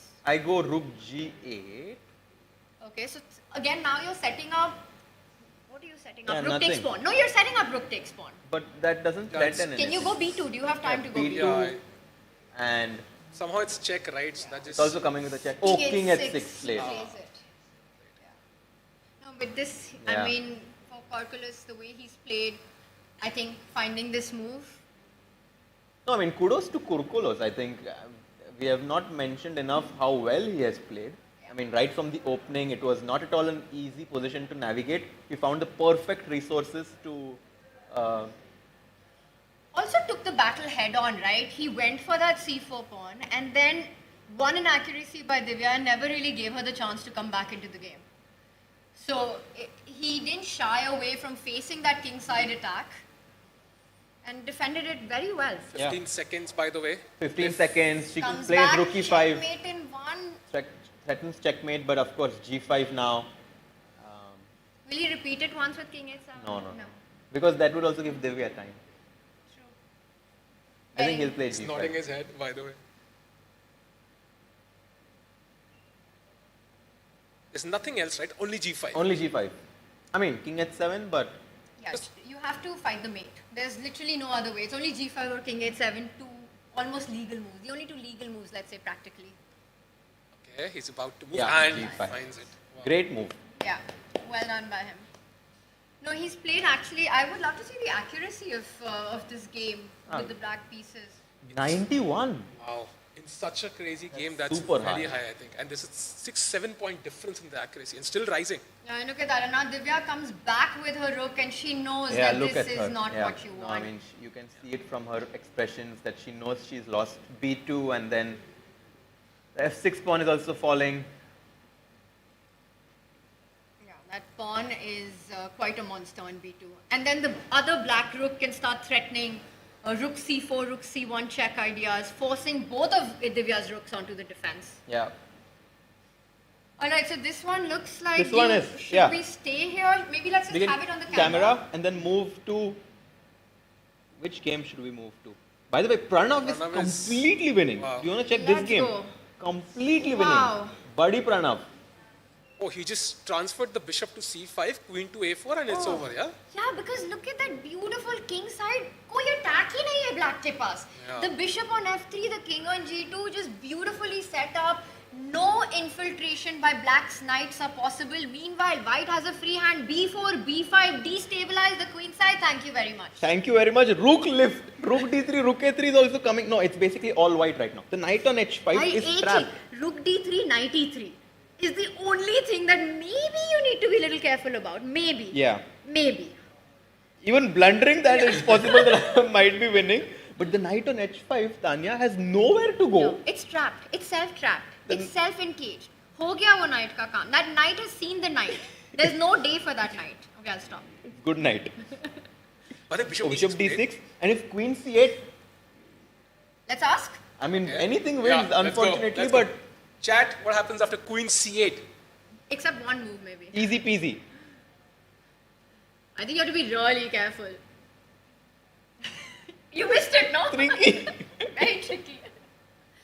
White to play here. Any guesses? Any guesses, chat? What does chat say? Chat, bishop d5 is chat's Bishop suggestion. d5 was the one move that you have to be very careful about because queen g4 check. Bishop b5. Oh, it's How bishop. can the bishop go? Chat is on bishop d5. Chat! Tricked you. blunder, We got you this time. Commentators on chat. But rook zero. takes d5 is Rook d5, yeah. easily winning, right? Because the c pawn is pinned to the queen and. And you defend the g4 square, Yeah. which is so important. Wow, that was tricky actually. Very tricky. Oh, he took on Okay, rook d6. d6. He took on d6. Okay, Pranav is going to win. I think it's Yeah, pretty Pranav obvious is now. completely winning, so So- he Okay. will win, which Yeah. is a great start for Pranav. Okay, Raja Ritvik is still holding. Can we check? Maybe Indian? Yes, Indian. Let's check Indian. Yeah, Indian's position, this is the current position. It feels like he's better. Oh, by Indian is better. Okay. Yeah. And 30 seconds for his opponent right now. So oh, wow. Great sign there. And look at Divya, by the way. You hate to see that. Oh, that is... You hate to see that. She's, of course, clearly unhappy with how she has played this game. Luckily for her, she can still make a comeback tomorrow. Indian, on the other hand, is trying to have a good bishop, bad knight endgame because the pawns on c6, e6 look very weak. And look at white's pawn on c5, f4, just really clamping down on that knight. 18 seconds for Asan to find a move here. Meanwhile, Divya struggling. We've got her on the camera. The board is from a different game, from Indian's board. Indian's very happy with this position. Indian. You know, queens ko hatao, trade karo, e6 pawn hanging. 2-1. Oh, they got 40 moves. They reached the time control. Yes. So I think we can say that Indian is going made to... that move and won with 1 second on the clock, huh? The last move? No, he didn't make a move. He just, I think they had already made 40 moves and... okay, time ran out. So I think we can say that the, Indian is going to be a favorite to win this. By the way, Raunak has made a comeback because he was much worse. Wow. I was very scared of his position. And now, I think he's going to save this. And this is what Divya also wanted, right? Similar, I think. But she couldn't get it. Black got that pass pawn. But this one is pretty holdable. I mean, but he still needs to be careful. Yeah. Black gets something like h5, gh5, take with the rook, and then the f pawn will be a passed pawn. It's not as black and white as it seems. No, I think black is, of course, the only one pushing in this endgame with the extra pawn, and there's still a defensive task ahead. I'm looking at Divya on the camera. I don't know how much longer she wants to even suffer in the position, the endgame that she has. You know, उसके दोनों रुक पीछे हैं, defense पे है, king corner में है, कोई counter play नहीं है. Black का b2 pawn super strong. The f pawn's ready to march up the board, become another passer. For Calculus, the rooks are really active. I don't think this game is going to last for much longer. I think she'll resign because she's just kind of not even thinking about the position, yeah? I mean, even after rook f1, I think you could also go rook f4. Trade the rooks, king takes pawn and get the king. That's a great move. That's a great move. No, I mean, it's unfortunately, I think today is going to be too late. Today is going to be too late because the pawn on b2 is too strong. The pawn on f6 is too weak. The black's king just marches up the board. It's a very direct plan, and unfortunately, Divya's king is too far away. Too far away. By the way, Pranesh, can we see his game? Let's do it. I mean, by the way, we didn't see his game. Wow. Talking about Pranesh, he's probably the fastest calculator in this talk. I mean, one of the fastest, if not the fastest, and he takes rook takes f7. Of course, he's going to spot all of these tactics. Rook f1 in the end of the variation, this calm move. Huge threats on f8, huge. Coming in with a check, the rook about to join the party, and then queen b7 check once the king goes to d7. I think it's mate, yeah? It should be mate somehow. If this is not mate, I don't know what is. Wait, so let's just, I'm curious, if rook e8. You go rook f... No, there's rook Rook e1. e1. There's rook e1. Got to be a little careful. Be a bit careful. Oh, bishop c5. Cutting off the queen's axis. Wow. And queen c6 check is coming. That is stunning. And look at the way the king is trapped. If you go to d7, there's queen d7, there's rook f7, queen d6, queen c6. Choose your I think style. He's about to resign. I think 12 seconds he has to play now. Oh, they have reached time control. Yeah, but I think Pranesh is going to win this. So beautiful sacrificial win by Pranesh. Yes. Would he be the first player from India to get the win in this round one? I'm just thinking. Or did we miss some of the other results? I'm not sure though his opponent might... I mean, some players are completely winning. Yeah. Yes, but I think this could be the This first could be the finish. first result. The next game is Lalit Babu, who is actually much worse against Max Warmerdam. Okay, he's down a pawn. He's down a pawn. Max is a very strong player, a very strong grandmaster from the Netherlands. He's been in the team for a long time, and this is the position. They're down, and it's a very healthy pawn. No targets for white. यार ये अच्छा नहीं लग रहा for Lali. And Luke Van Velde has come here to support Max Warmerdam. He has a great support system there. I think Lalit Babu is going to have a stiff challenge in front of him to save this. You know, and I've noticed again on our camera, Divya hasn't made a move. Usually when that in such a position is the case, one almost starts to get the feeling that this might be the moment that she decides, okay, I need to get ready for the next round now. Yeah. And she's an absolute fighter. She's going to give it her best. It will be a must-win battle for her tomorrow. For sure. I mean, and she has to have a must-win with the black pieces. Okay, she's made a move. She's gone King H2, so she's not giving up just yet. She's played King H2.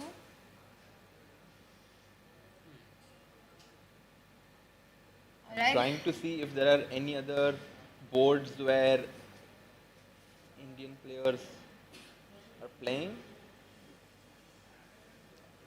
What about Leon? Yes, Leon's game. Versus Shizu. We saw this beautiful sack, right? I think Played knight knight g4. G4. Whoa, counter sacrifice. Can you do an action replay of knight e5, knight wow. g4? Let's Knight back up. e5, knight g4. Bam. Boom, Sack bam, by I sack. like Queen b7 takes, rook b8. Now knight takes, rook takes. I mean, look at that was- Black's player. By the way, we have a result on Swain Rasmus's board because I see it in the camera there. It looks like a draw. It the looks way like the a draw, kings are yeah, placed. yeah. No. It's on the black squares. Rasmus was black, right? I think he won his game. Yeah, it's on the black squares. I think he won his game. Swane was a favorite to win. Yeah.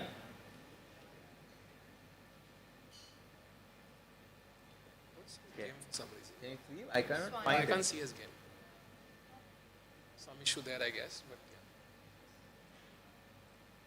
By the way, we have a result from the Indian players. Raja Ritwik has drawn his game with the black pieces against Kazibek, which means tomorrow he can potentially win the game and move on to round 2. Good result. Yes, because Surya won. Whoa, Surya won. let's go. Let's go. Let's see this game. He beat Amazing. Ahmedzada with a beautiful tactic. And very closely contested battle now. Surya, his rating is 2573, his opponent 2523, not that much difference. A very evenly contested battle. So for Gangs, big win in round 1. Huge win. Huge. Apparently some issues with the game.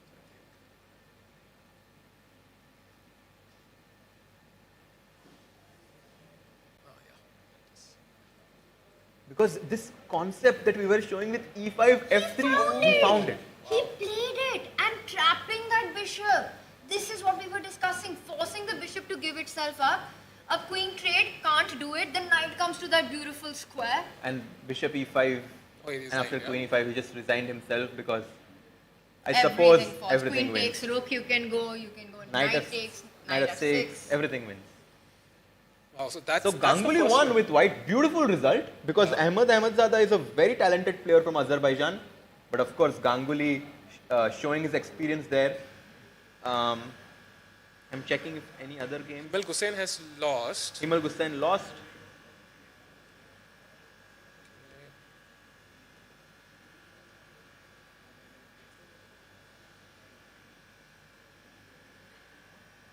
Harshardhan is losing, unfortunately. This is the current position and feels like it's also... Also guys, even the players who have won or lost, round 1 is not over. Each of these matches are played in a best of 2 classical. So tomorrow, they'll play with colors reversed. They still have to either hold or make a comeback. If the score remains tied after classical, then we'll have tiebreakers on the 3rd day, which will be faster chess formats to decide who goes through to round 2. Which is why it's very important for someone like Divya who loses the first game to just tell herself, okay, tomorrow is a new game. Yes. I just need to go and play my best because if she wins, she's back. She's completely back. And in fact, momentum might even go to your side, Yeah, right? exactly. Going into tiebreakers, so you have to be ready. The only thing for Divya would be that she'll play with the black pieces tomorrow. Yeah, but the thing is, it can sometimes help you because the white player sometimes plays passively because he just wants the draw and that can sometimes help you. So it's a very interesting dynamic that we are going to have tomorrow in Divya's game. Meanwhile, for Pranav. Okay. Oh wow. This is over. He's an exchange up. And look at that rook and queen by b7, rook c7 aa raha hai, rook into pawn, rook a7, sab kuch aa raha hai. Look at this move, Sahil, after knight e6. Can you guys find the move that I had in my mind? It's so beautiful. White to play. Oh, I think I know what you want. Oh, I think you do too. Nice, nice. White to play. Let's ask chat as well. Chat में अगर कोई बता White सके. to play. Exactly. Wow, well done. Beautiful. Wow. You're threatening rook takes pawn, and if pawn takes rook, queen takes pawn is game over. Takes the pawn, but okay. Yeah, rook c6. Great job. Many Yeah. people finding it. Super sharp chat. But actually, ChessBase India chat is very strong. They are very good. Like with tactics, super quick. So he played rook h4, yeah? Yeah, yeah. And is it Rook c7, as you Oh yeah, mentioned. rook c7, yeah, just clamp down on the b7 pawn and It's just one check on h3. You can hide on f1. No more Yeah, checks. Yeah. And yeah, even if some check, I mean, your rooks offer enough protection, I think. No stress there. Wow, so I think a lot of results in game one. Like, how many draws did we see today? Not many. we did see a draw between Raja Ritwik. That was the only game that we had a draw. Besides that, we've only had results. And then Nilesh Saha is also playing. We've not looked at this game, and this is the current position. Apparently, Bishop g5 was a big mistake. He was better. And now, wow. And I want to just, Nilesh Saha, he's not a household name in India. Of course, there are, all these young talents and prodigy, but he had a fantastic run in the 2024 National Championship. And I believe he tied for first in that one. In tiebreakers, he and Gangs, Surya Shekhar Ganguly, lovingly called Gangs in the Indian chess community, finished in a way that they made it to the World Cup. Top 7 qualified from that, and Nilesh Saha is one of them. So huge opportunity for him. And he's fighting it out in this game. Let's come up to the live board as we have it. He's down a pawn, but it's a rook pawn endgame. I think the moves change for some reason. But anyways. Okay, but this is very tough because white has beautiful pawns just moving up the board. D4, F4, F5, rook hatao, E5, F6, sab And kuch George ho raha Meyer, who used to play for Germany, now playing for Greece, he's so good in these positional end Grinds. games. Yeah, he's so good in grinding out a small advantage. I have a feeling Nilesh Saha is going to go down in this end game. He's going down on the clock as well, 8 seconds, but the clock is not his biggest problem. I was just trying to check if there are any more exciting games that are going on right now.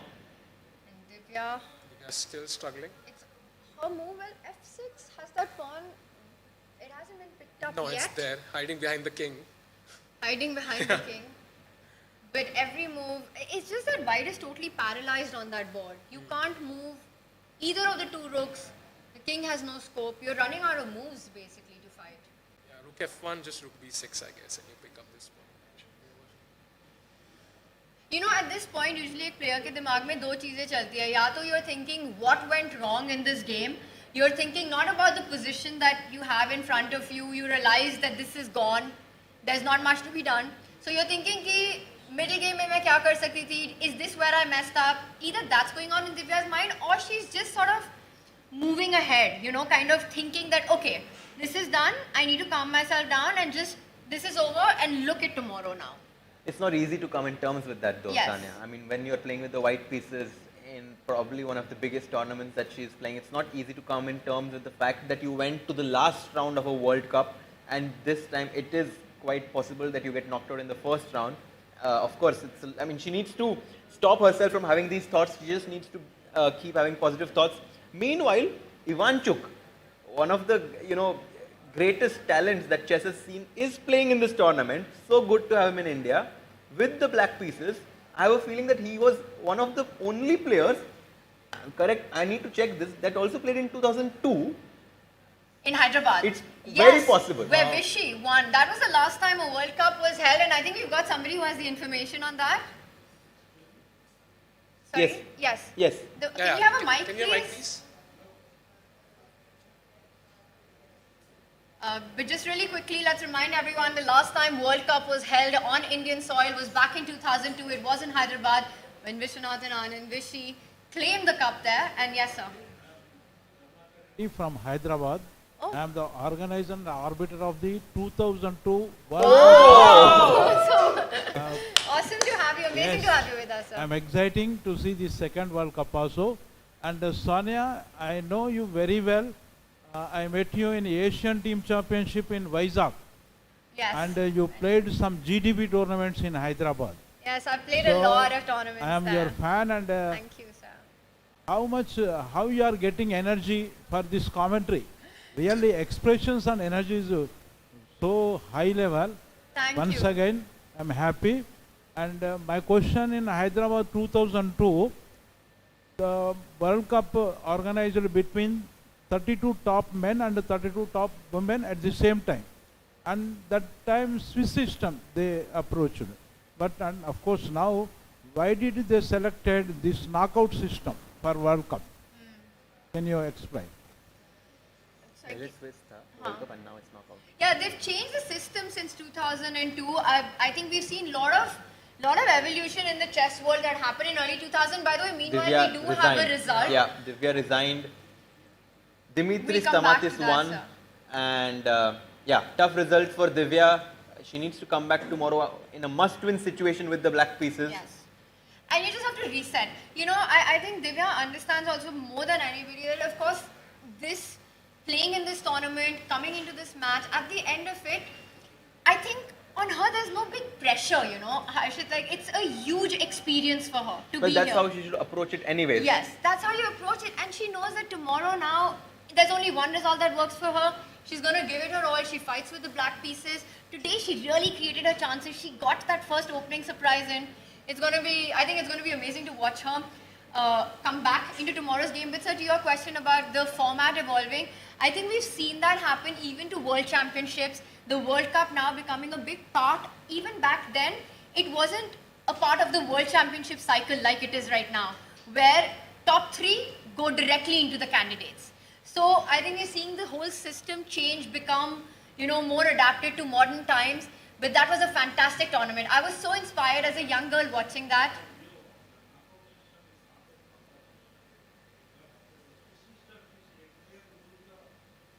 This system, if you early rounds like Divya Deshmukh is now trouble, of course tomorrow round is there, but in Swiss system they can reach Come that. back. That possible is not there in knockout system. True. That is my opinion. No, that's very correct. That when it's a Swiss, players have the opportunity to continue playing even after a bad day. But on the other side, this makes it so exciting also, sir, for fans. I think watching, for the players, they love it. I think it's one of the very few, the only tournament of elite level over the board, जिसमें knockout होता है.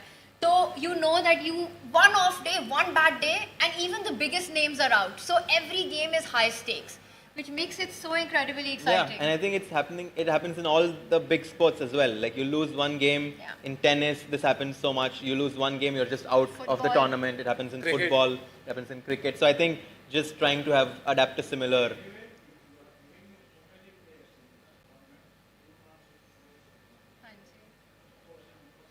78 and second round 50 top seeded is adding. Yeah. This pattern also very good and giving opportunity to more players. Yes. So I hope in third World Cup we may organize in Hyderabad. Yeah, that will be nice. Will be amazing. Will be amazing. All right, so we've got. Thank you so much for sharing your thoughts. But आपने बताया नहीं. Do you remember if Ivanchuk played? He played. He played in He 2000. played and he finished 5th. So he is probably the only player in this tournament who has played both the World Cups that have happened in India. In India. There might be Amazing. some GM who might have done it. Like we might not know the name. We Yeah. saw a GM earlier, Maybe right? if someone knows this, If it we will have be the very cool list to know. of all the 32 players who played in 2002, maybe chat. Let's give this job to chat. Yes. Chat, आपका homework ये है. 2002 World Cup जो हैदराबाद में हुआ था, उनकी पूरी list of players निकालो and tell us if anyone has returned to India for the World Cup in 2025. Yeah. Very beautiful place and good star hotels, and every day we organize dinner or lunch for the player in different places. Like this Goa also very good place. The World Cup venues are selecting very, very good places in India. Yeah. Ramoji Film City and as well as Goa. Thank you. Thank you so much. Thank you, sir. And chat, एक काम तो ताने दूसरा ये भी है कि बहुत मुश्किल काम दे दिया ना हाँ, मैंने. but बहुत Divya मुश्किल. has lost. But chat, do you think she'll come back tomorrow? I think we need to know chat. Yes. Hello? Yes, we need those positive. I think she's going to try. I mean, whatever it is, she will need some great opening preparation to make sure he doesn't go into some sort of a dull middle game where White can just shut down action. Yeah, exactly. And you also want to Sicilians avoid is like what we risky want to openings which don't make sense. Yeah, sometimes you see people kind of go out of the way to play some very, very dangerous opening and they just lose very quickly. So maybe a long game where she gets her chances. We also have one more question. Yeah, a question to you. I remember in 2006 there was a knockout tournament in Pune where many grandmasters played it, and you played with Grandmaster Praveen Tipse. You played that. I remember in 2006. And what do you remember about the knockout tournaments? It was a rapid tournament, and one She's day knowing that she played now. 2006. Yeah, it was it. I remember. Are you sure it was me? It was in Pune. Yeah. No, it was in Pune, but Yeah, I mean, I played a lot in Pune. Grandmaster Tejas Bakre became first and Wow, played with amazing. It was a Sureshkhar rapid event. Ganguly. Yeah, it was a final match. So I remember you played in, it was in the quarterfinals, which you played with Grandmaster Praveen Tipse. I will have to look up this game. I mean, it sounds like I was having a good run, and I'll definitely look it up. सच बोलूं तो अभी मेरे दिमाग में याद नहीं आ रहा है I मुझे. remember that game also, so that's why. Oh wow! It I was in remember. 2006. I remember in Pune in 2006 or 7 it was where I won my national championship. That's the first time I made it to the second time I made it to the team. So great memories from Pune. But yeah, I'm actually a fan of the knockout format. I love it. I Just love it simply as well. because every match is high stakes. Yeah, it was also simultaneous where Grandmaster Abhijit Kunte and you, then you were doing simultaneous. I was like, I was there. Did we play? Yeah. Oh wow! Amazing. Grandmaster Abhijit Kunte. Super. I remember these days. It was great for me. Thank you for sharing that memory. It's very sweet. First of all, this was a really amazing stream. I love the energy. The effort is really amazing. I'm Hiram Bhagat from Pune. I had one question in Divya's game. When she took d into e5, was it possible to play queen b6 check first and then capture back? Like d5 she took. So... Sorry, which question? Which game and which position? Divya. So in Divya's game, she took d into e5. So when she took d5, was it possible to play queen b6 check first, king h1 and then d into e5? Divya's game? So when she made the yes, inaccuracy, yes. Yeah, because queen b6 it gives an extra move for black. So when you play queen to b6. Yeah, I think d5 was definitely the most crucial moment actually in this game. Yeah. So here I'm saying like d5 queen b6 check first, king h1 and then d into e5. Is that better? Or was that a I think black wanted to just be flexible because black can always play queen b6 check, right? The saying that the threat is stronger than execution, I think applies Is that quite your nicely favorite here. chess saying? What is your favorite chess quote? I'll come back to you for that. Okay. Do you have one? Yeah. Night on the Rim is dim. Somehow it's very funny. Yeah, I think it's funnier in Hindi, but okay. What is, how do you say it in Hindi? कोने में घोड़ा काम करे थोड़ा. Oh! कोने में घोड़ा काम करे. I like that. That is funnier. But it's also very appropriate and I think it's a very instructive saying. I think a threat is stronger than the execution is a really good one as well. इसका हिंदी क्या होगा? We'll come back to you on that one. Yeah, I think d5 was just also going in the wrong direction for Divya. That was really the turning point of the game. I think taking that central pawn, allowing these defensive moves. Otherwise, she had a lot of compensation for the pawn that she had given up. Yeah. So I'm sure when she'll go back, she'll analyze this position. It will be that moment that will be the most instructive. Correct. But Chad's favorite saying is a bit different. I'll not go into that No, right I now. want to know, Chad, what is your favorite? I don't think you want to know. I don't think you can say it. Yeah. I don't think you want to know. Maybe we can just stick Favorite chess saying? Chess quote? Yeah, the chess code wala. Favorite chess code for Chad is a bit different, but yeah. What? By the way, Harshardhan is still struggling. Harshit, any chances for him to hold here? You know, you guys are really something. You tell me, okay, don't look at the code door, and then you're showing it to me on the phone. Who does that? This is too good. Chat, kya hi hai ye? Achar, we want some good chess inspiring quotes from you. This is very I think inspiring. one of my favorite ones is Mikhail Tal's Forest of Complications. I love it. I know I use it far too many times during commentary, but it really describes so many important positions where he says that you have to draw in today's time to win a game. Well, he didn't say in today's time to win a game. I'm just adding that. But the quote was, and I'm not going to be able to say it word to word, but that you have to pull your opponent out into a forest of complications where 2 plus 2 is equal to 5 and the path out is wide enough for only one.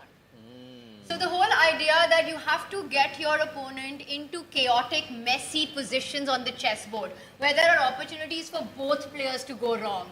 And that's how, you're able to score wins because only one can survive those forests. Yeah, no, I mean, also in this World Cup, this saying applies so well in this World Cup where only one player will qualify to the next round. SL Narayanan has drawn his game with the black pieces. He kya tha? Basically said, Tanya, bas kar. No, I mean, because now, if he wins tomorrow, Yeah. he qualifies. I mean, I think draw with the black pieces in this tournament is in general a great result, even if you are playing someone lower rated than you. That's a Soviet school of approaching a match, right? Draw with black, win with white. Of course, if you have chances, you try to maximize efforts in both. But I agree with you. But for SL, every board where there's a huge difference in rating, I think for those players, getting it to tiebreaks is where their best shot is. Because then the odds go a little up and down as the time goes down. I mean, they also want to make it as messy as possible Yes. if you're a lower rated player. So I think you're right. Yes. By the way, Aronyak Ghosh is playing Matuyush Bartel. We did not see this game at all. Aronyak is also the same age group as me. He's trying to defend this position against the Polish Grandmaster. There's this one thing, jo mere eyes just fell on it, that the game ends by Mercury. Okay. The game ends when the king falls, not when a pawn takes your queen. Wow. How do we feel about that one? You have to think to understand it, but I like it. Yes. I think it's also about not giving up. Yeah. Yeah. Although usually if you lose your queen in chess, it's probably time to give up. Or anywhere else. Arey bhai. So king b. One bad move nullifies 40 good ones. That is the heartbreaking thing about chess. You could play a 4-hour brilliant game. You could make all the amazing moves and then one slip and all your good work gets undone. I think we've all been there, we've all done that, and truly the most painful moment is when those games happen. By the way, look at, if you go to move number 45, White played a brilliant move. I think this blue arrow needs to be shut down for some. Yeah, we'll do it in our next break. But White played this move pawn to f4, sacrificing a pawn. Free pawn hai. The reason is that we are blocking the bishop from c3 to be able to protect that pawn on h6. So f4, g4, f3, and now the bishop on c3 is blocked by its own pawn on f4. It's like a study you see in some endgame book, na? You sack a pawn and the king has like 10-20 moves to get to that pawn and somehow it's crazy. Need an action replay of that moment. Wow. It is actually a beautiful, super instructive idea here by Bartel. Boom. Boom? And then Let's do it. Now let's do it. 3, 2, 1. Boom. F4. अरे यार ये सही है इसको Okay, now पक्का इस बार. अब मैं नहीं कर रहा भाई अभी. Okay, but the point here, right? Like you mentioned, you cut out the bishop, and let's point out this a4 pawn as well. Black's king has to be stuck defending it. So king is stuck on one side. Bishop now cannot protect h6 after pawn takes pawn f3. You'll have the a4 passer. In the future, you'll have the h passer, and that's the winning plan. Oh, to have these two passed pawns, and also Far away. light squared bishop is of the same color as the a8 square. That's definitely going to be something that White takes advantage of as we proceed. Yeah, the king is running. So Aronyak is going to lose because of this brilliant idea found by Matayush. By the way, Indian is about to win, so Oh, all nice. rook endgames are not drawn. clearly. And this is amazing because look at this material balance. He's not even up a pawn, but I think a6 rook b7 is such a it just paralyzes black completely. And then you'll get your king to h4. I'm thinking about what's the winning plan here. It's not very apparent, right? Like let's say we play king e6 just for the sake of e6, argument. a6? A6, and I'm just to understand king f6. Okay, rook b7. I go rook e7. Now I don't take immediately. You go g4 maybe, yeah? Slowly but surely. G4, huh? Yeah, this I like. You go g4. Pawn takes pawn, king takes pawn. And at some point you will not have moves. There will be some king pawn endgame with the zugzwang. Oh wow, I see it. Yeah, so let's say king f7. King g5. I go game over. I go king g5. So this is losing. But let's say you go rook f7. You are waiting. Can you? There's a crazy move here actually. Sorry? There's an insane move here. Which wins? Pawn to f5. Rook to b6 apparently wins. Whoa! No way. Oh, that is stunning. That is insane. Wait, okay. Pawn takes rook, pawn takes pawn. Those two pawns are crazy. Nobody's stopping them. But rook c7, why is that still winning? And then you repeat. Yeah. You want to show off. You want to show off once. No, but after rook f7, you can play king h4. And now what do you do? Rook e7 I will capture. Capture. I know, it's very nice to show that. Like Yeah, rook show e7 that. I take, king takes, king g5, king f7. Now you have to break. And we talk about opposition so much in chess. You know, if it's white to play, this might be a draw. This is white to play, black to play, sorry, after king e7. We take control of the square, king e5 and king f6. You know, I actually think that you're right. I think it's a mutual zugzwang. Yeah. A mutual zugzwang in chess is whichever side has to play is the one that's conceding. Exactly. So in that, the opposition was so important to time it correctly. So I think Indian has figured this one out. He has 43 minutes. He's going to win this game. Beautiful. I mean, vision there by Indian, understanding that with the pawn on a6, the end games are going to be winning for So him. where are we? We've got Gangs has won his game. Indian about to win his game. Buddy Pranav winning his game. That's 3 wins for India. Divya lost. 4 results. What about the other? Pranesh is winning. Pranesh is completely, completely winning. we can for actually Pranesh. see he's about to checkmate actually. Let's jump to his board. Let's go. Man, the black king is on a E5. run. It's not running too far. You anyway have to put it on e5 after the game, so might as well. No, you have to put it on d5. Ah, yes. In yes, this actually. game. Yeah. So king e5, do you see checkmates or is By it the way, after king e5, bishop d4? please don't play bishop d4. Because the queen takes bishop. No. Ooh. Yeah. That would be. Wow. But yeah, after king e5, what to do with white? There's only one move. Not so easy, yeah? Yeah, because black has threats, right? Rook a1 check starts looking a bit scary. Queen g7. Rakesh Bhai in the house. Too strong.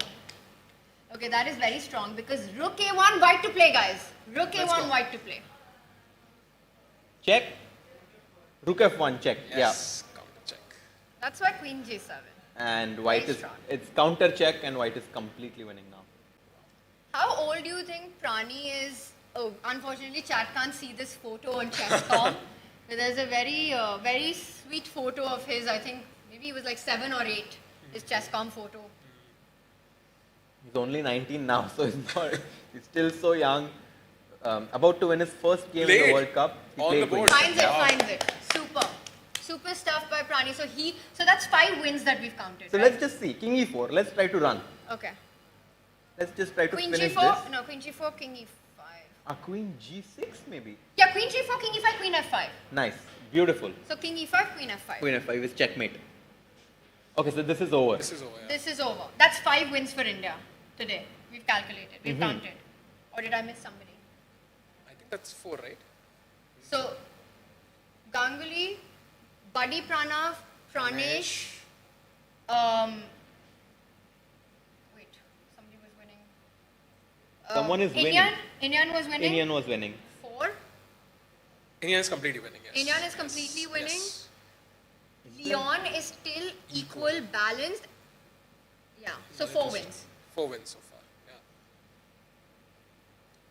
Yeah. Raja Ritwik, Has drawn. that's been a draw. Harshardhan is So struggling. guys, a good day for India so far, For sure. except Divya's board.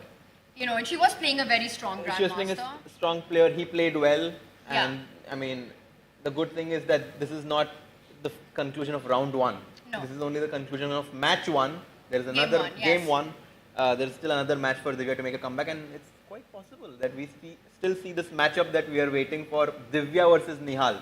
If Divya manages to win the first match. That is a potential round two pairing. But for that, Divya has to first make a comeback tomorrow. Nilesh Saha has also lost, I think. That game Nilesh is is losing. over. He lost. He lost. That's also over. So, yeah, very few games remaining actually now. Not many in terms of Indian players. Raunak is also going to draw a few moves, I think, in this game. And this is the current position. Any chances here, Harshit, for Black to win? I think Raunak has figured it out because the rook on c3 is forced to defend the pawn on a3, and the king on g4 is protecting the pawn on h5. So I think this is some sort of a fortress that Raunak has created. And even though it might seem that because of the rating difference, this is a bad result for Raunak, considering the position he had, this is a huge success for him. And I think he just makes sure that the black king can never actually come from the other side. He's going to stop that activity. Anytime the king goes to a7, he'll cut it off or make sure it doesn't get to the 7th Oh, I have a rank. question. Yeah. After rook c2, rook a8, would you not love to give rook g2 check and Why trick not? me? Okay. You would love to give rook g2 check, right? I would love it, yes. Rook g2 check, king to f3, you take my pawn on a2 and white to play. White to play, White guys. to play. Easy peasy.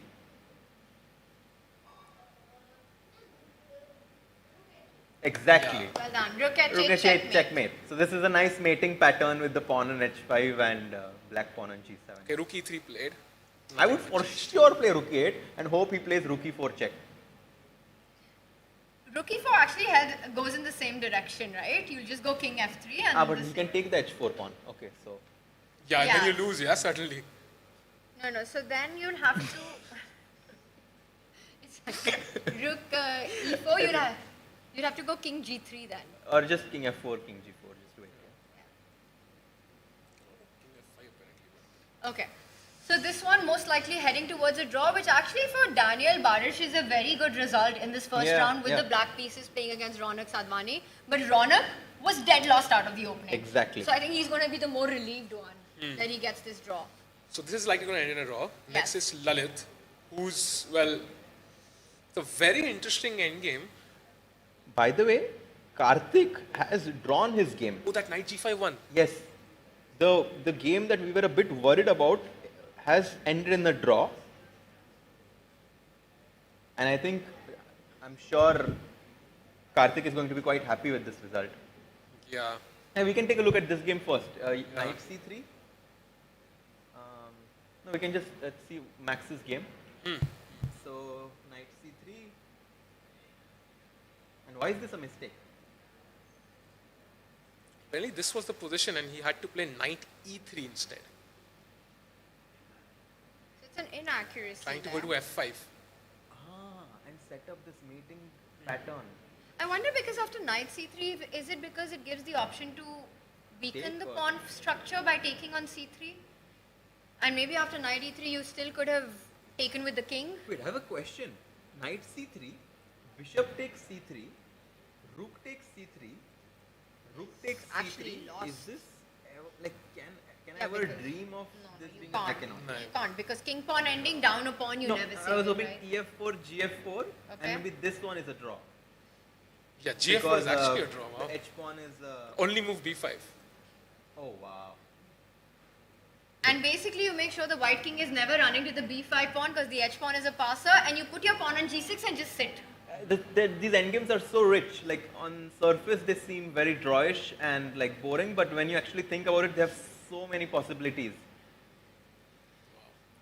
So this one I think still tricky, but ef4 is the only move for black right now. So bishop takes G4, balance. gf4, and then you go for bishop c3. Wow. Oh, acha, oh, transposing. Wow. Wait, why can't you take with the king Because now? now with the bishop, it feels like, you know. You don't need to take that knight on c3, the king, the pawn structure is destroyed. ऐसे एक सब खराब हो गया. Exactly. मजा नहीं आ रहा उसमें. That's a tricky move. But will he find it though? He has enough time. He can. 19 minutes is enough.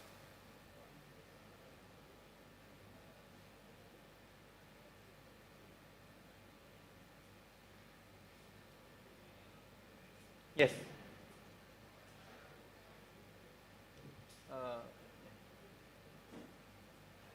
Yeah, so this one quite likely to head to a draw as well. There's one game we have not seen at all. That's Divya and Ghosh. Oh wow. With the black pieces. And what is this crazy position that we have? Just look at this position. Both the kings are on h8, h1. Baki puri army is on the other side. King ko chhod ke sab kuch hi dusri side bhag gaya. Queens, all the majors are there. I mean, full traffic jam on the A and the B file. एक ये pin resolve करना है, and then it will all get traded off and it will be a draw most likely. Yeah, I think you're right. Yeah, Queen B6, Rook B6, mass exchanges. Just rook takes pawn mat khelna. Yeah, there are always tricks on the board. Yeah, true. Okay, this is gonna be a draw as well. Rook B1, Rook B1. So Diptyan will draw his game.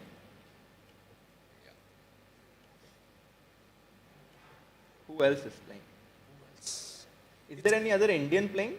It's crazy that we didn't even notice this game. Yeah, so many games going on right now, and that's after we have 50 players not even playing today. Do we have more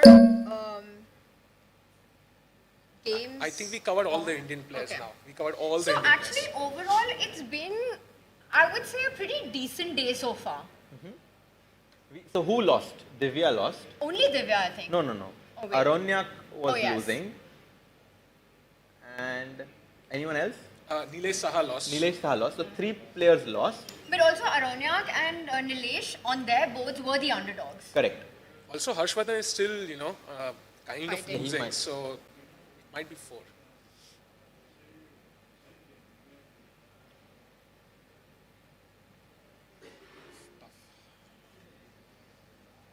वैसे round 2 से जो मजा आने वाला है ना world cup I mean already कल से मैं बहुत excited हूँ क्योंकि जो players आज आ रहे हैं उनको कल जीतना ही पड़ेगा और वो एकदम कुछ तो aggressive and attacking openings खेलने हैं. It's possible we see Perk.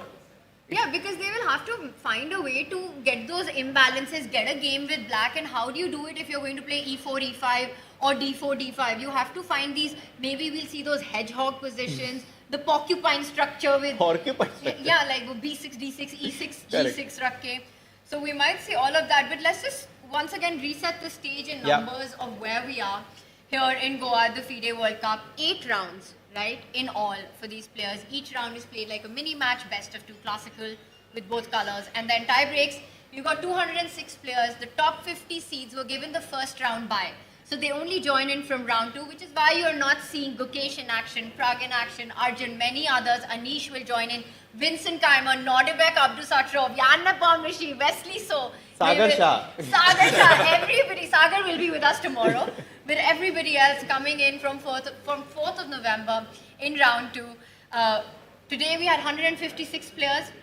After the end of round 1, with going into round 2, the 50 players joining in, the winners of round 1, we will have a total of 128 players. 128 players. And then it will be like 128, 64, 32, 16. Round of 16, quarter-finals, semi-finals, and then the top 2 finalists and the fight for 3rd place. And why that's important, Harshit? Because the 3 players that finish in the 1st, 2nd, 3rd positions qualify for candidates, the tournament that eventually decides who will play the world champion, which is currently Gukesh, and also a prize pool of $2 million.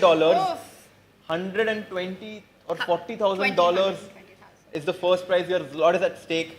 And let's go on a quick break, and we'll be right back to cover the last few moments of this exciting day. In a world that is going increasingly digital, it's sometimes nice to hold things in your hand. The ChessBase India Premium Chess Set is our attempt to give you a great feel of playing chess in real life. The first thing we wanted to ensure was that the product was of the best possible quality. When you buy the ChessBase India Premium Chess Set, you get a chessboard, high quality chess pieces, a bag for the pieces, a bag for the chessboard as well. All of this is carefully packed so that when we courier it to you, you receive it in the best possible condition. We take pride in the fact that the chess sets are manufactured in India. Here are some features of the premium chess set. It is 96 mm standard weighted and felted set of Staunton design. Fine crafted, high class plastic pieces of 3.75 inches height. Total weight of the pieces is around 800 grams. Usual pieces are around 300 to 400 grams. You have 2 extra queens included. 55 mm by 55 mm high quality vinyl board with notation with ChessBase India logo in the corner and a leatherized finish. You have 2 flat nylon drawstrings for the board and pieces with the ChessBase India logo. It is also a perfect product to gift your loved ones. We also have gift wrapping options in the ChessBase India shop. So what are you waiting for? Get your hands on the ChessBase India Premium Chess Set and challenge someone to a game of chess in real life. Link is in the description. A premium membership at chess.com will help you improve your game with full access to a powerful set of learning tools. Unlimited tactics let you practice like a master with more than 50,000 puzzles to challenge you at every level. Our library of interactive chess lessons, created by master coaches, will enhance every aspect of your game. And after each game you play, the computer analysis feature will give you feedback on every move you play, turning every game into a chance to learn. And that's not all. Premium benefits also include unlimited tournaments, video lessons, the Opening Explorer, and much, much more. Upgrade now to take your game to the next level.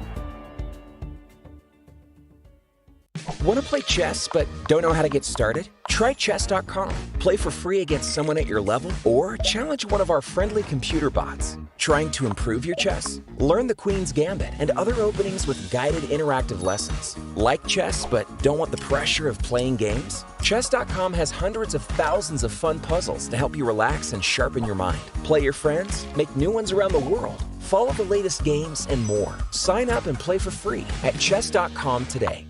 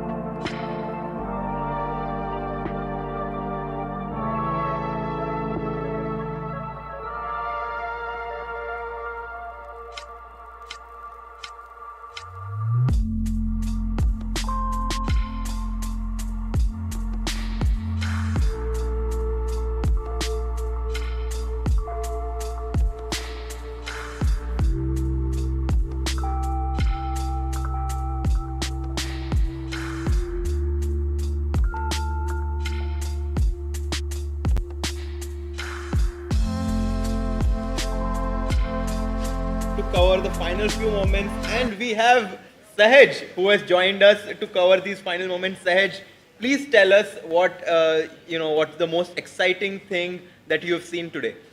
So firstly, a heartbreaking loss for Divya right there. I think her opponent played fantastic. So hoping she can come back tomorrow. Wishing the best for her. But amongst the active games, I really like the game of Sargisian Gabriel versus Dilshan Lianage. If we can go to that game, because White has sacrificed an exchange in this position and it seems to be virtually winning, but I don't see a plan. Like I don't see how it's winning, but Black cannot break through, that's for sure. Black has to hold the fort down, but I'm not sure how White is gonna break through either. But it's an interesting position for me. What do you think? This is where he sacrificed it, yeah? A brilliancy and the only way to move forward. That's surprising. Rook takes d3, brilliancy. Wow. And takes, and suddenly the knight is on f5, but not easy to see the winning plan. And I think the point is that, as you said, Saj, the pawn on c6 is a backward pawn, and we call it a backward pawn because it's protect the pawns on d4 and b4 stop the pawn on c5 to ever advance. Maybe the idea could be to go rook g1 to c1 to c5 to a5 even, and try to collect one more pawn because black has no breaks. G pawn move किया तो h pawn मर जाएगा. हाँ बिल्कुल यूं ही चला चल रहा ही करके, and once you get into the black, nice one. black के cam में घुस गए, I think then it is simple. Then it is very simple. So I think it's just about maneuvering. But knight on f5 क्या piece है भाई? Exactly, it just goes to show that piece की value is important, but piece की activity is even more important. That knight on f5 is more important than those two rooks combined, because वो दो rooks कुछ कर नहीं रहे, कोई open file नहीं है position में. I mean, I'm looking at some c5, maybe a breakthrough in the position, but मैं d pawn से मारूंगा. I'm not even going to give you the b file because it's going to be an open file there. So I think a beautiful end game there for Sarjeet Singh. Yeah, loving it. And as you look at एक look मारते हैं Indian की game के ऊपर, because वो end game अच्छी थी, and we're trying to see कि how did he finish off. G4 he played, as we discussed, rook activated, and now this is almost made, and now rook d6 check. Another check, so precise. And now the G pawn is laser sharp precision by Indian. Guys, we are in the fourth, potentially fifth hour of the first day. What are your feelings? Here in Goa, you have this beautiful studio, 208 players playing. We saw brilliancies, by the way. Erdog Mush playing this move, knight to e5. We also saw some heartbreaks, and this is what makes it exciting, right? Absolutely, भाई. I think games बहुत exciting है. Also let's give a shout out to Daniel Barish because he managed to draw against Raunak Sadhwani with the black pieces. He was winning, but I mean a draw with the black pieces is an amazing result against an opponent who's 400 points above. My question: let's say he goes back to his hotel room right now at the amazing Rio Resort, and then he opens up his computer and checks how winning he was. So is he like now? Okay, I mean I drew against Raunak. Is he like, भाई यही तो मौका था world cup में round 2 जाने का? यार कल व्हाइट से सेम अपोनेंट के साथ आप खेल रहे हो, और व्हाइट से अगर ड्रॉ करना है और टाई ब्रेक्स पे जाना है, टाई ब्रेक्स में कुछ भी हो सकता है. Anything is anyone can win in a tie break in a faster format. Of course, Raunak is a beast when it comes to faster format, but still, I would say anything is possible. And I think going to tie breaks itself is a great achievement. So I wouldn't be upset. I would say, ठीक है यार, मतलब opponent played well. He defended quite well. He had good chances, but yeah, I would still be happy by drawing to someone who's 400 points above me. There is only Magnus who's 400 points above me. I would be ecstatic if I drew him with the black pieces. अगर वो knight h3 ना खेले तो. But yeah, Raunak will be a bit more careful tomorrow. Yeah, he's not gonna kind of let loose. He'll be focused and he'll be more conscious about how strong his opponent is. So we saw people defending from worse positions. We saw people making big mistakes in the opening. We also saw this, unbelievable idea of bishop f4, where like one player just blundered his queen basically. Yeah. Oh yes, bishop f4 with the Diego Flores. Yeah, black couldn't take back because there was a checkmate on h7. That was insane. Maybe we can take a look at some of the live games of non-Indian players just to see what's happening. One interesting game is this one. Wow! Look at this. White has a knight, but somehow black is completely winning with these two passed pawns. Yeah, talk about material equivalency. This is very nice. कहते हैं queen और knight सबसे dangerous combination होता है, but I mean, the knight was here, maybe. There is an exception to every rule. There's an exception, and now, as you said, h pawn. Also, the knight is like the worst defender of the rook pawns, because it's very hard for the knight to stop it. h3, h2. Donchenko is going to win his first game, and here the rating difference is actually showing, because Donchenko was able to sacrifice a knight and looks like he will go on to win a beautiful game. The knight is completely powerless there. Yeah, I mean there are no sort of outposts or anything like that. Even there is no perpetual check possibilities either. That pawn on f7, golden pawn. This is why you should keep that pawn on f7 or on f2, because बाद में जाके आपको defense की ज़रूरत पड़ेगी. And that pawn is so crucial in this position. The best move is knight d2. So I mean that just sums the game up. King d1 played. And h3. Yeah. Immediately played. By the way, Lalit Babu has seen new sunlight in his life, because after ef4, gf4, he had to play g6. Prevent f5, but now f5 is very strong. I think still his position has very good drawing chances. He's down a pawn, but I think this rook ending with this H pawn, this fast H pawn is going to give him drawing chances. Definitely, and we're reaching the time pressure phase again, so we'll be very interested to see how this goes. यहाँ पर move 60 के बाद कुछ नहीं मिलेगा आपको, Exactly. So you have to be careful, and we saw how tricky rook endgame. You also saw pawn endgame literally. There was a possibility. So lots of tricks in the pawn game. ending पे यार draw होगा ना, b5 खेलतेगा black. Yeah, exactly. We saw that. Nice. C3 and crazy endgame. And which other games shall we have a look at? Lalit Babu is trying to hold. Divya and Ghosh, we have seen the exchanges. Check out the game of Jeffrey Xiong. Look at those pawns. Look at those, that beast of b6 and c6. Jeffrey Xiong, I think, was board 1 today because the 51 seed, but because the top 50 players did not play, he became the first seed, and the inaugural move was played on this board. And I think Yi-Heng Lee is definitely going to, be thankful for this opportunity to play someone like Xiong, who has competed against the best players in the world like Magnus. Absolutely, and also, just for everyone in the chat, Jeffrey Xiong is white. Like, King A6 पे पड़ा है. मतलब वो कैसे, like how? That king probably went from G1 to A6. Yeah, that is the king insane. had a long walk. From G1 to G1 to A6. That's insane. Jeffrey Xiong's rating is a bit surprising. I was wondering, how is he even playing today? मतलब एक बंदे को allow कर दिया था, उसका mood था क्या खेलने का extra. But his rating has dropped down quite a bit. He was like 27-10, 27-20 at one point. So he would love to gain those rating points back, and there couldn't be a better chance than the World Cup. Absolutely. Checking other games, I think Chigaev completely winning. Oh, there is one interesting endgame of Motile versus Avila, Santiago Avila. That's a pretty interesting endgame. I would say if you removed sort of the knights from this position, oh wow, then I think black should be winning because the pawn is behind the rook.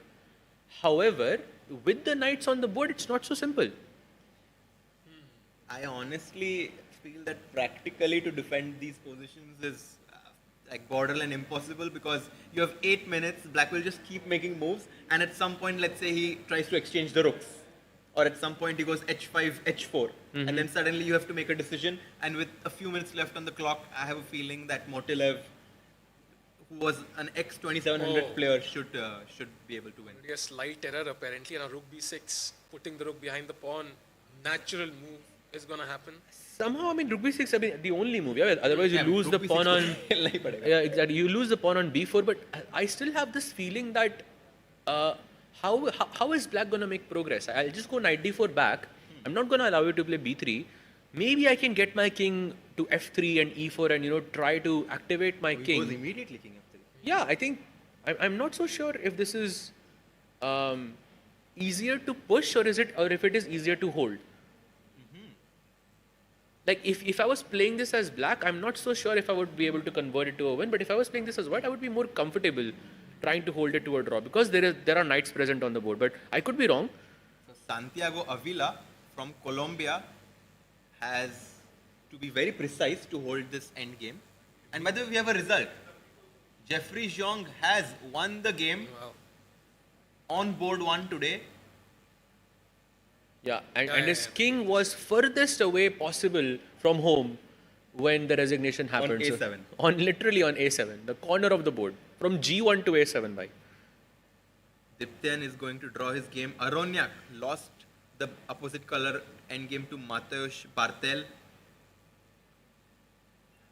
Do you see any other live games going on? I saw one position which was very interesting. One endgame. Oh yes, Kantor game is very interesting. Also this one, this one is like knight and 2 pawns is 3 pawns, completely winning, but you never know.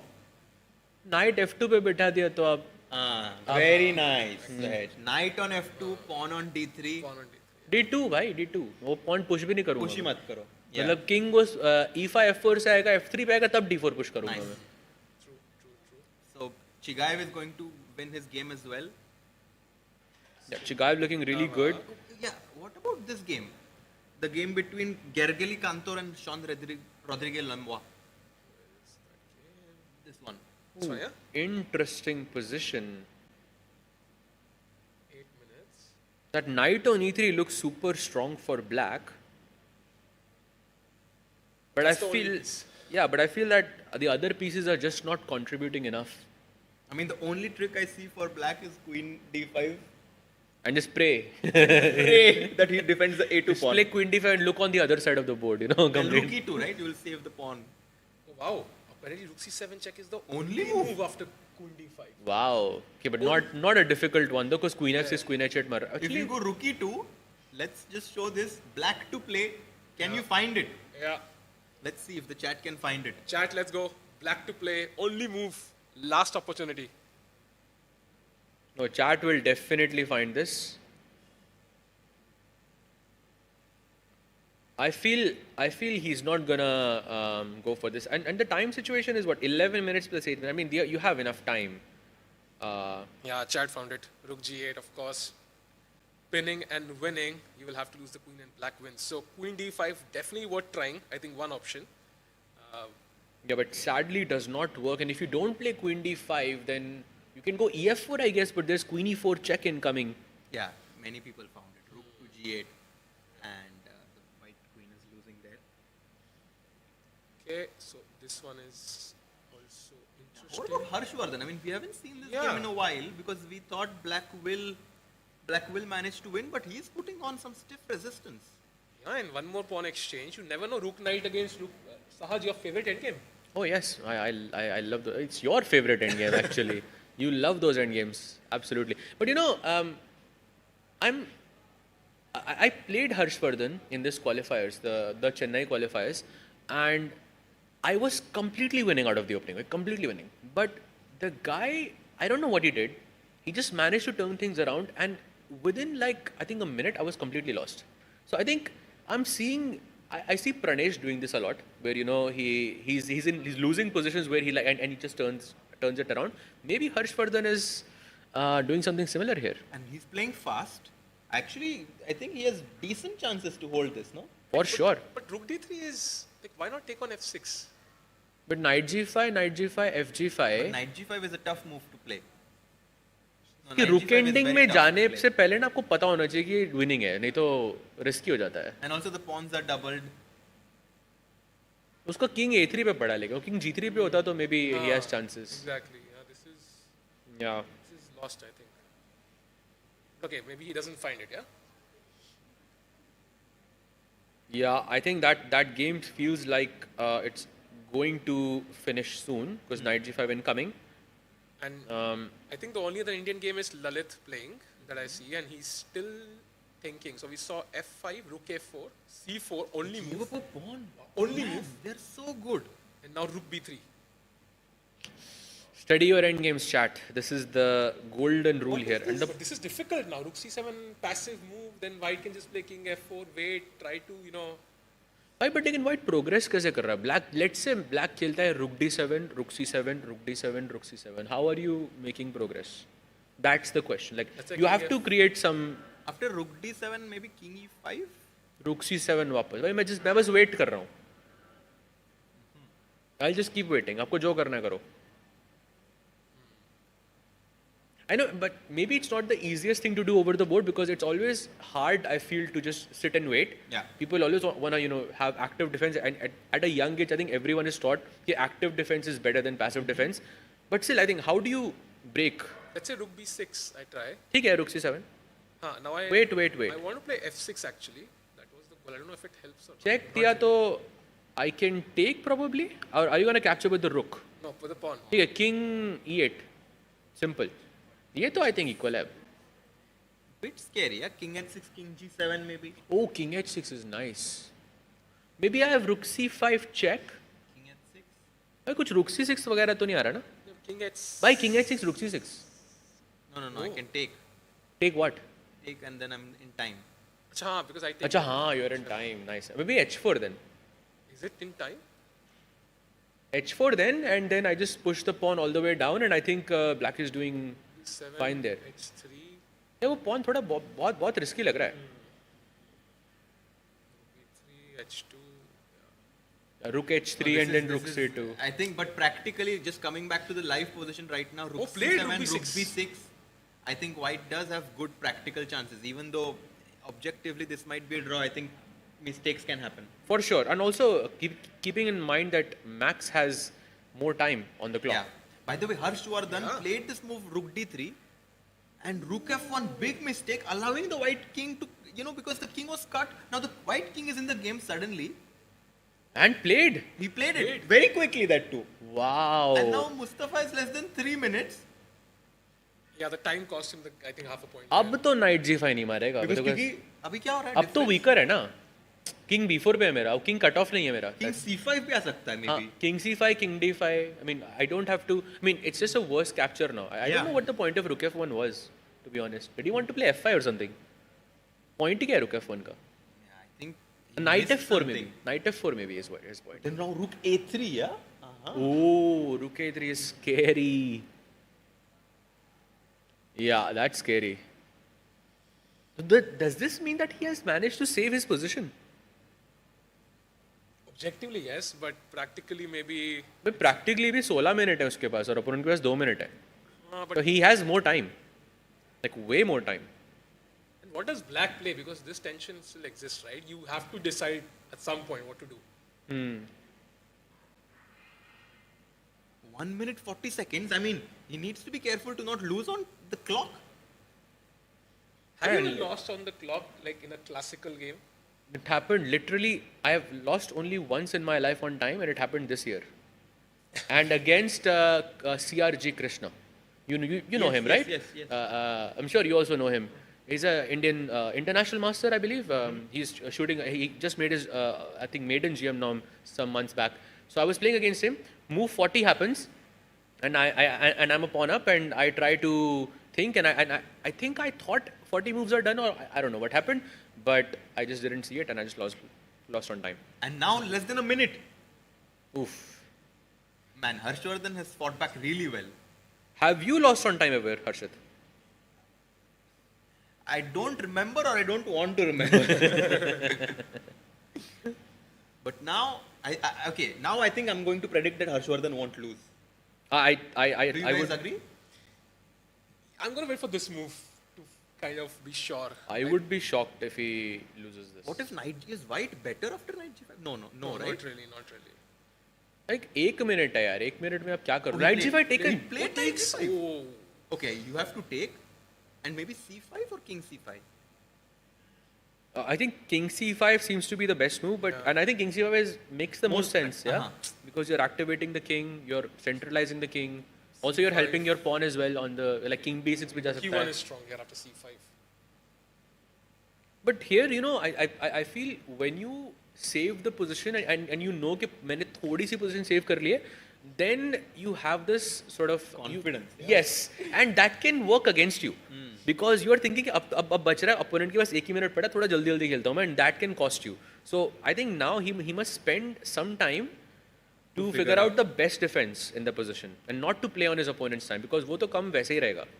Also, black king is cut off, so it's completely opposite to what it was earlier. So you can start pushing the pawn, and suddenly black has to decide what to do. And can I show you one game between Raed Samadov and Lorenzo Lodici? And look at this move 42, where after king g6, white played king to h2, and look at what black played. Wow. Unbelievable stuff. You ask chat to guess. Chat, can you ever guess what did black play in this position? Because so unexpected. Yeah, and it's the best move in the position as well. That is very impressive, I would say. Taking a page out of, what's that game? You know that Nigel game? Short's game. Nigel Short versus Jan Timman, I think it was. Yeah, that king h2, king f3. The famous king walk. Yes, the king walk. There was a game that Magnus played where he brought the king to h4, then pushed both his pawns to h5 and g5. No, that was me. I've literally done this. Literally, I've done this before. I'll show you later. Okay, king h5 is the move. And it was played. Yeah. It was played. People suggested g3 in the chat, but king to h5 was only suggested by Krishna. Great job. And now king h6, and white's king is just completely in a mating pattern. And even now the best move is king g7, mate in 7. That is. Wow. Yeah, it's just king g7. Back to square one. Threatening. Oh no. If let's say I go king h7 just to show something, a5, and now can you find the best move for black? It's so beautiful. Oh, It's wow, a that mate is so in pretty. 2, yeah? Mate in 2. Yep. Chat, best move again. ये तो निकाल लेंगे chat. But remember chat, your clue is king g7 पे होता. तो ये चाल नहीं काम चलता. नहीं चलती.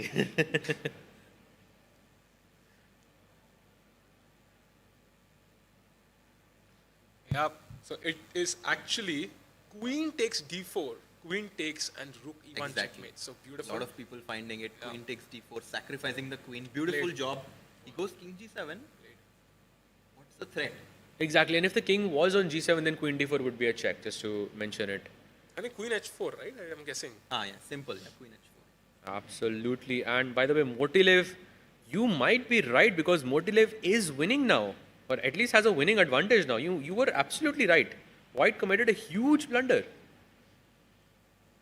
Motilev was playing against Santiago Avilas. Avila.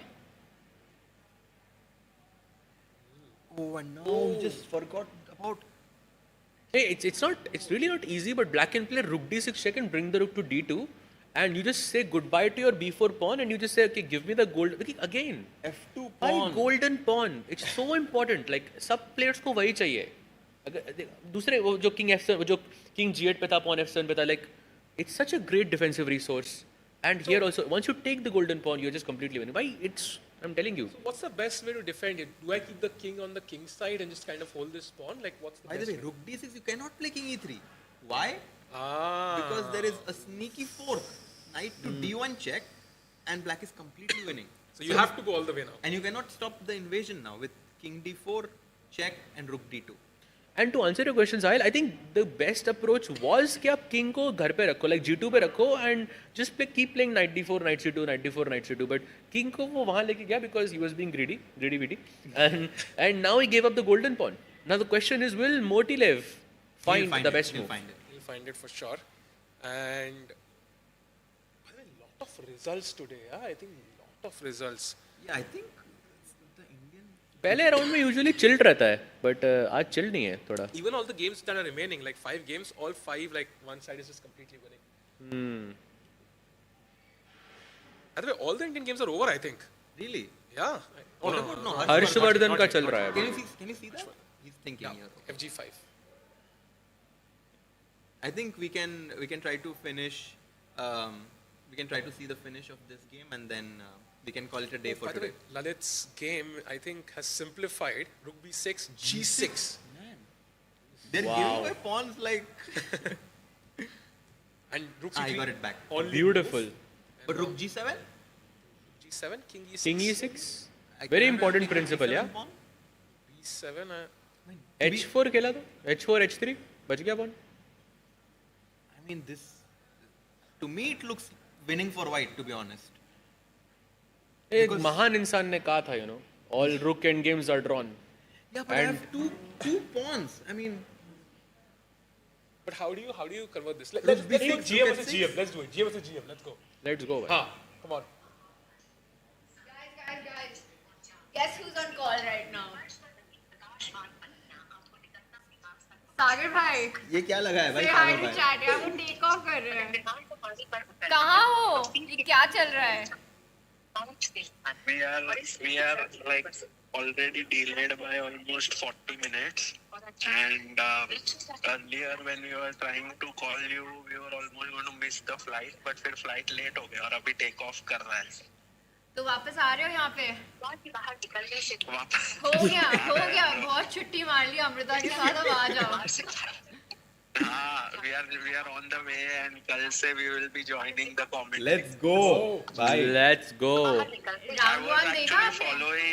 I was following the commentary, and it sounded a lot of fun. Although Divya didn't the game didn't go her way. But I guess the game of this guy, youngster Yaz Khan, was amazing. 95. Yeah. Bhai, you're crazy, bhai. You're traveling but still following everything. Wow. भाई वो आप लोगों का commentary was एकदम ऐसे so addictive ऐसे. अच्छा chat को hi बोल दो. Everybody was missing you a lot today, and we're all waiting for you to join us from tomorrow. Yes, chat. I'm looking forward to joining very soon, and also Amrita is here. Hi, Amrita. Tactical queen. Hello. Hello. Hi, tactical queen. Hopefully I'll not blunder. But guys, very excited to meet you all in Goa. We are waiting for you. Party के लिए तैयार हो? Party के आ जाओ तुम लोग. That we are going to party, and tomorrow I think you'll come, and hopefully you'll also bring good luck for Divya as she's looking for her comeback tomorrow. So we look forward to seeing you guys. Have a good flight. मैंने भी थोड़ा सुना था commentary सागर ने जब लगाया था तब all of you are doing so well man. Really missed it. कल मिलते हैं. We'll see you soon. See you soon, Sagar Amrita. Happy journey. Say bye to chat before you go. Harshit bhai. हाँ sir. One second. Harshit bhai, Sahil bhai, Sahaj bhai, and Tanya sir. We should every day have a dare with some key game. So if some result goes the way, then someone has to do something. Done. Some will win. I like the sound of this. We had to turn our hair blue, पर कुछ हुआ नहीं फिर क्योंकि हम सारे bet जीत गए फिर. But I agree with you. When you're back, we'll do it. What was the bet? I mean, Blue hair I think Aroniak had to find the move knight to if it was about a move, not the result, and he found it. Okay. ऐसे नहीं है. Divya. So let's do for tomorrow. Divya. नहीं तो मेरे पास एक बहुत अच्छा idea है. तानिया का हेयर ब्लू ही कर डालते हैं. रिजल्ट जाने दो. ऐसा करते हैं. दिव्या कल जीती तो तानिया के हेयर ब्लू. दिव्या का ड्रॉ हुआ. नहीं सुनो तो सही. Done. Okay, deal. Sagar already said if Divya makes her comeback tomorrow, wins with the black pieces, forces a tie break, Harshit and I, we are getting blue hair. और streaks. And Sahaj and I will color the hair. So. हाँ हम colour कर देंगे. ये colour दे है. हम colour कर देंगे. सागर पर हम तो कर लेंगे अपने बालों को. तुम क्या करोगे? क्योंकि हाथ में. अरे. वाओ. Beard भाई. Beard कलर कर सकते हो आप. 50 push-ups करता हुआ inspired by Harshit bhai. Okay bhai. Done. Bhai, you can color your beard also. No, my beard blue would look very weird. भाई गुकेश को लेके आ रहे हो ना?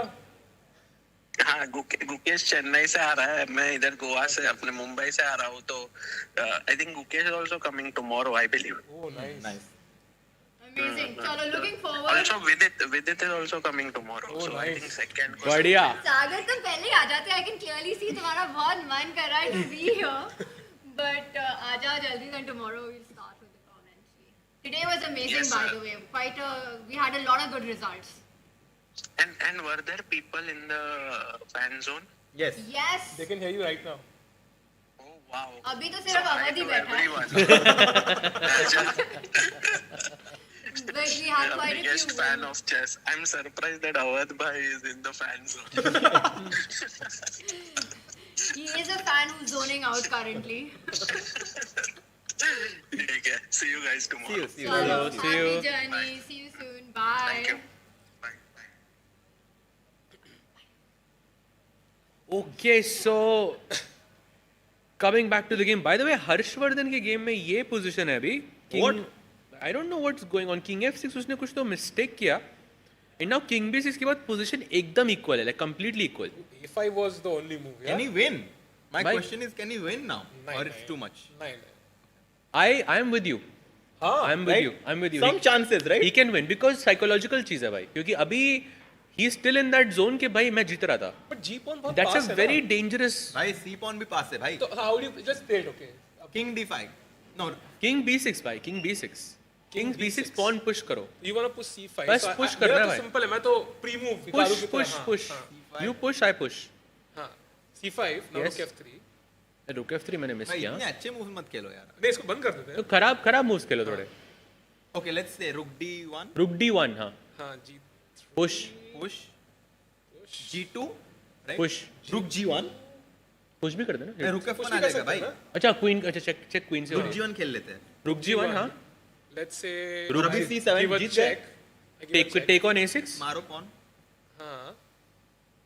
And I mean, king. ये white जीत रहा है भाई. C7. जीत के Some साथ. press. अच्छा हाँ वो. King B7 है ना मेरे पास. हाँ. Okay, I played here. How do you win this? C7. C7. Okay. King B7. King B7 हाँ. Check. King C6. Check. King D7. Tricky. थोड़ा स्टाइल मार रहा था मुझे, but king c8. अच्छा ओ, but ठीक है फिर. But yeah, maybe this is a draw. You're right. I'm not gonna move my. Yeah. You think it's a draw? Yeah. I don't know. How do you push the pawn? एक बार king g5 खेलो ना, बताता wait कर रहा था मैं. एक बार खेलो ना, फिर उसके बाद बताता हूँ. अभी तो आ सकता है ना शायद. अभी तो आ सकता है. नहीं, किंग b7 है ना मेरे पास. चेक. King a6. अच्छा इनका ओके. रुक g2 चेक है भाई. ठीक है. तो थोड़ा ज़्यादा चेस हो गया. Sorry chat. And Harsh is thinking. Chat में कुछ Raunak was losing. What happened? Because Raunak fought back. Yeah, he drew. He drew his match. Okay, check. Now, can you take this pawn or is it not important? I think right now it's very important that we try to push our c pawn because the g pawn is going to raise down the board and we have to try and push So the king c pawn. b6, rook f6. Oh, he played rook d6 check, yeah? हाँ, rook d6 king d7. So he made sure that the king goes one step away. एक से मैं rook a6 मार सकता हूँ क्या इधर या possible नहीं है अभी? You will play g4 obviously. Rook ले आया मैं नीचे कहीं. Let's play king d5. g3. Rook a2. Oh, rook f2 is wrong, yeah? Rook king a3 f6 only move. Because the e5 pawn is safe. Yeah, but this is very difficult. I think difficult with to see. 4 minutes on the clock and black only having 1 minute, I think so, all three results are on the table. So draw or black win. Or black win. What do you think? 90%. I mean, it will be between these two results. But what do you think? Draw, Which one? I think draw. Yeah, because draw? draw. Okay, draw. I completely agree with you as well. Okay, I think वो accept नहीं करेगा वो. हाँ, we are on this game, right? Yes. So what do you think now? Fascinating position. Cool position. Hey, मतलब this is kind of like that Philidor position ना. King f5 पे जाएगा तो मैं checks दूंगा. नहीं तो I'll just keep waiting. And if I go e6 check, king e7. जो भी pawn आप push करोगे मैं उसके आगे king रख दूंगा. And बाकी I'm just waiting with my rook. That's it. Plan simple. That's a good idea. So king g4. Rook e3. क्योंकि आप h3 मारोगे मैं e5. Only move by the way rook e3, but okay, just that's the job. Yeah, you attack the pawn on e5. Yeah, this one should be a draw. Very good result for Lalit, drawing with the black pieces against Max, who is for sure, I mean his rating is 25-76, but he has He was a 26-50 player actually at one point, so very strong, very good result with the black pieces. Harsh made a move and he has now 1 minute 10 seconds. What did he play? He played rook d2. Best move. Best move.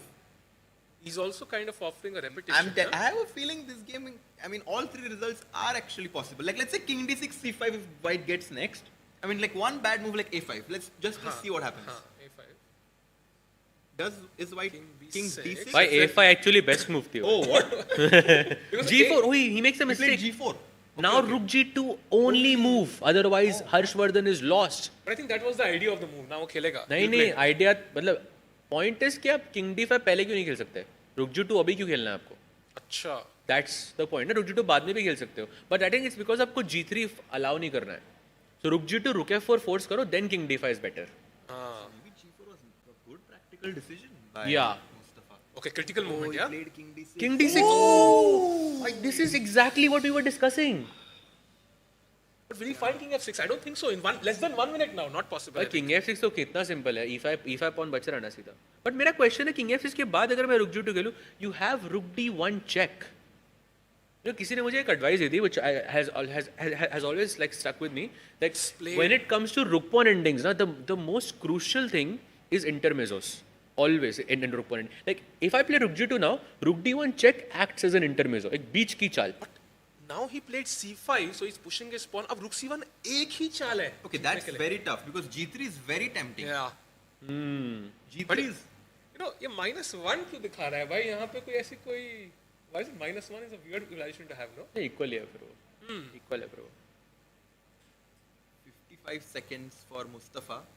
No, but time. I'm not sure if he'll find rook c1 and king g5 though, but I mean, we'll see. It's a coin flip. It's possible. It's possible. It's like आपकी नजर किधर जा रही है उस पर depend करता है. And this is this is a lot of stakes involved because if he goes g3 and the game then ends in a draw, the match is 50-50. Whereas if he finds it, and if now he's obviously a big favorite. Oh, now everything is winning, yeah. Yeah, if you play c6 now, then the point is king g5 आ रहा है. What? You cannot take. On which move? like c6 पे king g5. But is this easy? अब Wait, तो easy that है ना. doesn't. Yeah, this is not easy, no? King g5 तो easy है ना भाई. क्योंकि देखो बाद में जाके I'm just thinking कि I'll play king f4 and I'll just sack the rook. And I'll just push the g pawn down. Like, of course I'll push my g pawn first and then I'm okay with sacking the rook. 50 seconds on the clock, no? Like, it could induce a mistake. Could be. But maybe c6 के बाद g3 is also a logical move. Because you want to stop rook f2 check. Still thinking. He has to go c6. I don't really see any other option for white. Chat saying Sahaj bhai with the Goa wali vibe. Yes, sir. Yes, sir. Of course. Representing the true Goan spirit. Of course. C6 of played. course. Only move now. Only move. Okay, this is I think this is the most important moment of the game. If king g5 is played, he's going to win. If he plays g3, Harshardhan survives to see another day. And you know what? I think we had less number of cameras today. I think in terms of the strong players, right? I think from round 2 we'll have all the cameras, right? Oof. A lot of fun. Imagine like Gukesh, Prag, Arjun, Vidit, Arvind, Nihal. ये सब साथ में खेल रहे हैं एक tournament में. That is insane. No other tournament will have that, right? No other tournament in the world will have that. That is true. Except for Chennai Olympiad. क्योंकि वहाँ पे 3 teams थी हमारे पास. In one team. So, you know, this time they can knock each other out. Oh, that's true. Oh, c7 played, but now, he played king g5. Yeah, he played. Oh, by the way, now also g3 only move. Okay, maybe that's not easy. Your king f4 also, like, is a very natural move to play, I feel. I think to be honest, it's very hard to explain the difference between these moves because it's very nuanced. And I think with 40 seconds, they're just hoping to not blunder like some rook d5, rook c5 idea. Oh, bhai. G3, king d7, black has to find a5. No chance. What? No chance he plays a5. Like, there's no chance, yeah? No chance. Only move a5. But will he play king d7? Yeah, you want to promote. Only move. Okay, but this is insane. King g4, I think. He plays g3, by the way, best move. Wow. 1 minute अभी भी है.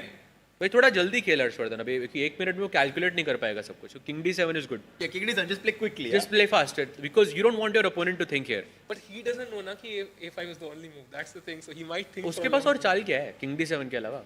क्या करेगा वो? Rook d5 खेल नहीं सकता. g2 है ना? I'm queening with a check. मेरे पास तो एक ही तो फटाफट खेलो उधर बस. You can play on time. Critical moment. By the way, Lalit Babu's still holding, so that's going to be a draw. And you're the only 2 Indian games remaining. Okay, but king d7, come on Harsh. Let's go. Don't play rook d5. Rook d5 तो यार मतलब blunder है सीधा. Oh, play goes rook g2. No. Too passive. That's very passive. But rook g2, what's the point? King f4, like I don't see the point. Why? There is a crazy line. If black plays king f4, apparently white can go rook g1 here. And now rook takes g1 is winning for black. What? And if c8 This is winning for black. Is that his idea? Rook d1 check. King c file पे जा नहीं सकता क्योंकि check है मेरे पास. King e7, king e से कहीं पे g2 winning. Check ही नहीं आपके पास. Is that his idea? Maybe. Rook g1 is so smart. If this is what he had in mind. And it can completely shock your opponent. Yeah, he can be like, ये क्या आ गया? भाई rook g1 के बाद rook takes g1 only move. Ooh, it's a nice trick. Man, rook g1 is a very nice resource by Harshardhan. But he has to play it now, right? Yeah, just don't think. Just play. Only move. Only move, yes. World Cup started today. Indeed, it did. And I think it's only going to get more and more fun with future rounds. It's the first day. So if you forgot about it, you still have 27 more days to follow our coverage. That's when we'll get to know who's going to win this. 26 more days win this prestigious event. King f4. He has to go rook g1 now. But another question to both of you. So let's say players are playing this event. Ideally, you want to finish it in the classical section, right? That gives you a rest day. But would you prefer like battling it out in the time pressure phase of the tiebreaker and then moving forward, or would you say I want to do it in the classical? Because depends करता है किसके साथ खेल रहा हूँ मैं. Because अगर कोई ऐसा player है who's like who I'm comfortable being, because tiebreak में कुछ भी हो सकता है. I think कोई भी आप हार सकते हो. But let's say you're guaranteed of a win. You have a choice. You want to directly qualify or qualify via the tiebreak. Which one will you choose? एक दिन classical, एक दिन to be honest, I think like for example, I believe in myself much more in shorter formats, like shorter time controls. So I would definitely play rook. Wow, nice trick. And now only move is to take that rook. We either see a brilliancy or a miss now. There is no in between. I say, if somehow black panics here, like, this can totally be a panic moment. If he's not seen it and he has 50 seconds on the clock. It's possible. By the way, Harshit, you were saying you prefer playing shorter time control? Shorter time control. So even if I had white pieces in the second round, it's possible that I just make a quick draw and try to focus on the tiebreaks because I really find I'm much more confident in rapid. I'm the complete opposite.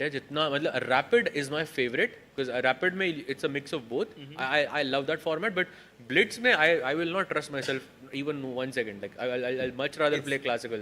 I think it's a difference of style, I guess. By the way, 19 seconds for Mustafa. He has to take the rook and find rook d1 check after that. And then g2. What and played. Okay, well done. It's not over. Yeah. It's not over because after queen he has to start with a check. Oh, that's not a brilliancy actually. How is rook g1 not a brilliancy? Because it's technically wrong, right? It's not solving the problem. But it's still a sacrifice, no? White is promoting. But it has to be it's not the best move in the position. The only move, rook d1 check rook again. D1 check, yeah. What started? I mean, what I thought. Oh, he plays it instantly. He's playing like phenomenal. And just g2 and white ke paas sirf queen f8 check and you play king g3 and then it's over. It's a nice like pattern. Like अगर king e7 पे है मेरा same position, तो मैं king g3 पे रखूँगा. यहाँ पे g2, queen check, king g3 and now notice queen a3 check is not there. Very important. अब वही same situation में मेरा king e6 पे है. If you can just go back, king e6 g2, queen f8 check और king g4 पे रखूँगा क्योंकि you don't have queen c8 check. It's like it's such a nice pattern and so impressive that he found this with just seconds on his clock. Brillante. Yeah. So I think Mustafa is going to take this W. And Lalit Babu still holding on. I think same position. I think it's like 100% going to be a draw. I think उसने e6 खेल दिया, king e7 पे आ गया. So I think we're going to see a draw there. But there's been one question in the chat, I think, throughout the entire stream, like, why is Magnus not playing? What's your take? कितनी बार जीतेगा वो? हाँ? कितनी बार जीतेगा वो? I mean, एक ही बार जीता है वैसे technically. हो गया ना? I think honestly, I mean, he himself voluntarily stopped playing the World Championship cycle, and we also have a new format in chess, the Total World Champion. So I think he might be more interested in that World Championship cycle. But this is also for the winner of which qualifies to the candidates. But this also has like rapid blitz. Like maybe there was more like temptation for Magnus to play, but he won it last time. So and also he just recently became a father. A father, I think 1 month back. So maybe he wants to spend some time with his family. True. And G2 still no moves. I think Harshardhan realizes. I mean, such a beautiful sequence of moves in the end game. Yeah. By Mustafa. Beautiful. I think it's going to hurt a lot, of course. He had that draw in hand, that one move, but still a nice resource, but calculation was just perfect from black. Yeah, this happened. Yeah, G2 played. Yeah, G2 played, queen check. We already saw those patterns. I think there is no other check possible. So I would not be surprised if we see a resignation. Yeah. Which, obviously, we were hoping for Harshardhan to draw this game, but great fighting spirit. You know, it's more than 5 hours that these two players have been fighting it out. It's not easy, but Harshardhan will still have a chance to fight back tomorrow. Wait, I think Tanya mentioned this, कि 5 घंटे खेलो and then एक गलती. Like in tennis, like you get that certain point, it's yours. Nobody can take it away. Chess में 5 घंटा खेलो, एक गलती, you know, in that when you're tired and suddenly the entire. Hey, 8.5 घंटे भी हो सकते हैं. You remember the match between Nodirbek and Erdogmus? By 8.5 घंटे तक he kept pushing that queen pawn versus queen endgame. Bhai, it was so crazy. And he held it. At 14 years old. I mean, that is so impressive. I think before we end this, we should look at that game right now. I don't know if I have it. I'll try to get it on the board. But what a game that was! If we start looking at it, then it might be. मतलब थोड़ा लंबा चल. It was only 180 moves or something like that. That one, the 10 move one today. I'm talking. Oh yeah. That move. मैंने वो तो 180 is too much. Harshit कह रहा भाई नहीं. वो यार ज़्यादा हो जाएगा. think in recent maybe. Yeah, I doubt it. Then you active games like how आपने? There's some issue there. We'll try to solve it for the next stream, but it doesn't show. It's showing for this one. This game, yeah. Can we see the finish actually? Oh, he mated him. Yeah. So this was the crazy game there. And By the way, the first brilliancy of the FIDE World Cup, yeah, the first one. I think there should be. I don't know if there is in FIDE like game of the day. Yeah, because yeah, if there is, then I think Erdogmus surely deserves to get the prize. That is a beautiful, beautiful.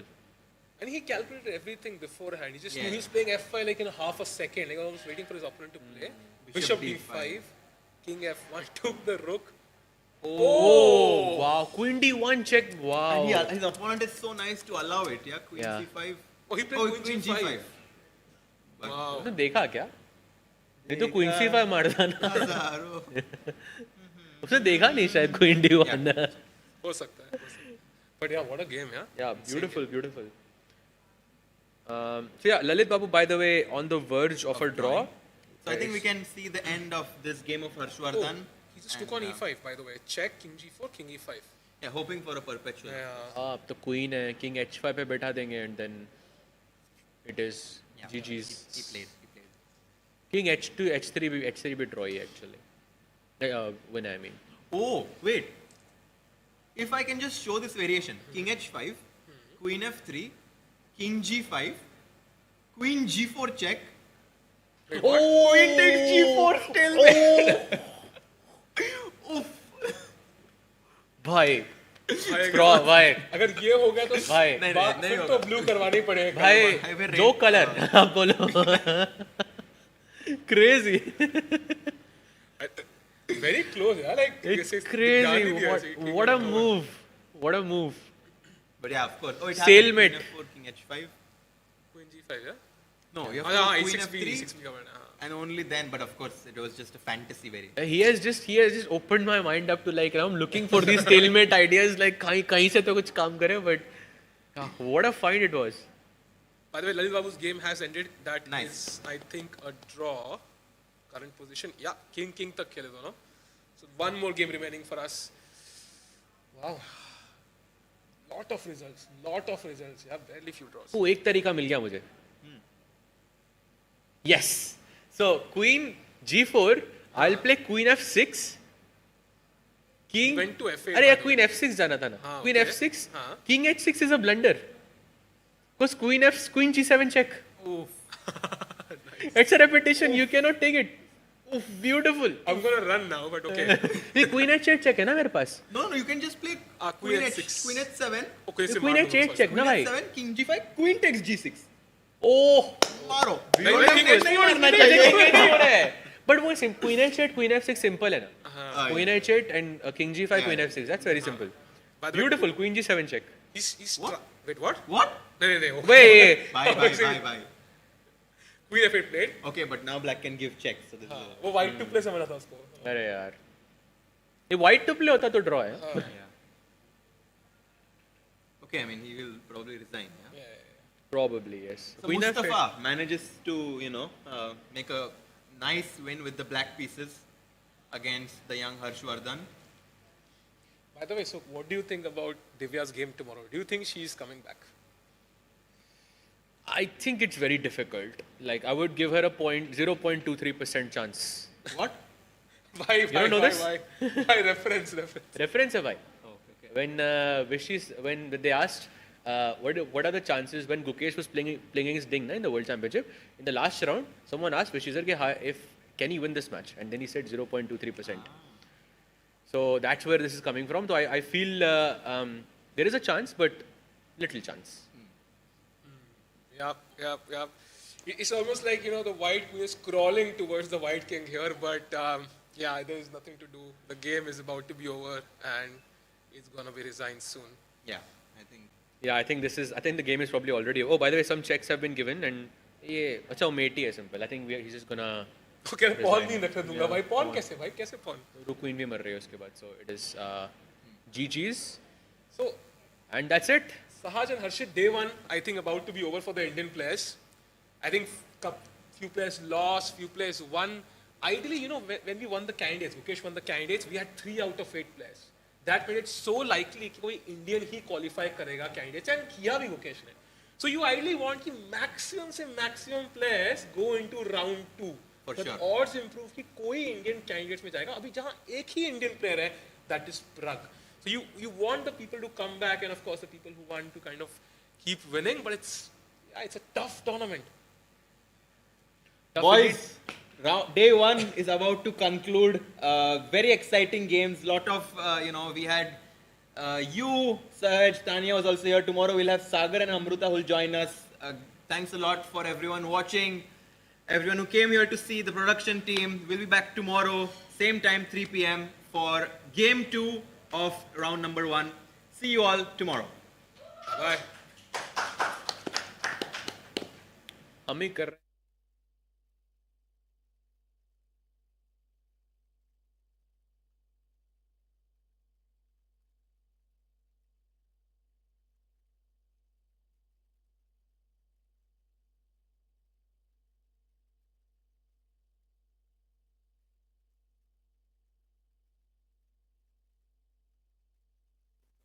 Take pride in the fact that the chess sets are manufactured in India. Here are some features of the premium chess set. It is 96 mm standard weighted and felted set of Staunton design. Fine crafted, high-class plastic pieces of 3.75 inches height. Total weight of the pieces is around 800 grams. Usual pieces are around 300 to 400 grams. You have 2 extra queens included. 55 mm by 55 mm high-quality vinyl board with notation with ChessBase India logo in the corner and a leatherite finish. You have 2 flat nylon drawstrings for the board and pieces with the ChessBase India logo. It is also a perfect product to gift your loved ones. We also have gift wrapping options in the ChessBase India shop. So what are you waiting for? Get your hands on the ChessBase India premium chess set and challenge someone to a game of chess in real life. Link is in the description.